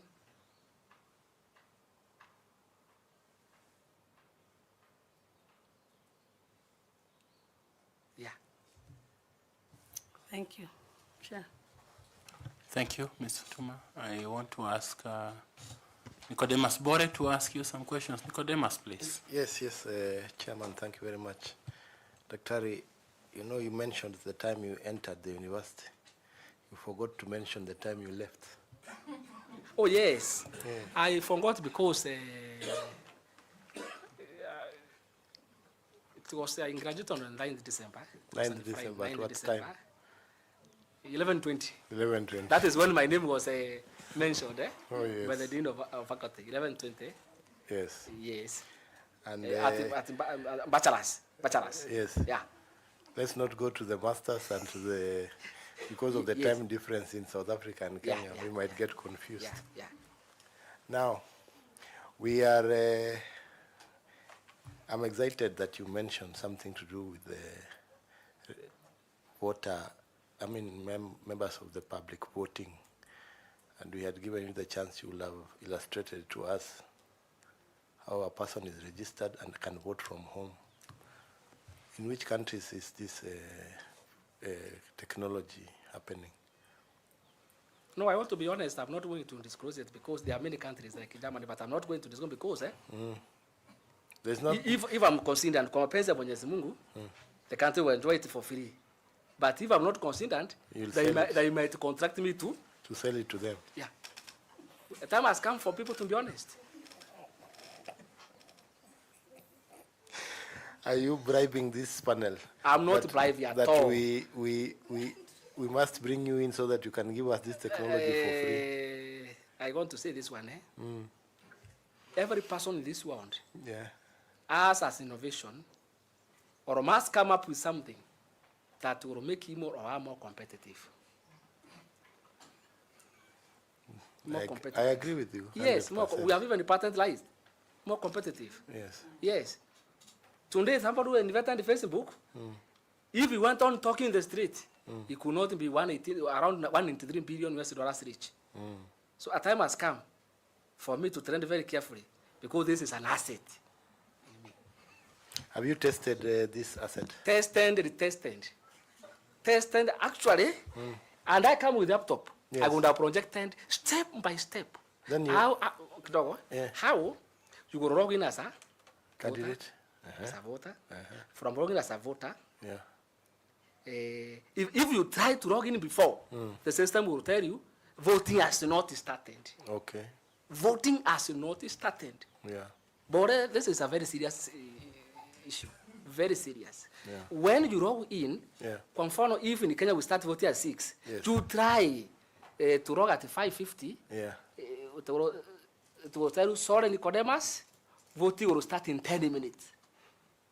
Then after 10 minutes, when you log in after 10 minutes, then you will be asked, which county? Let's say Viga County. Then which sub-county? Rwanda sub-county, for example. Which police station? Mwitoko police station. Then your name will appear. Yes. Your name will appear. Then you tick your name. Yes. Then from there, you go next page. Presidential candidate. They are there. We have a presidential candidate. To say we have Bode, we have Jackson, we have anyone. Yes. Then you tick. You go next page, governor for your county. From there, senator. From there, women rep. From there, MP. From there, MCA. Then, before you submit, the system will recheck whether those are the people you have voted. Recheck. the check. Then from there, you submit. When you submit, comfortably, you will know which position ulikuwa na mangapi vote in your polling station, how many people voted. You will know even at a country level, which million are you in terms of moving. The candidate will know who is ahead. Very clear. What about during closing? Then, from there will be an article, approved and the running data. Approved and run data, the voter will not have credentials. That will be the credential of the MPC. And I want to assure this commission and the country, kwa mapenzi ya Mwenyezi Mungu nipata hii kazi, there will be no dispute. There will be no dispute. No one will dispute the results. Number two, at the closure of the voting, all those who are divided from MCA to governor, except the president, will know who has won immediately. But for the president, because of uploading and the running the data for constitutional threshold, the system, the country will know who has won between 18 to 22 minutes. Between 18 to 22 minutes. After what time? After the voting has closed. What time will that be? If the voting has closed between, the last person has voted and it has closed between, the system closed at 6, then the country should know that they are president by 6:25. By 6:25. There will be no server. Sorry? There will be no server. No, this system is highly intertwined in a server, such that even if you complain in uploading, you are uploading the result from a particular place. Results are not uploaded periodically, the way I saw the other day doing. And sorry to say, I'm a consumer of intelligence. Any serious server with watertight security features, it should upload the result instantly. And in fact, we have a formula of a strength of the server. And that time I could show you how that server can withstand trillions and trillions of data without collapsing. So there's capacity. There is capacity. Yeah. Thank you very much, Chair. There is capacity. And the 500,000 people who would have otherwise not enjoying their democratic right to vote will vote. Let me just ask a follow-up question, Chair, if you give me a minute. What is the level of computer literacy in Kenya?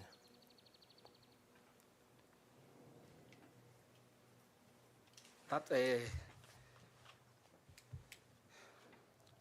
with the emergency and good infrastructure in our country, although I do not have exact level, but I believe the level of computer literacy is around 57%. However, this system will be piloted and the people will be trained. Today, Nicodemus, you can only go to bank when you want a when you have a very, very serious assignment. You can withdraw money, you can bank, you can pay school fees, comfortably even, or take a cup of tea at home. True or false? You can do that one. Yes. And it is your money doing that one. How comes that we can't vote from home? Ladies and gentlemen, what can hinder us from not delivering free, fair, and credible election? Why? How will you identify your voters from home? The system will have a bipolar security feature. Bipolar. Actually, I don't want to delve in it. I think, Chairman, he's taking me deeper. Yeah. So let me just... No, I want to... No, Kenyans are watching. Kenyans are watching. No, because of time, I think because you have other candidates who might come in after you. Yes, but I have gotten the Chairman, concept. if you agree with me, I want to address this panel. It is me who you are addressing. Yeah. Kenyans. Yeah. We address the chairman. Kenyans. We address the chairman. Kenyans are observing us. Kenyans want honesty. Take a minute and explain bipolar. Bipolar system, because me now, where you have taken me, I am not. A bipolar identification in a highly computerized language, it means from the server, as a commissioner, I cannot use your duties to log in and vote. And as a voter, you cannot upload and run data. Yeah. Okay. Yeah. So This one will be, okay, I said I am a consumer intelligence. This one will out of the country. The other day, Chairman, you went the Auditor General saying 200 Kims were lost and not traceable. Were lost and not traceable. And there's word they can be used to, this is Kenya, they can be used to send a report. As a commissioner, when I'm sitting here, that technology, that way of voting, will counter those ones. We'll counter those ones. Okay. Chairman. You didn't say ICT is one of your skills. Is that one of them? It is one of them, eh? Uh-huh. Yeah, it's one of them. Oh, okay, you forgot to mention when Linda asked. Yeah. But Madam Koki has an advice for you as an advocate of the High Court. Madam Koki, please. No, actually not as an advocate, but more as an academic. You are talking about, thank you, you are talking about this very innovative idea you have come with, the system. Have you patented it? Have you registered it as a patent so that you own it?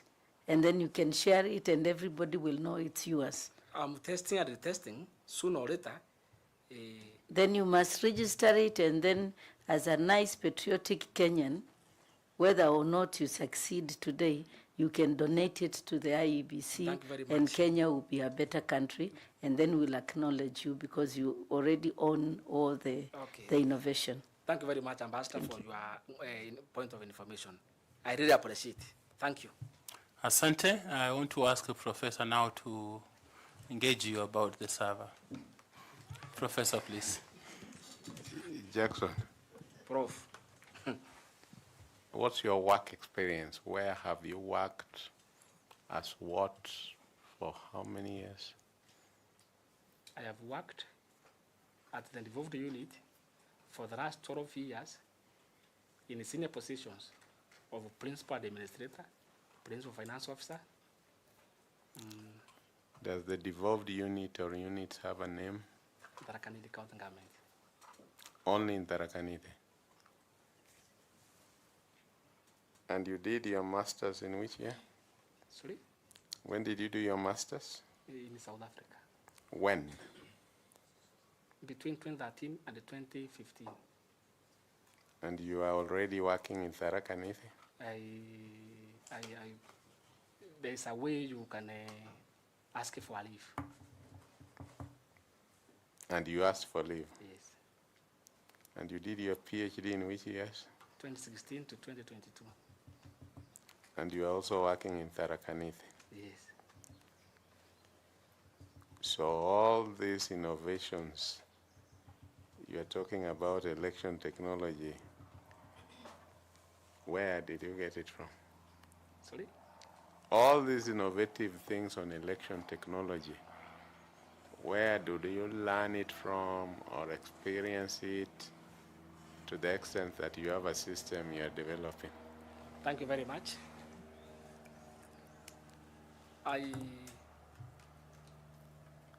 At one point,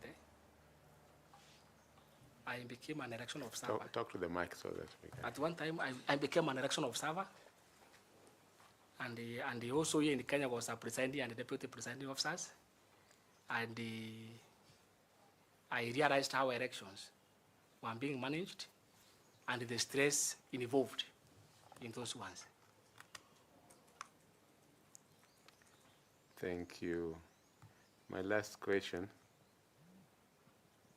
Describe a specific instance where you are asked to do something unethical or advised to lie about something, if at all there's any in your experience.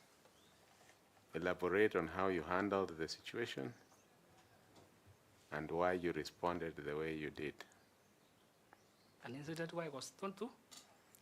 I said if there is an instance during your work experience or academic experience where you were asked to do something unethical or advised to lie about something, elaborate on how you handled the situation and why you responded the way you did. If at all there's an instance. If there isn't, also we just leave it.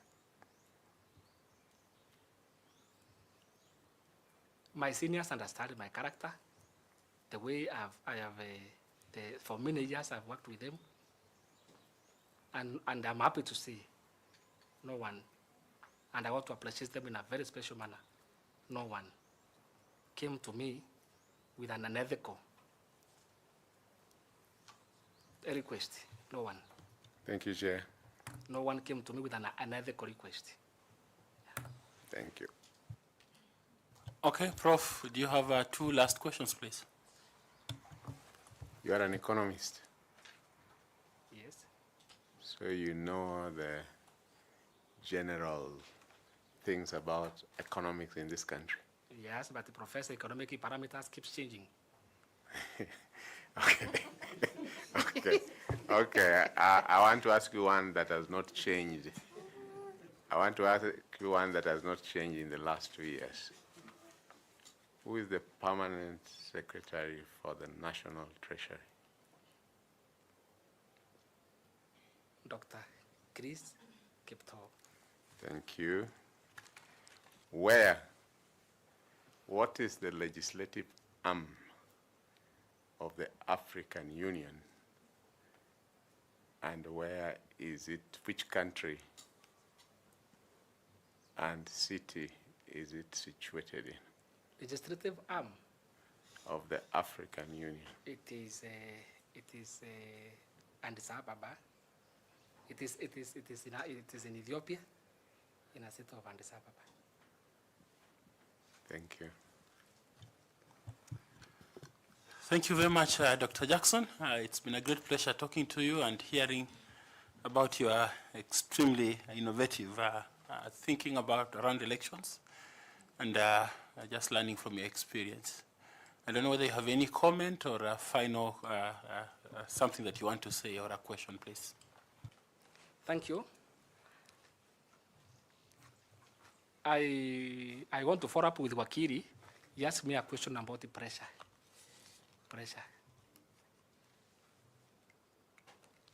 Where will pressure come in the management direction? Because there's a very clear law. The law is going to people and in data. Pressure. That one has actually entered in my heart. Someone pressurizing me to do something unethical, and there's a clear law, no chairman. So the currents I'm bringing in this one is adherence to the law, data management, and the fear of the wronged. In fact, you have seen, niongee kwa Kiswahili, huku nje vile kumechemuka. Profesa, huku nje vile kumechemuka. You have heard even the opposition, what they are saying. They are cramming for use of manual. You have heard? You are all consumer of it. Even before you came here, you know me. You know me, this team knows me, even before I came here. So you are consumer of intelligence. Cramming about the manual. The opposition is cramming about the manual. Huko nje serikali imejipanga, upinzani umejipanga, wanajeshi wamejipanga, wakereketo wamejipanga, na pia wauni wamejipanga. Na unasikia pati moja inasema manual. As a commissioner, why are they talking about manual? Mr. Chairman, as I sit here today, if those commissioners who will come here will not be more innovative, and they come up with a very good system to support digital voting, we must experience a very dry day during voting. Yeah. Thank you very much. We appreciate you. Kindly remember to pick your certificates. They are somewhere at the door as you walk out. The notebook is yours, the pen, and even the bottle of water. It's been a pleasure talking to you, Dr. Jackson. Thank you. Blessings Thank you, to you. Chairman. Thank you, Chairman. Asante. Thank you. Thank you. Asante. Thank you. Thank you.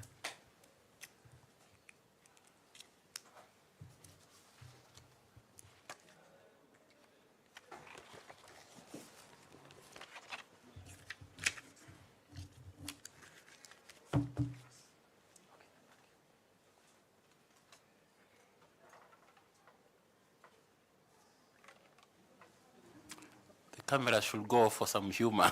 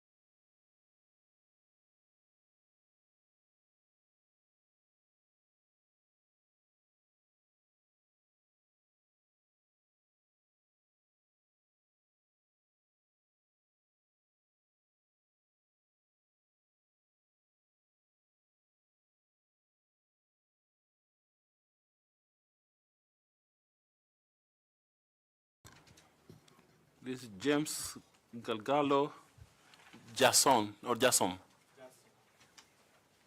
Jaso. The M is silent. Eh? Oh, M is not there. It's just Jaso. Okay, thank you. Welcome. Thank you. All the way from Marsabit.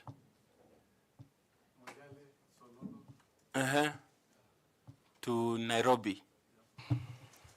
Thank you. We honor you for making that effort and for making the application.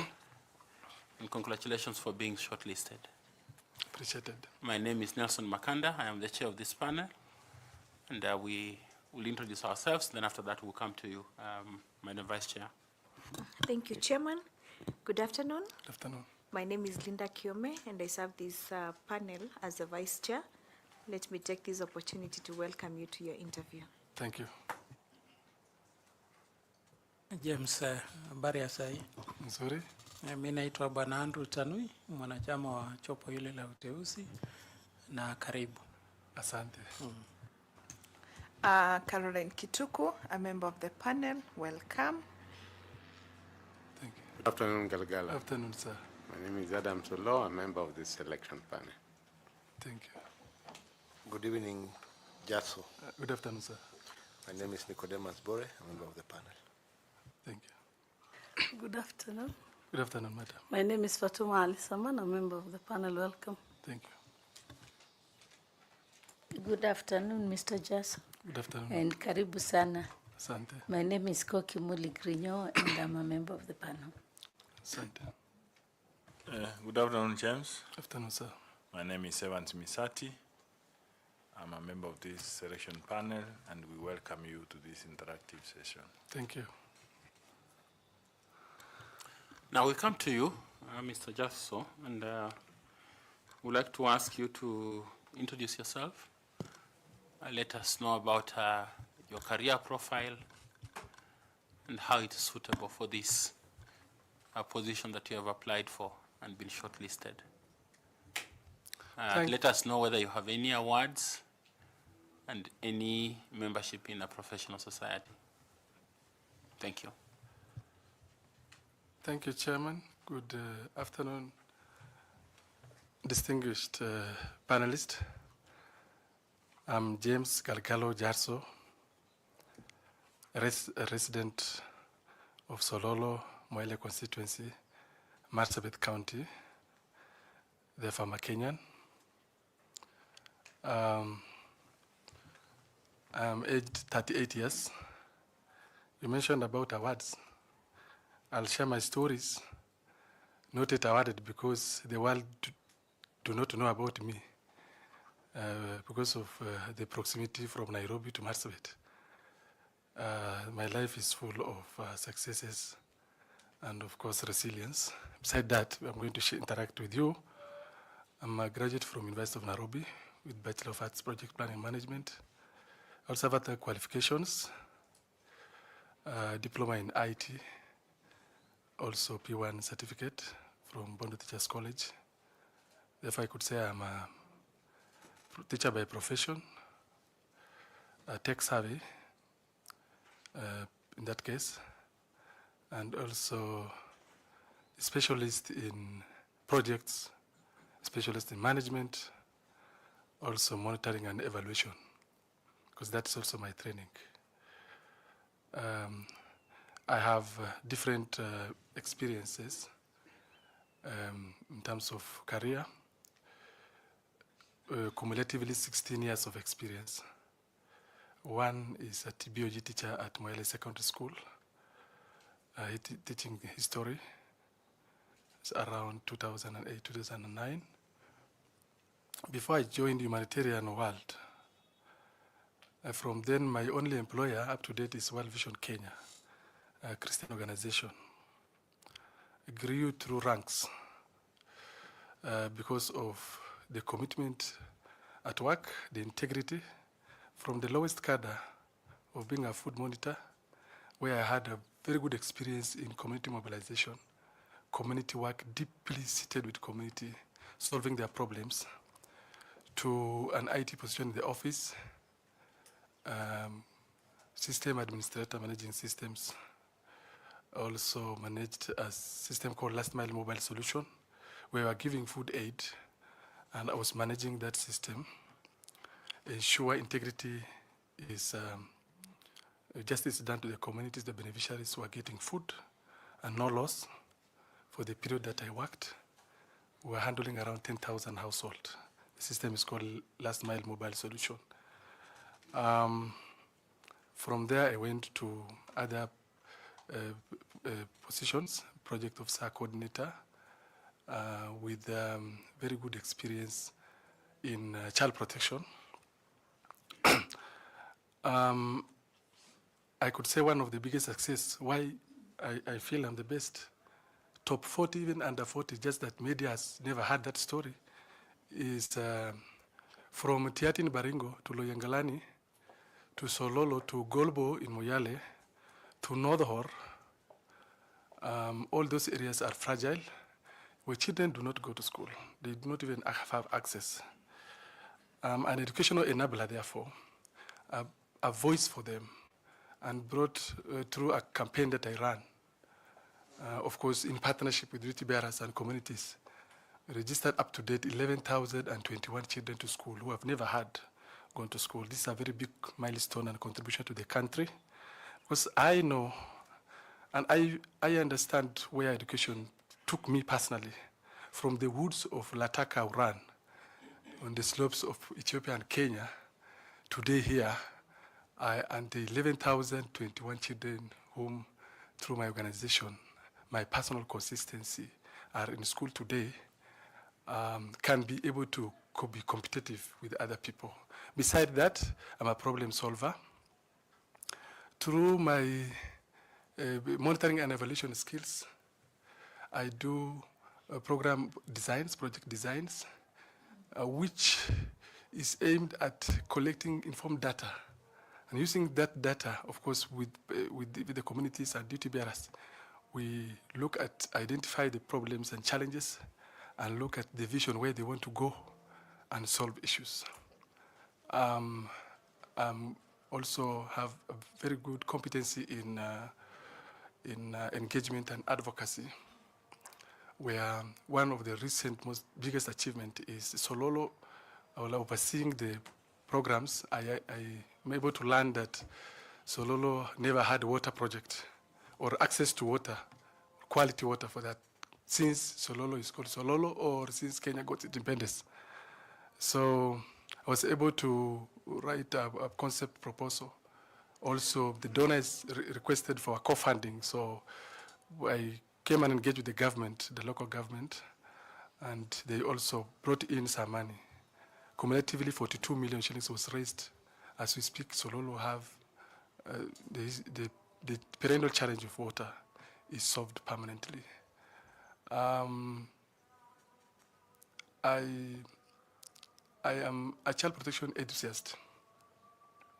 To date, I have, through my organization, rescued 28 girls from child marriage. Child marriage is a big problem that is affecting children in this country also. I believe when they are rescued, they are going to be, champions for others. I also have experience with Iebc and the defunct ECK also, during referendum, being a clerk, also being a presiding officer in some elections. And therefore, I understand what it means to be experienced with Iebc, especially at polling station level. I'm a trust builder. If I say so, where I come from, Marsabit County, 14 communities live together, but they hardly go and interact with each other.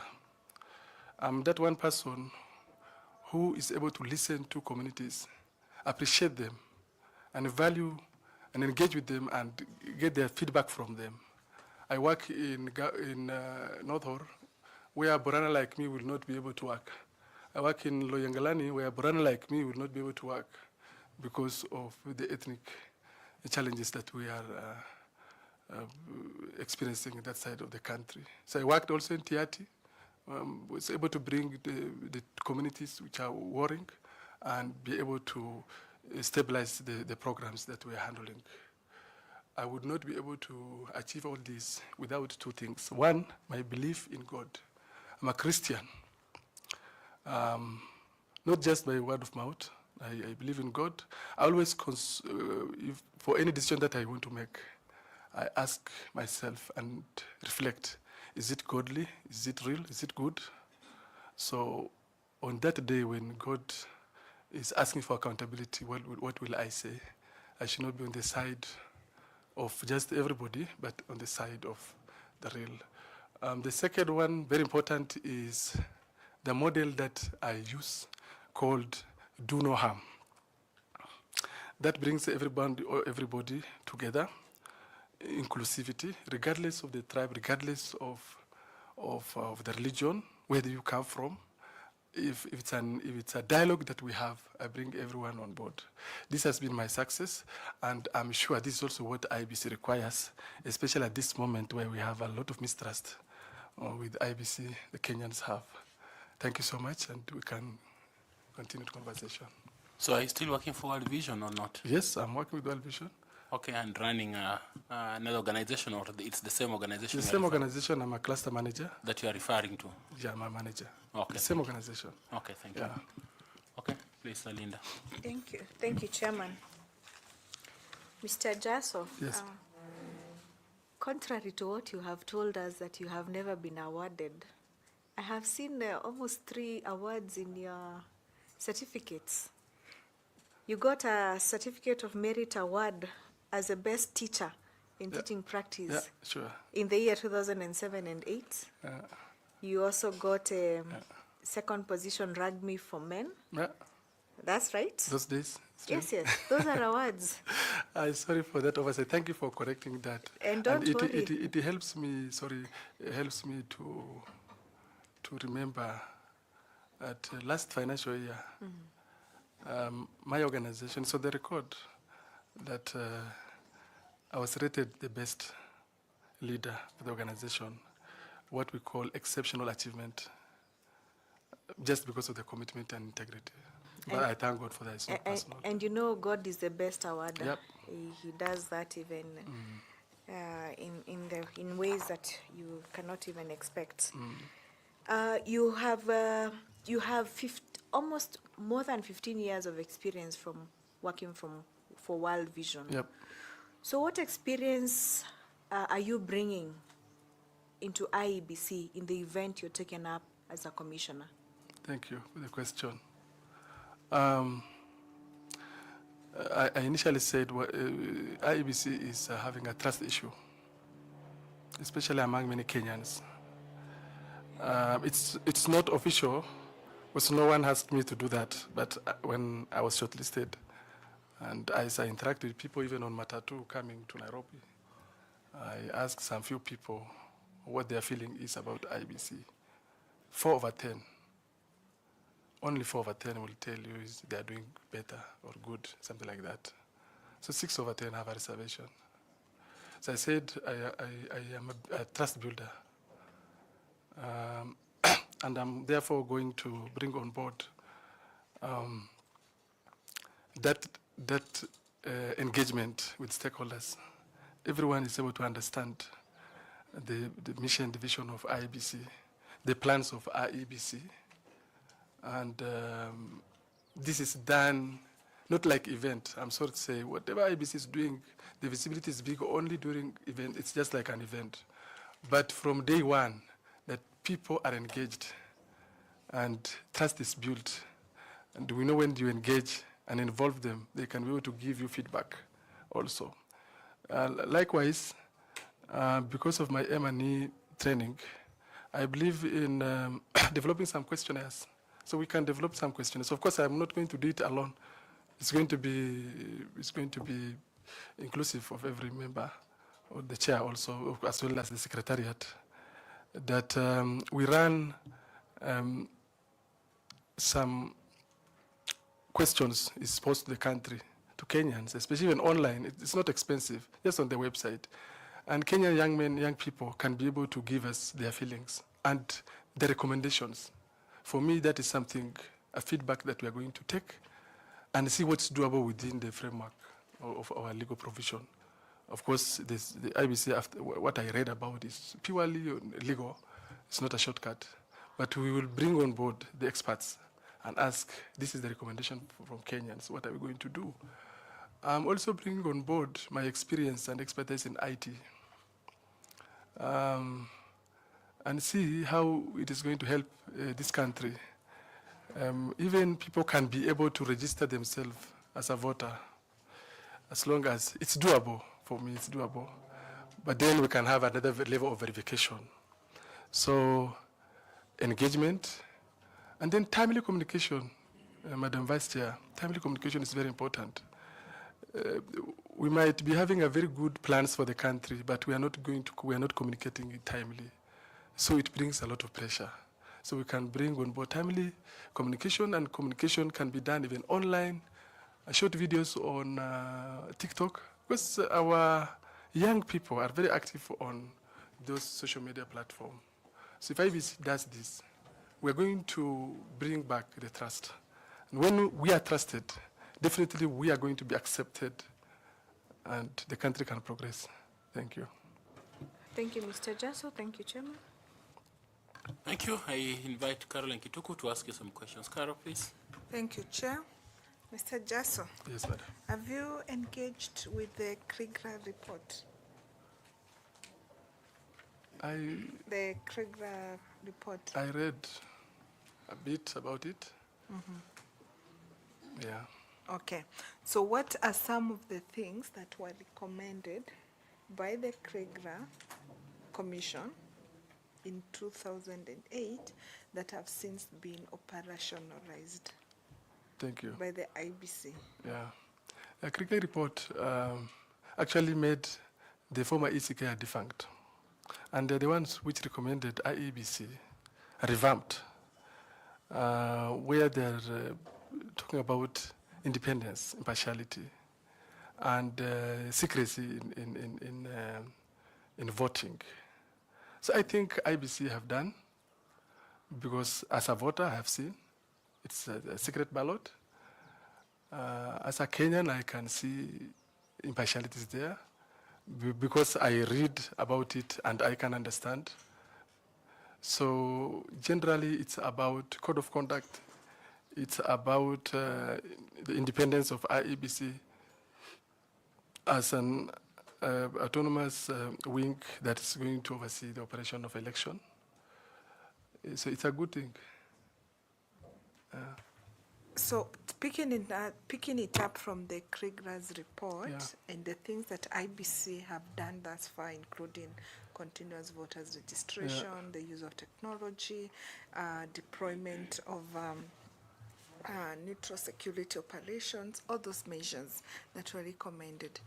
Where do you think there are still gaps in the IBC, and should you become a member of the commission, how do you intend to, what strategies do you intend to put in place, or which measures can IBC adopt to ensure that it delivers a fair and a credible election?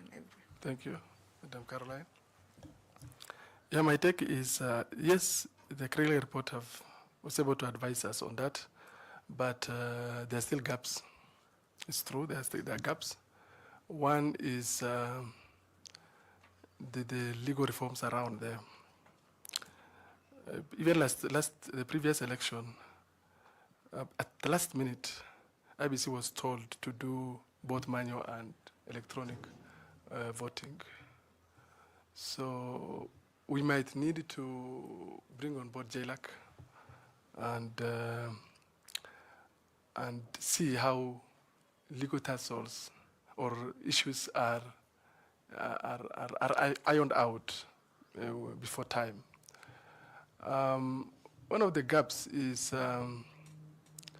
the election result that's announced. It's only for presidential, I believe, that is communicated, is shared online. Equally, Kenyans would want to see even others, including MCS, so that people can be able to interact and see. And because it is timely, it doesn't waste a lot of time. I'm looking at funding, which also is a competency I have, because I do a lot of fundraising. IBC is only depending on exchequer. When that one is not coming as expected in time, it gets a lot of delay. Therefore, there is need to mobilize resources before and help IBC run its business. Beside that, but connected to funding again, is value for money. Kenyans are asking 62 billion. I believe it's 62 or 61 billion there. Kenyans are asking 61, 62 billion for IBC. What is it about? And I'm looking at Kim's Kit, which is an electronic device that supports us in election. It's getting 7 billion. Voter registration, 7 billion. So from an IT perspective, I'm sure it is doable for us to even make an upgrade of the Kim's Kit. It doesn't necessarily mean we are going to buy. We can, of course, there are secretariats who can advise us out of the 45,000 Kim's Kit, which ones are written off, so we can replace, but which others are functional, but we can be able to upgrade if the system allows. So we would have cut the cost and put that money to other places of need.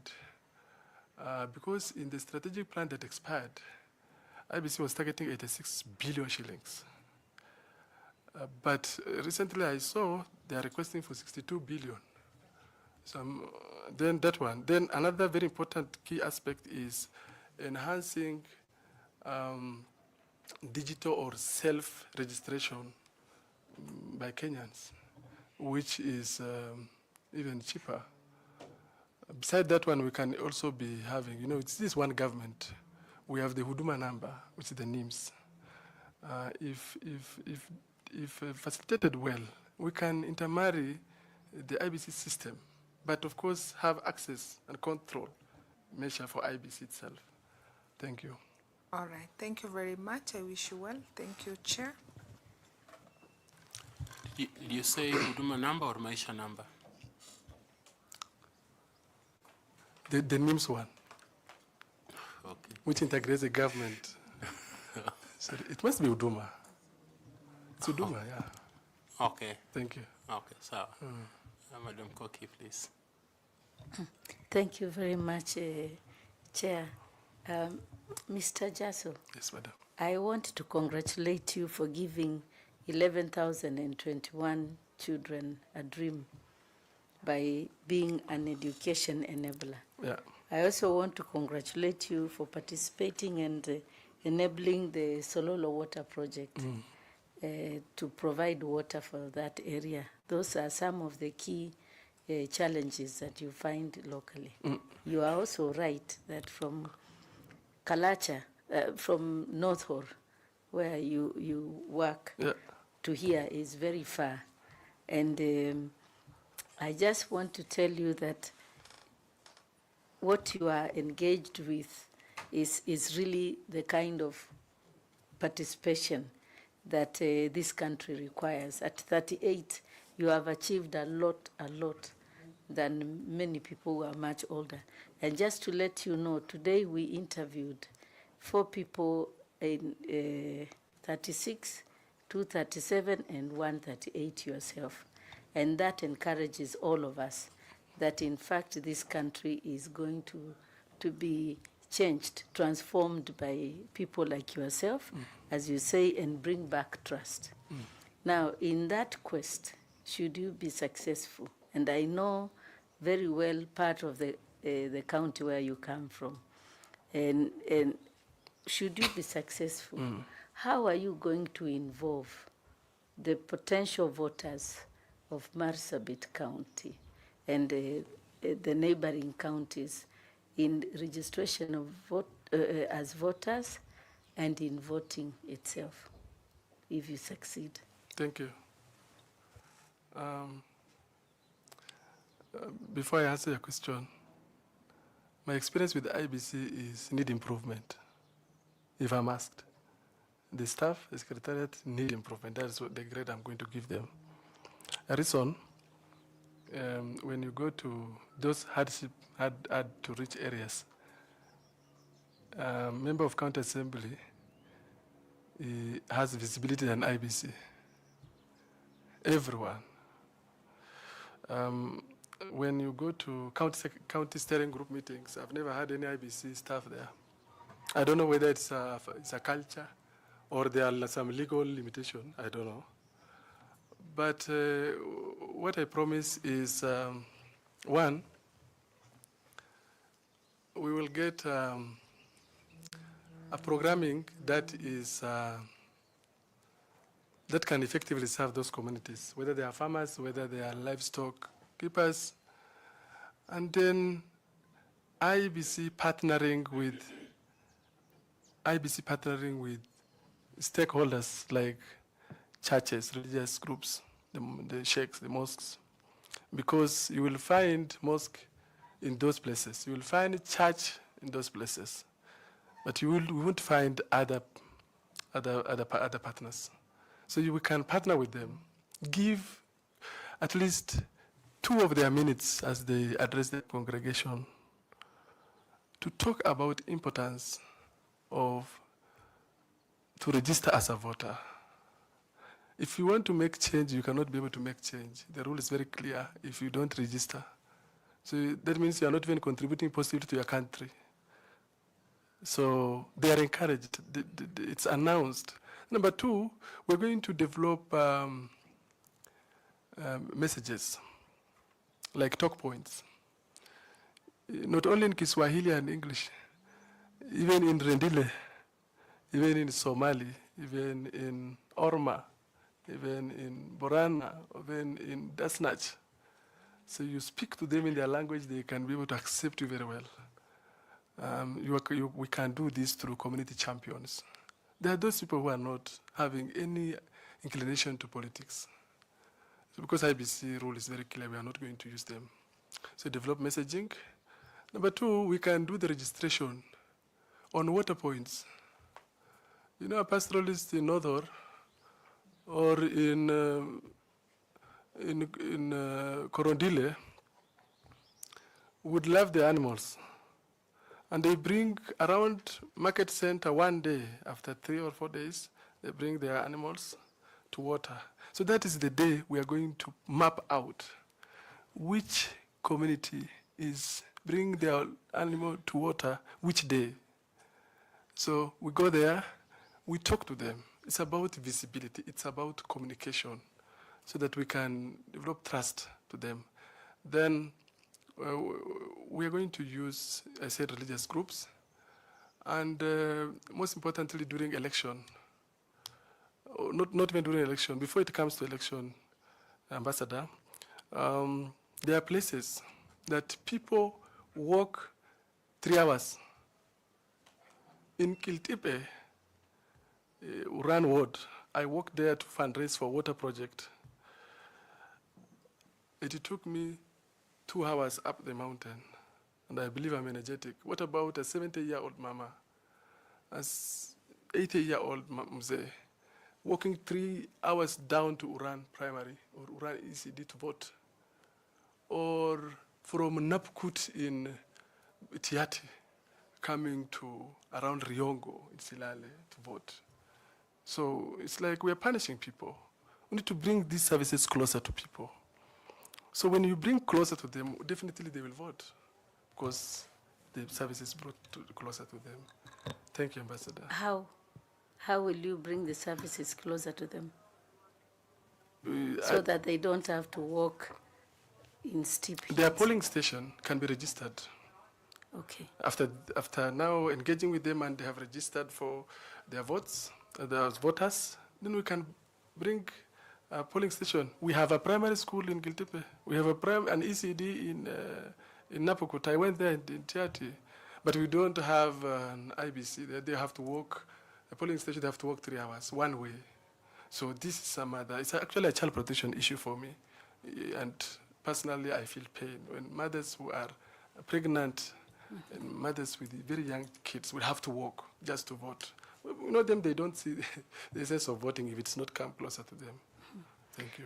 Thank you very much, Mr. Jasso, and I hope the IEBC Secretariat are watching you as you say this, and I wish you all the best in the interview. Thank you very much, Chair. Thank you. I want to invite FCP Interviewee to ask you some questions, please. Thank you, Chair. Bwana Chasom, yes, sir. Are you registered with TSC? No. No. So you didn't want to be a teacher? No, I wanted to be a teacher. Actually, I'm a teacher even up now. Because once a teacher, ever a teacher. But you didn't register with TSC? I had another call to serve humanity in different areas. That is okay. Thank you. Now, IBC is required to be accountable to the citizens of this country for the resources that have been given. So the IBC Act has provided for a mechanism through which this accountability can be undertaken through issuance of reports. So there are 2 reports that IBC is supposed to generate or develop or prepare. One is the annual report, and another one is a post-general election report. That is, after every general election, they'll do a report, and this is where your M&E skills can come in. So what are the contents of these 2 reports? 1, the annual report, and 2, the post-general election report.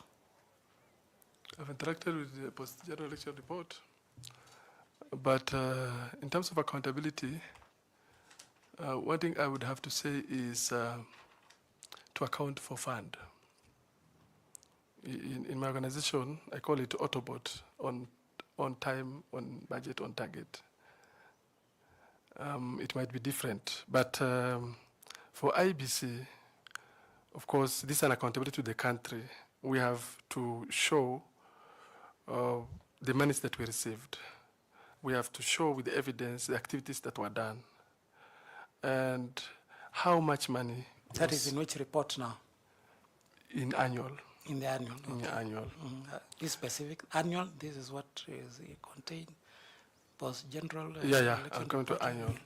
Then the budget that was available for this financial year, the activities that were conducted, and the money amount utilized, and then variances, if any. We also look at risks, both actually, risk is cutting across, and the management responses. And it also captures if there is any audit that was done. If there is any audit that was done, and the action taken, and the recommendations in both is there. But come to post-election, post-general election report, evaluation report, this one is actually pregnant. I read the one for 2022, and it is showing even the number of registered voters and the number of people even that voted and what contributed in their own ways, okay? What contributed, the percentage. Like, for example, Kenyans only voted 64.7%. That's a decrease from 78 in 2017. So it brings a question. This is also where somebody like me comes in. Likewise, the observers, they give recommendations, both international and local, religious and even media people. They give a report on what they were able to observe, and recommendation is done. So this one is going to help now the subsequent election. Yeah. Thank you, and I wish you well. Thank you, Chair. Thank you very much. I invite Evans Misrati to ask you some questions, please. Thanks, Chair. James. Yes, sir. Now I want to take you to an area that maybe you're very conversant in terms of understanding some of the things that cause voter apathy. Yeah. Why some Kenyans decide not to vote. And in particular, we discuss civic education. In the last general election, we had almost 113,614 spoiled, rejected ballots. So what do you attribute? What are some of the things that you can say contribute to that rejected ballots? Does civic education contribute? Or does Fort Harpati contribute?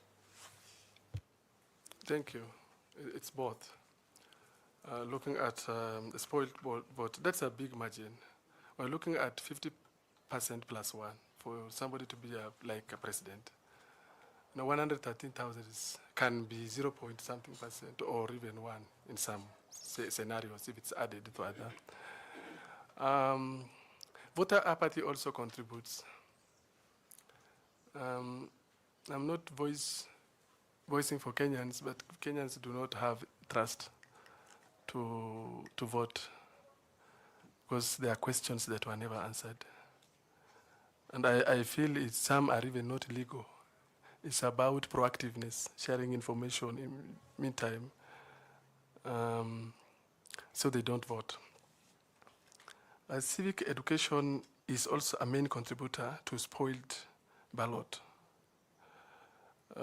Civic education or vote education? So for voter education, of course, it starts with civic. How they are told. I've not seen, not experienced. I stay deeply in community. I've not experienced IEBC staff training communities or voters on the voting itself, or getting a dummy ballot paper to tick and show. I've not experienced, and I feel I'm in the community deeply and be able to know. So it's only done to the polling and counting clerks and also presiding officers as well as deputy presiding officers or election officials. So we need to train people well.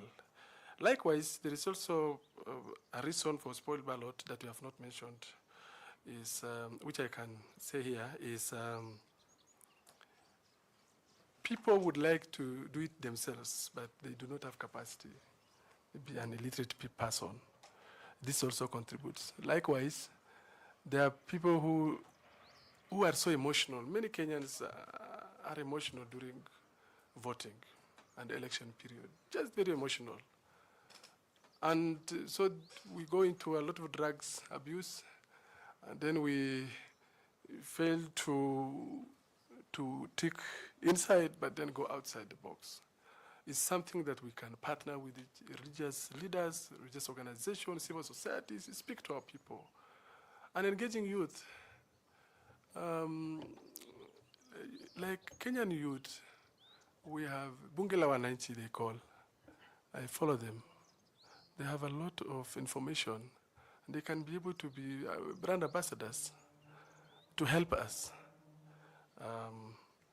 overcome these challenges. Thank you. As a country, do you think, in your own opinion, we are ready for giving Kenyans a sample ballot box outside the polling center? I remember last year when we were in the US, we were doing US observation, and I could see the Democrats at the entrance of the polling center, they have a sample ballot. Yeah. And then the Republican, the same. Yeah. Do you think that can happen here in Kenya? And what are the risks? It's doable. It's not going to be the real ballot, but we can have a dummy.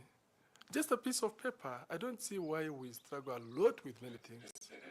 We can have a piece of paper printed from my printer, and then we can show our people here. This is the polling station. As you go to the polling station, then we can have dummy names of the candidates and say, you can tick. But ensure if you tick, it should not get outside of this box. It can be X, it can be tick. It's doable.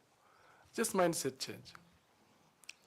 I mean, but there should be a legal framework that advises. It's consultative. It's not just as a commissioner who does it. The last question I have sir. for you. Yes, sir. Do you think IEBC should make themselves into the business of trying to tell Kenyans the role of elected leaders.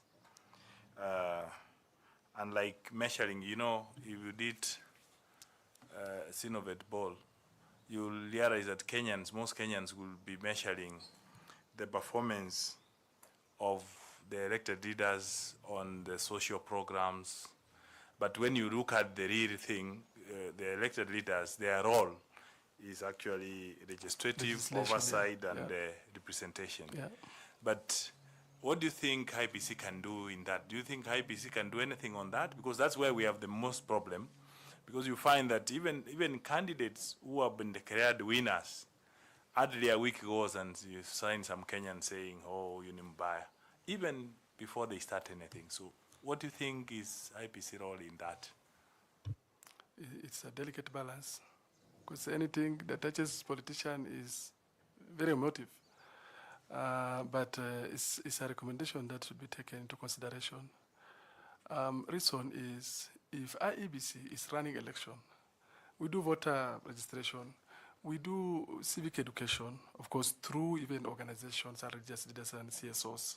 Then it still comes back to us to help Kenyans understand the role.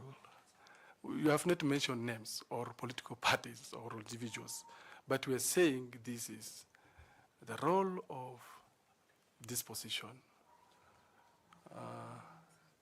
That's doable, something to be considered. Thanks so much, and I wish you all the best. Thank you, sir. Asante. Over to you, Chair.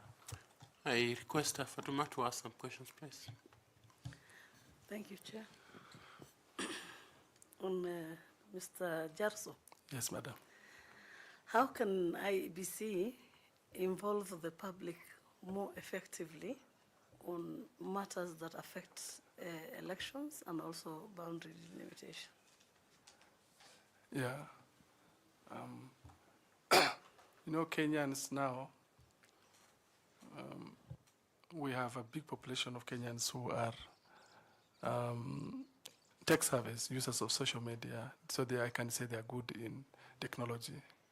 We can be able to engage Kenyans through technology, through maybe something like a survey, and then get recommendations from them. Where we have communities or parts of people that are not tech savvy, we can have engagement with them in town halls, in religious conferences, in churches, in mosques, and be able to engage with them, get the feedback. Basically, that is going to build trust and help us redeem ourselves.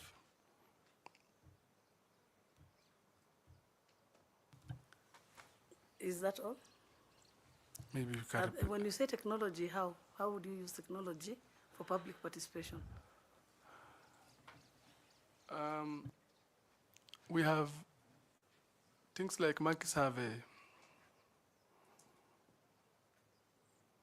and Kahoot, the systems that you can engage with. But we can have X call with Kenyans, and I know they are good, they can join, and they can be able to participate well. But public participation it's integral. In whatever kind of decision that we make, from voter registration to even delimitation of boundaries, we need to engage them, the elders, the youth, and everyone. But issues of the boundary delimitation is emotive. And it's also pegged on the population quota, where I saw. Currently, we have 290 constituencies. So we must have a scientific formula to see that we have to split this constituency to this because of the number of people. So we have to engage with the electorates, and we have to engage with the leaders, and we have to engage with the other partners, including even the legal fraternity. Then, as we near the decision making, we can bring on board technologies like GIS for boundaries delimitation. It would save us and help us, but it should be very delicate, because there are communities that are marginalized, and issues to do with boundary might affect them. So balance between marginalization, marginalized community, balance between one of the smallest community like El Molo, smallest community in this country, and how we can now engage in delimitation is something that requires a lot of public participation. So it requires everyone, including communication, the media, so that they do not misreport. If you are to design a public participation engagement for IEBC, specifically targeting the people of North Horr from all the different corners, yeah. How would you design it? Thank you. One, I have to map the people, the culture, and in those areas, it's common that they live along tribal line. We have Ileret, which has a Dasnach community, very deep into their culture. We have Gabra here, we have Turkana the other side. So we bring everyone on board, and I mentioned that one of my biggest capacity is do no harm. Issues to do with the boundary should be inclusiveness. So I bring on board everyone, inclusivity, then have one dialogue. They bring their submissions. We subject these to further analysis with the legal team, and then we give them feedback before we even put them on the gazette. But of very good importance is community meeting done at community level, where everyone is included, including persons with disabilities, including women, including youth, including elders, and those even minority, marginalized community are brought on board. And then I might not speak their language. We must get a champion from that community who speaks same language, community champion, people who are not inclined to politicians. But then even leaders like politicians, we will have another engagement with them to make them understand that this is from community. Basically, it's about everyone, but doing no harm. We cannot have a discussion with so-and-so, and then the other community or the other person is not aware. It is emotive. It can burn the country, and we might not, we might have the pre-election violence start, build up, and bring the country to a problem. Thank you. Thank you, and I wish you well. Thank you. Thank you very much. I invite Nicodemus to ask his questions, please. Thank you, Chairman. James, I've seen in your CV that you have a lot of interest on ICT. Yep. Or IT. Yeah. With your skills on IT, how will you help the IEBC in reducing cost of election? Thank you. It's a good, wonderful question, Mr. Nicodemus. If implemented well, of course it has to be subjected to the legal framework and understanding from the legal experts. But a country like Estonia, I read, one of the countries in Europe is using electronic voting purely, and the elections are not that expensive. Ours is expensive because we do not hasten and accept it fully. One way is to start small. I believe in this country, if we engage every stakeholder, we can be able to start small. Cities like Nairobi, 60% of Nairobians, or people from Kisumu County City, people from Eldoret City, people from Nakuru City, people from Mombasa City, have a good understanding of at least basic IT skills. And university students, we can start small with them. Of course, it has to be an idea from my side, but be accepted by the commissioners and other members, and of course subjected to Parliament through JLAC, and then have to be accepted by the judiciary. We can have at least for the first time, Kenya can have a polling station or 2 or 3 or 4 or 5, which is purely run on digital kiosks. That one would have reduced the number of even polling and counting staff, where we have now 6, and then we have 2 security guards per polling station. That is 8. It can be reduced to 2. So that would have saved the country a lot of money. Likewise, we can have voter registration done online, as I said. We can marry, or of course with a lot of care, we can marry with the civil registration department, where we can be able to eliminate even a person who voted in 2022 but died in 2024. The death certificate, of course, this is not applicable everywhere. The country is big and diverse. Now this person, the civil department have the record that this person is deceased. So instead of IEBC going back to mass reviews of voter registration and then striking through who died, who is living, who is where, it can be reflected through system. And then voter registration can be done online with a lean number of staff who can only provide technical backstopping. Likewise, we can, for the places that we've now agreed, we can have a polling station that is going to go digital fully. Then we can now have an end-to-end security. I know cyber attack is also prone, and people would be able to do whatever they can with their capacity to attack the system. Not everyone is good, but we should have an end-to-end security, and we should have the system up and running, somebody on desktop environment helping sync the flow of data. In as much as we also do this, we have to look at data integrity and consent of Kenyans. Do they want to be registered fully? Yes or no? It's a consent, so that IEBC cannot get itself on the wrong side with legal. Thank you. Thank you.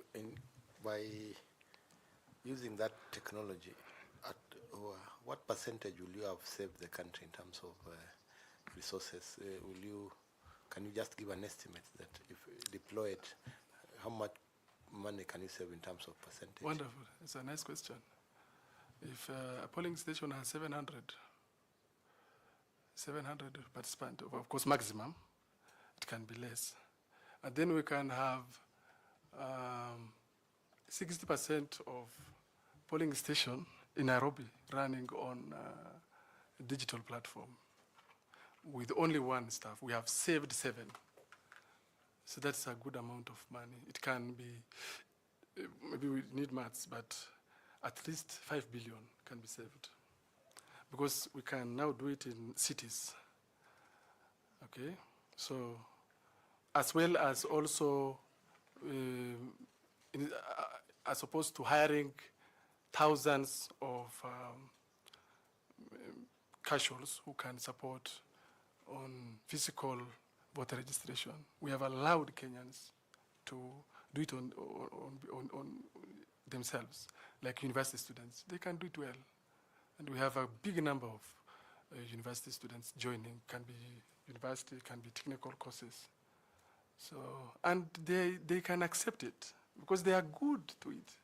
Because they see walking 5 kilometers or 2 kilometers to polling station, the nearest polling station is a wastage of time. But they can do it perfectly from where they sit. It was saved. I will also look at what is costing to Kenya. IEBC event, I could call it. Election is just like an event. And for 7 days, the country will, our fellow Kenyans will be on public holiday, which is not official. So it's a regress to the economy. This Nairobi city, people will be flocking all the way to run to go and vote. So we have saved in terms of input to economy, in terms of saving, cost saving, and conveniences. Thank you. Thank you. Thank you, Chairman. Okay, I invite Professor Adam Salo to ask you some questions. Professor Law, please. Thank you, Chair. So just so you simplify things, especially for somebody who's dealing with marginalized community. It's amazing how you simplify things which some people make very complicated. And that's where I want to start, especially insofar as presidential election results are concerned. Article 138, at subparagraph 2, says that if 2 or more candidates for president are nominated, an election shall be held in each constituency. That's what produces Form 34B, isn't it? Yeah. And a returning officer, if JASO is the returning officer for SACCO, he's announcing the presidential result for SACCO, which has been tallied from the polling stations in SACCO. Yeah. Then, at 3C, after counting the votes in the polling station, the Independent Electoral and Boundaries Commission shall tally and verify the count and declare the result, the minor KI ruling, confirming the same. That Form 34A for each polling station is the result. True? Very true. Actually, the election is either lost or won at the polling station. Thank you. Yeah, that's what I. Then we have this mammoth. We've just talked of where Form 34A comes from. In one, it is being declared. In one, it's being announced. And that's the result. Sure. But we have this tallying center, either in Bomas. KICC or BOMAS, Yeah. in which you are bombarded with so many polling stations, and you're told, go and pick from there, and they're coming from all over. Commentators have said, they are coming from all over. You're trying to pick this. This one has arrived from which county? Not related to that constituency. You are all over. Yet, there is a presiding officer, like you are, announcing for a polling station, which is the result. There is the returning officer announcing for the polling station that you announced. What is so difficult in the media and other stakeholders capturing JASO announcing and recording and counting the returning officer announcing and recording? Because all that happens in KICC and BOMAS is simply the collation of what has been announced officially. So that I avoid my pet subject today.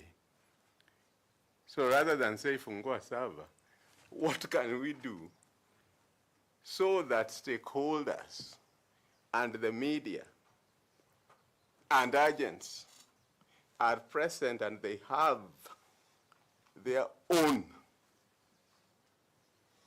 data and pictures and videos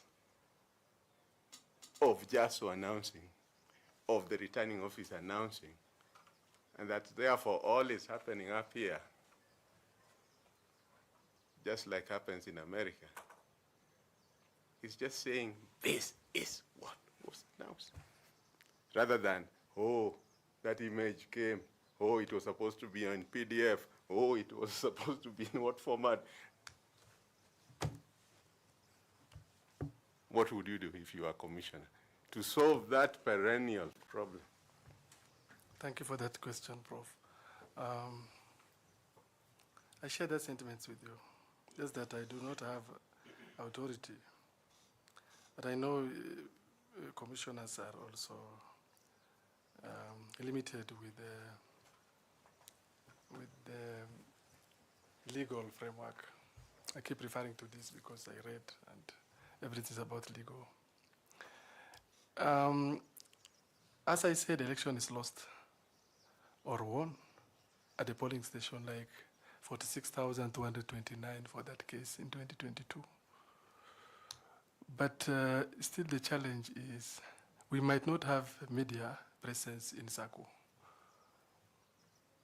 or in Ileret because of the distance. We appreciate.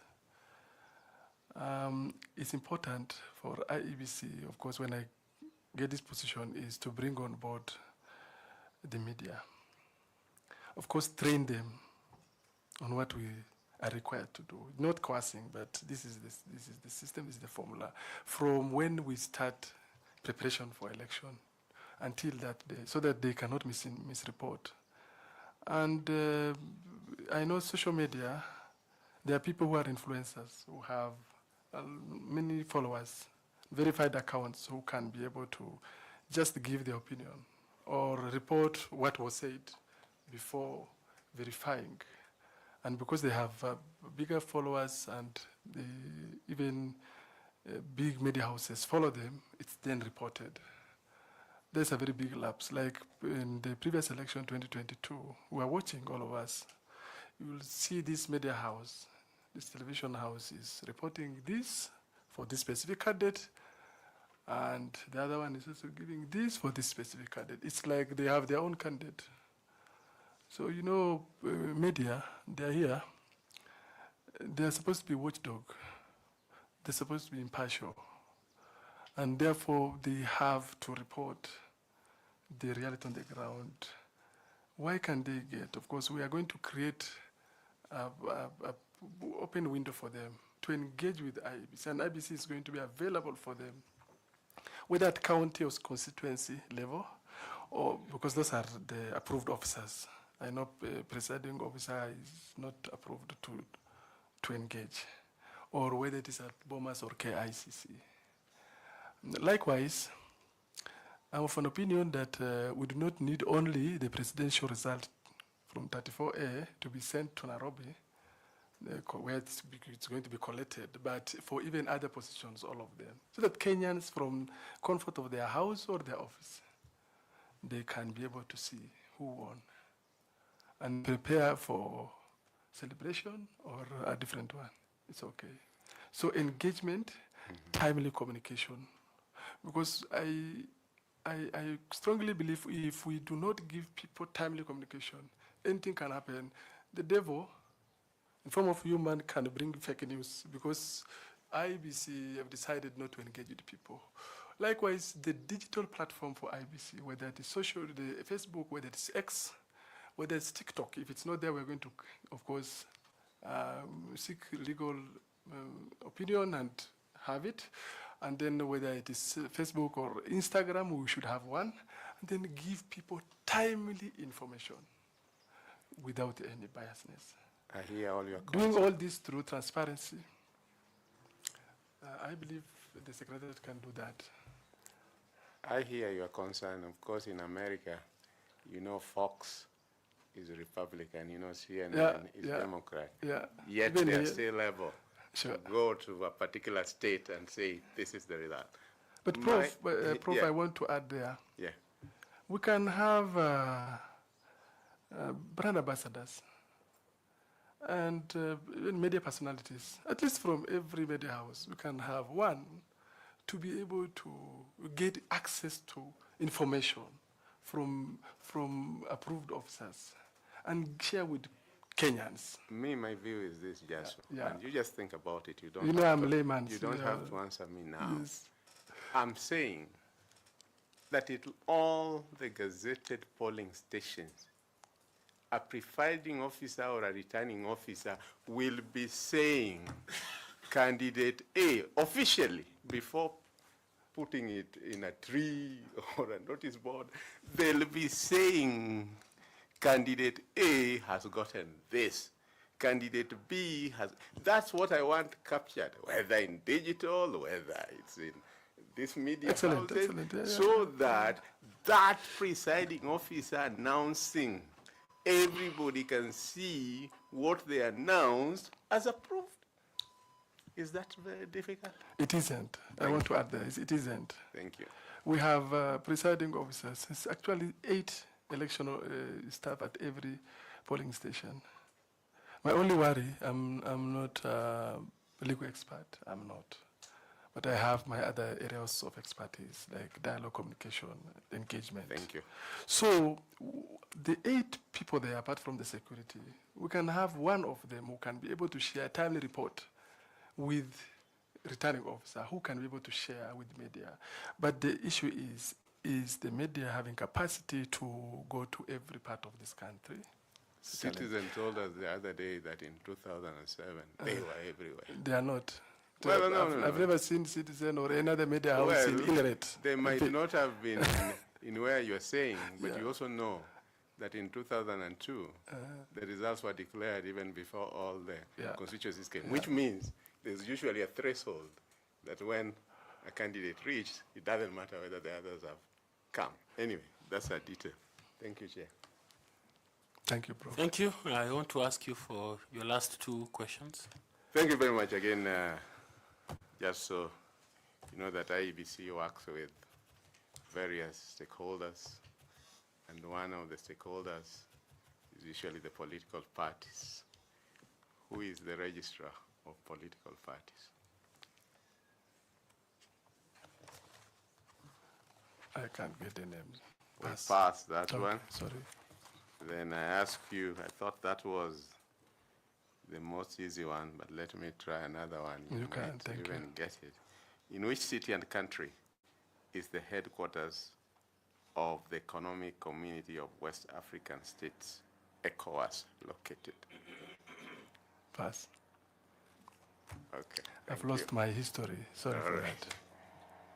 Okay, thank you very much. Jasso, do you have any final words or comment to make? Thank you so or much. Question. Thank you so much, members of panelists, for having me. And through this engagement and conversation, I also have learned a lot from you, all of you. And thank you for giving me this opportunity to share, not only with you, but with the country, what I feel. And I'm sure it's going to be helpful to Kenyans, if I get or not. I wish good of luck to the successful candidates. And also wish to thank you as well. Wish you well as you undertake this exercise up to end of this month. It's tiresome, but God will take you through. Lastly, thank you for having me. Many people called and asked me, whom do you know? I want to declare before the camera, I know no one. No, that's honest opinion. It's like people believe so. I know no one. And this panelist is able to go through the CV and I'm shortlisted. But it doesn't mean I'm going to be a successful candidate. If anything happened, I'll go back to my duty, serve the children in the best way possible. Thank you, and God bless you. Thank you, and blessings to you. An amazing, positive spirit. We have enjoyed talking to you, and wish you well. Regards, please remember to take your certificates. You'll find them with an officer at the door. The notebook is yours, the pen, and the water. Oh, wonderful. Asante sana. Thank you so much. Have a lovely evening. Thank you. God bless you.